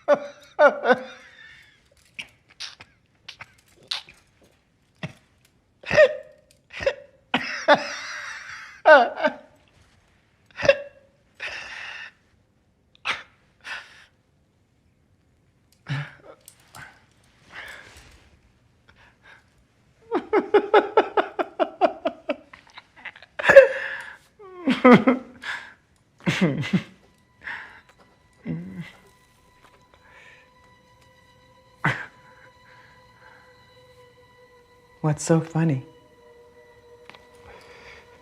It's just think of a joke.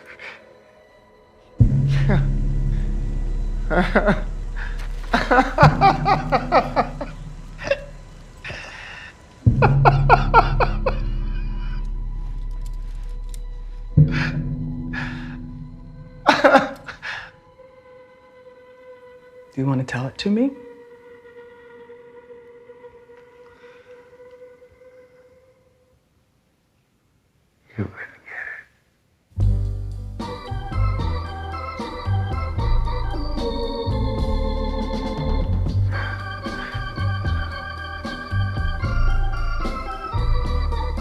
That's life.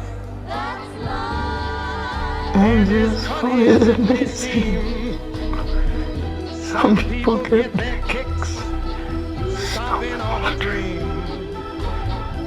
But I don't let it get me down. 'Cause this fine old world, it keeps spinning around. I've been a puppet, a pauper, a pirate, a poet, a pawn and a king. I've been up and down and over and out.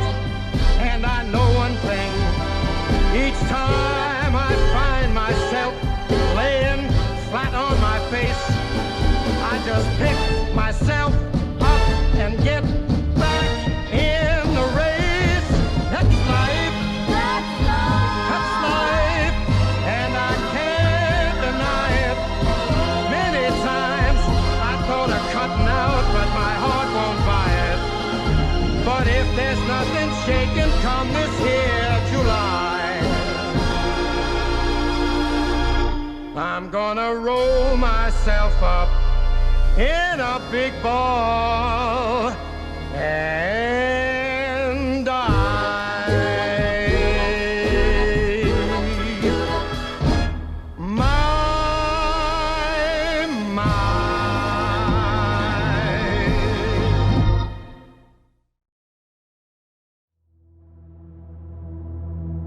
'Cause we lost everything.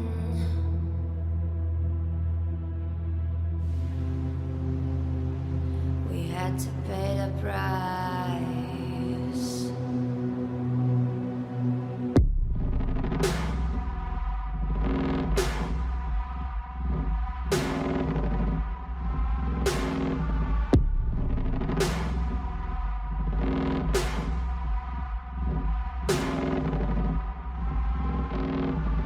I saw in you what life was missing. You lit a flame that consumed my hate. I'm now one for reminiscing, but I traded all for your sweet embrace. 'Cause we lost everything.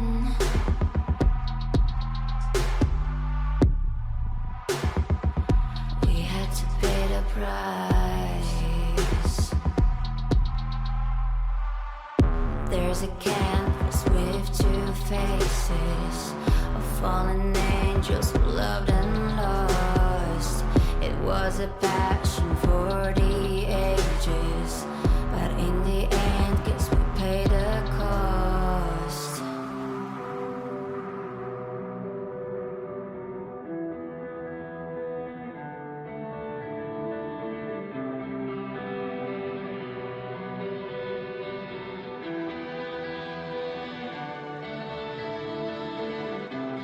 I think of beauty, I know,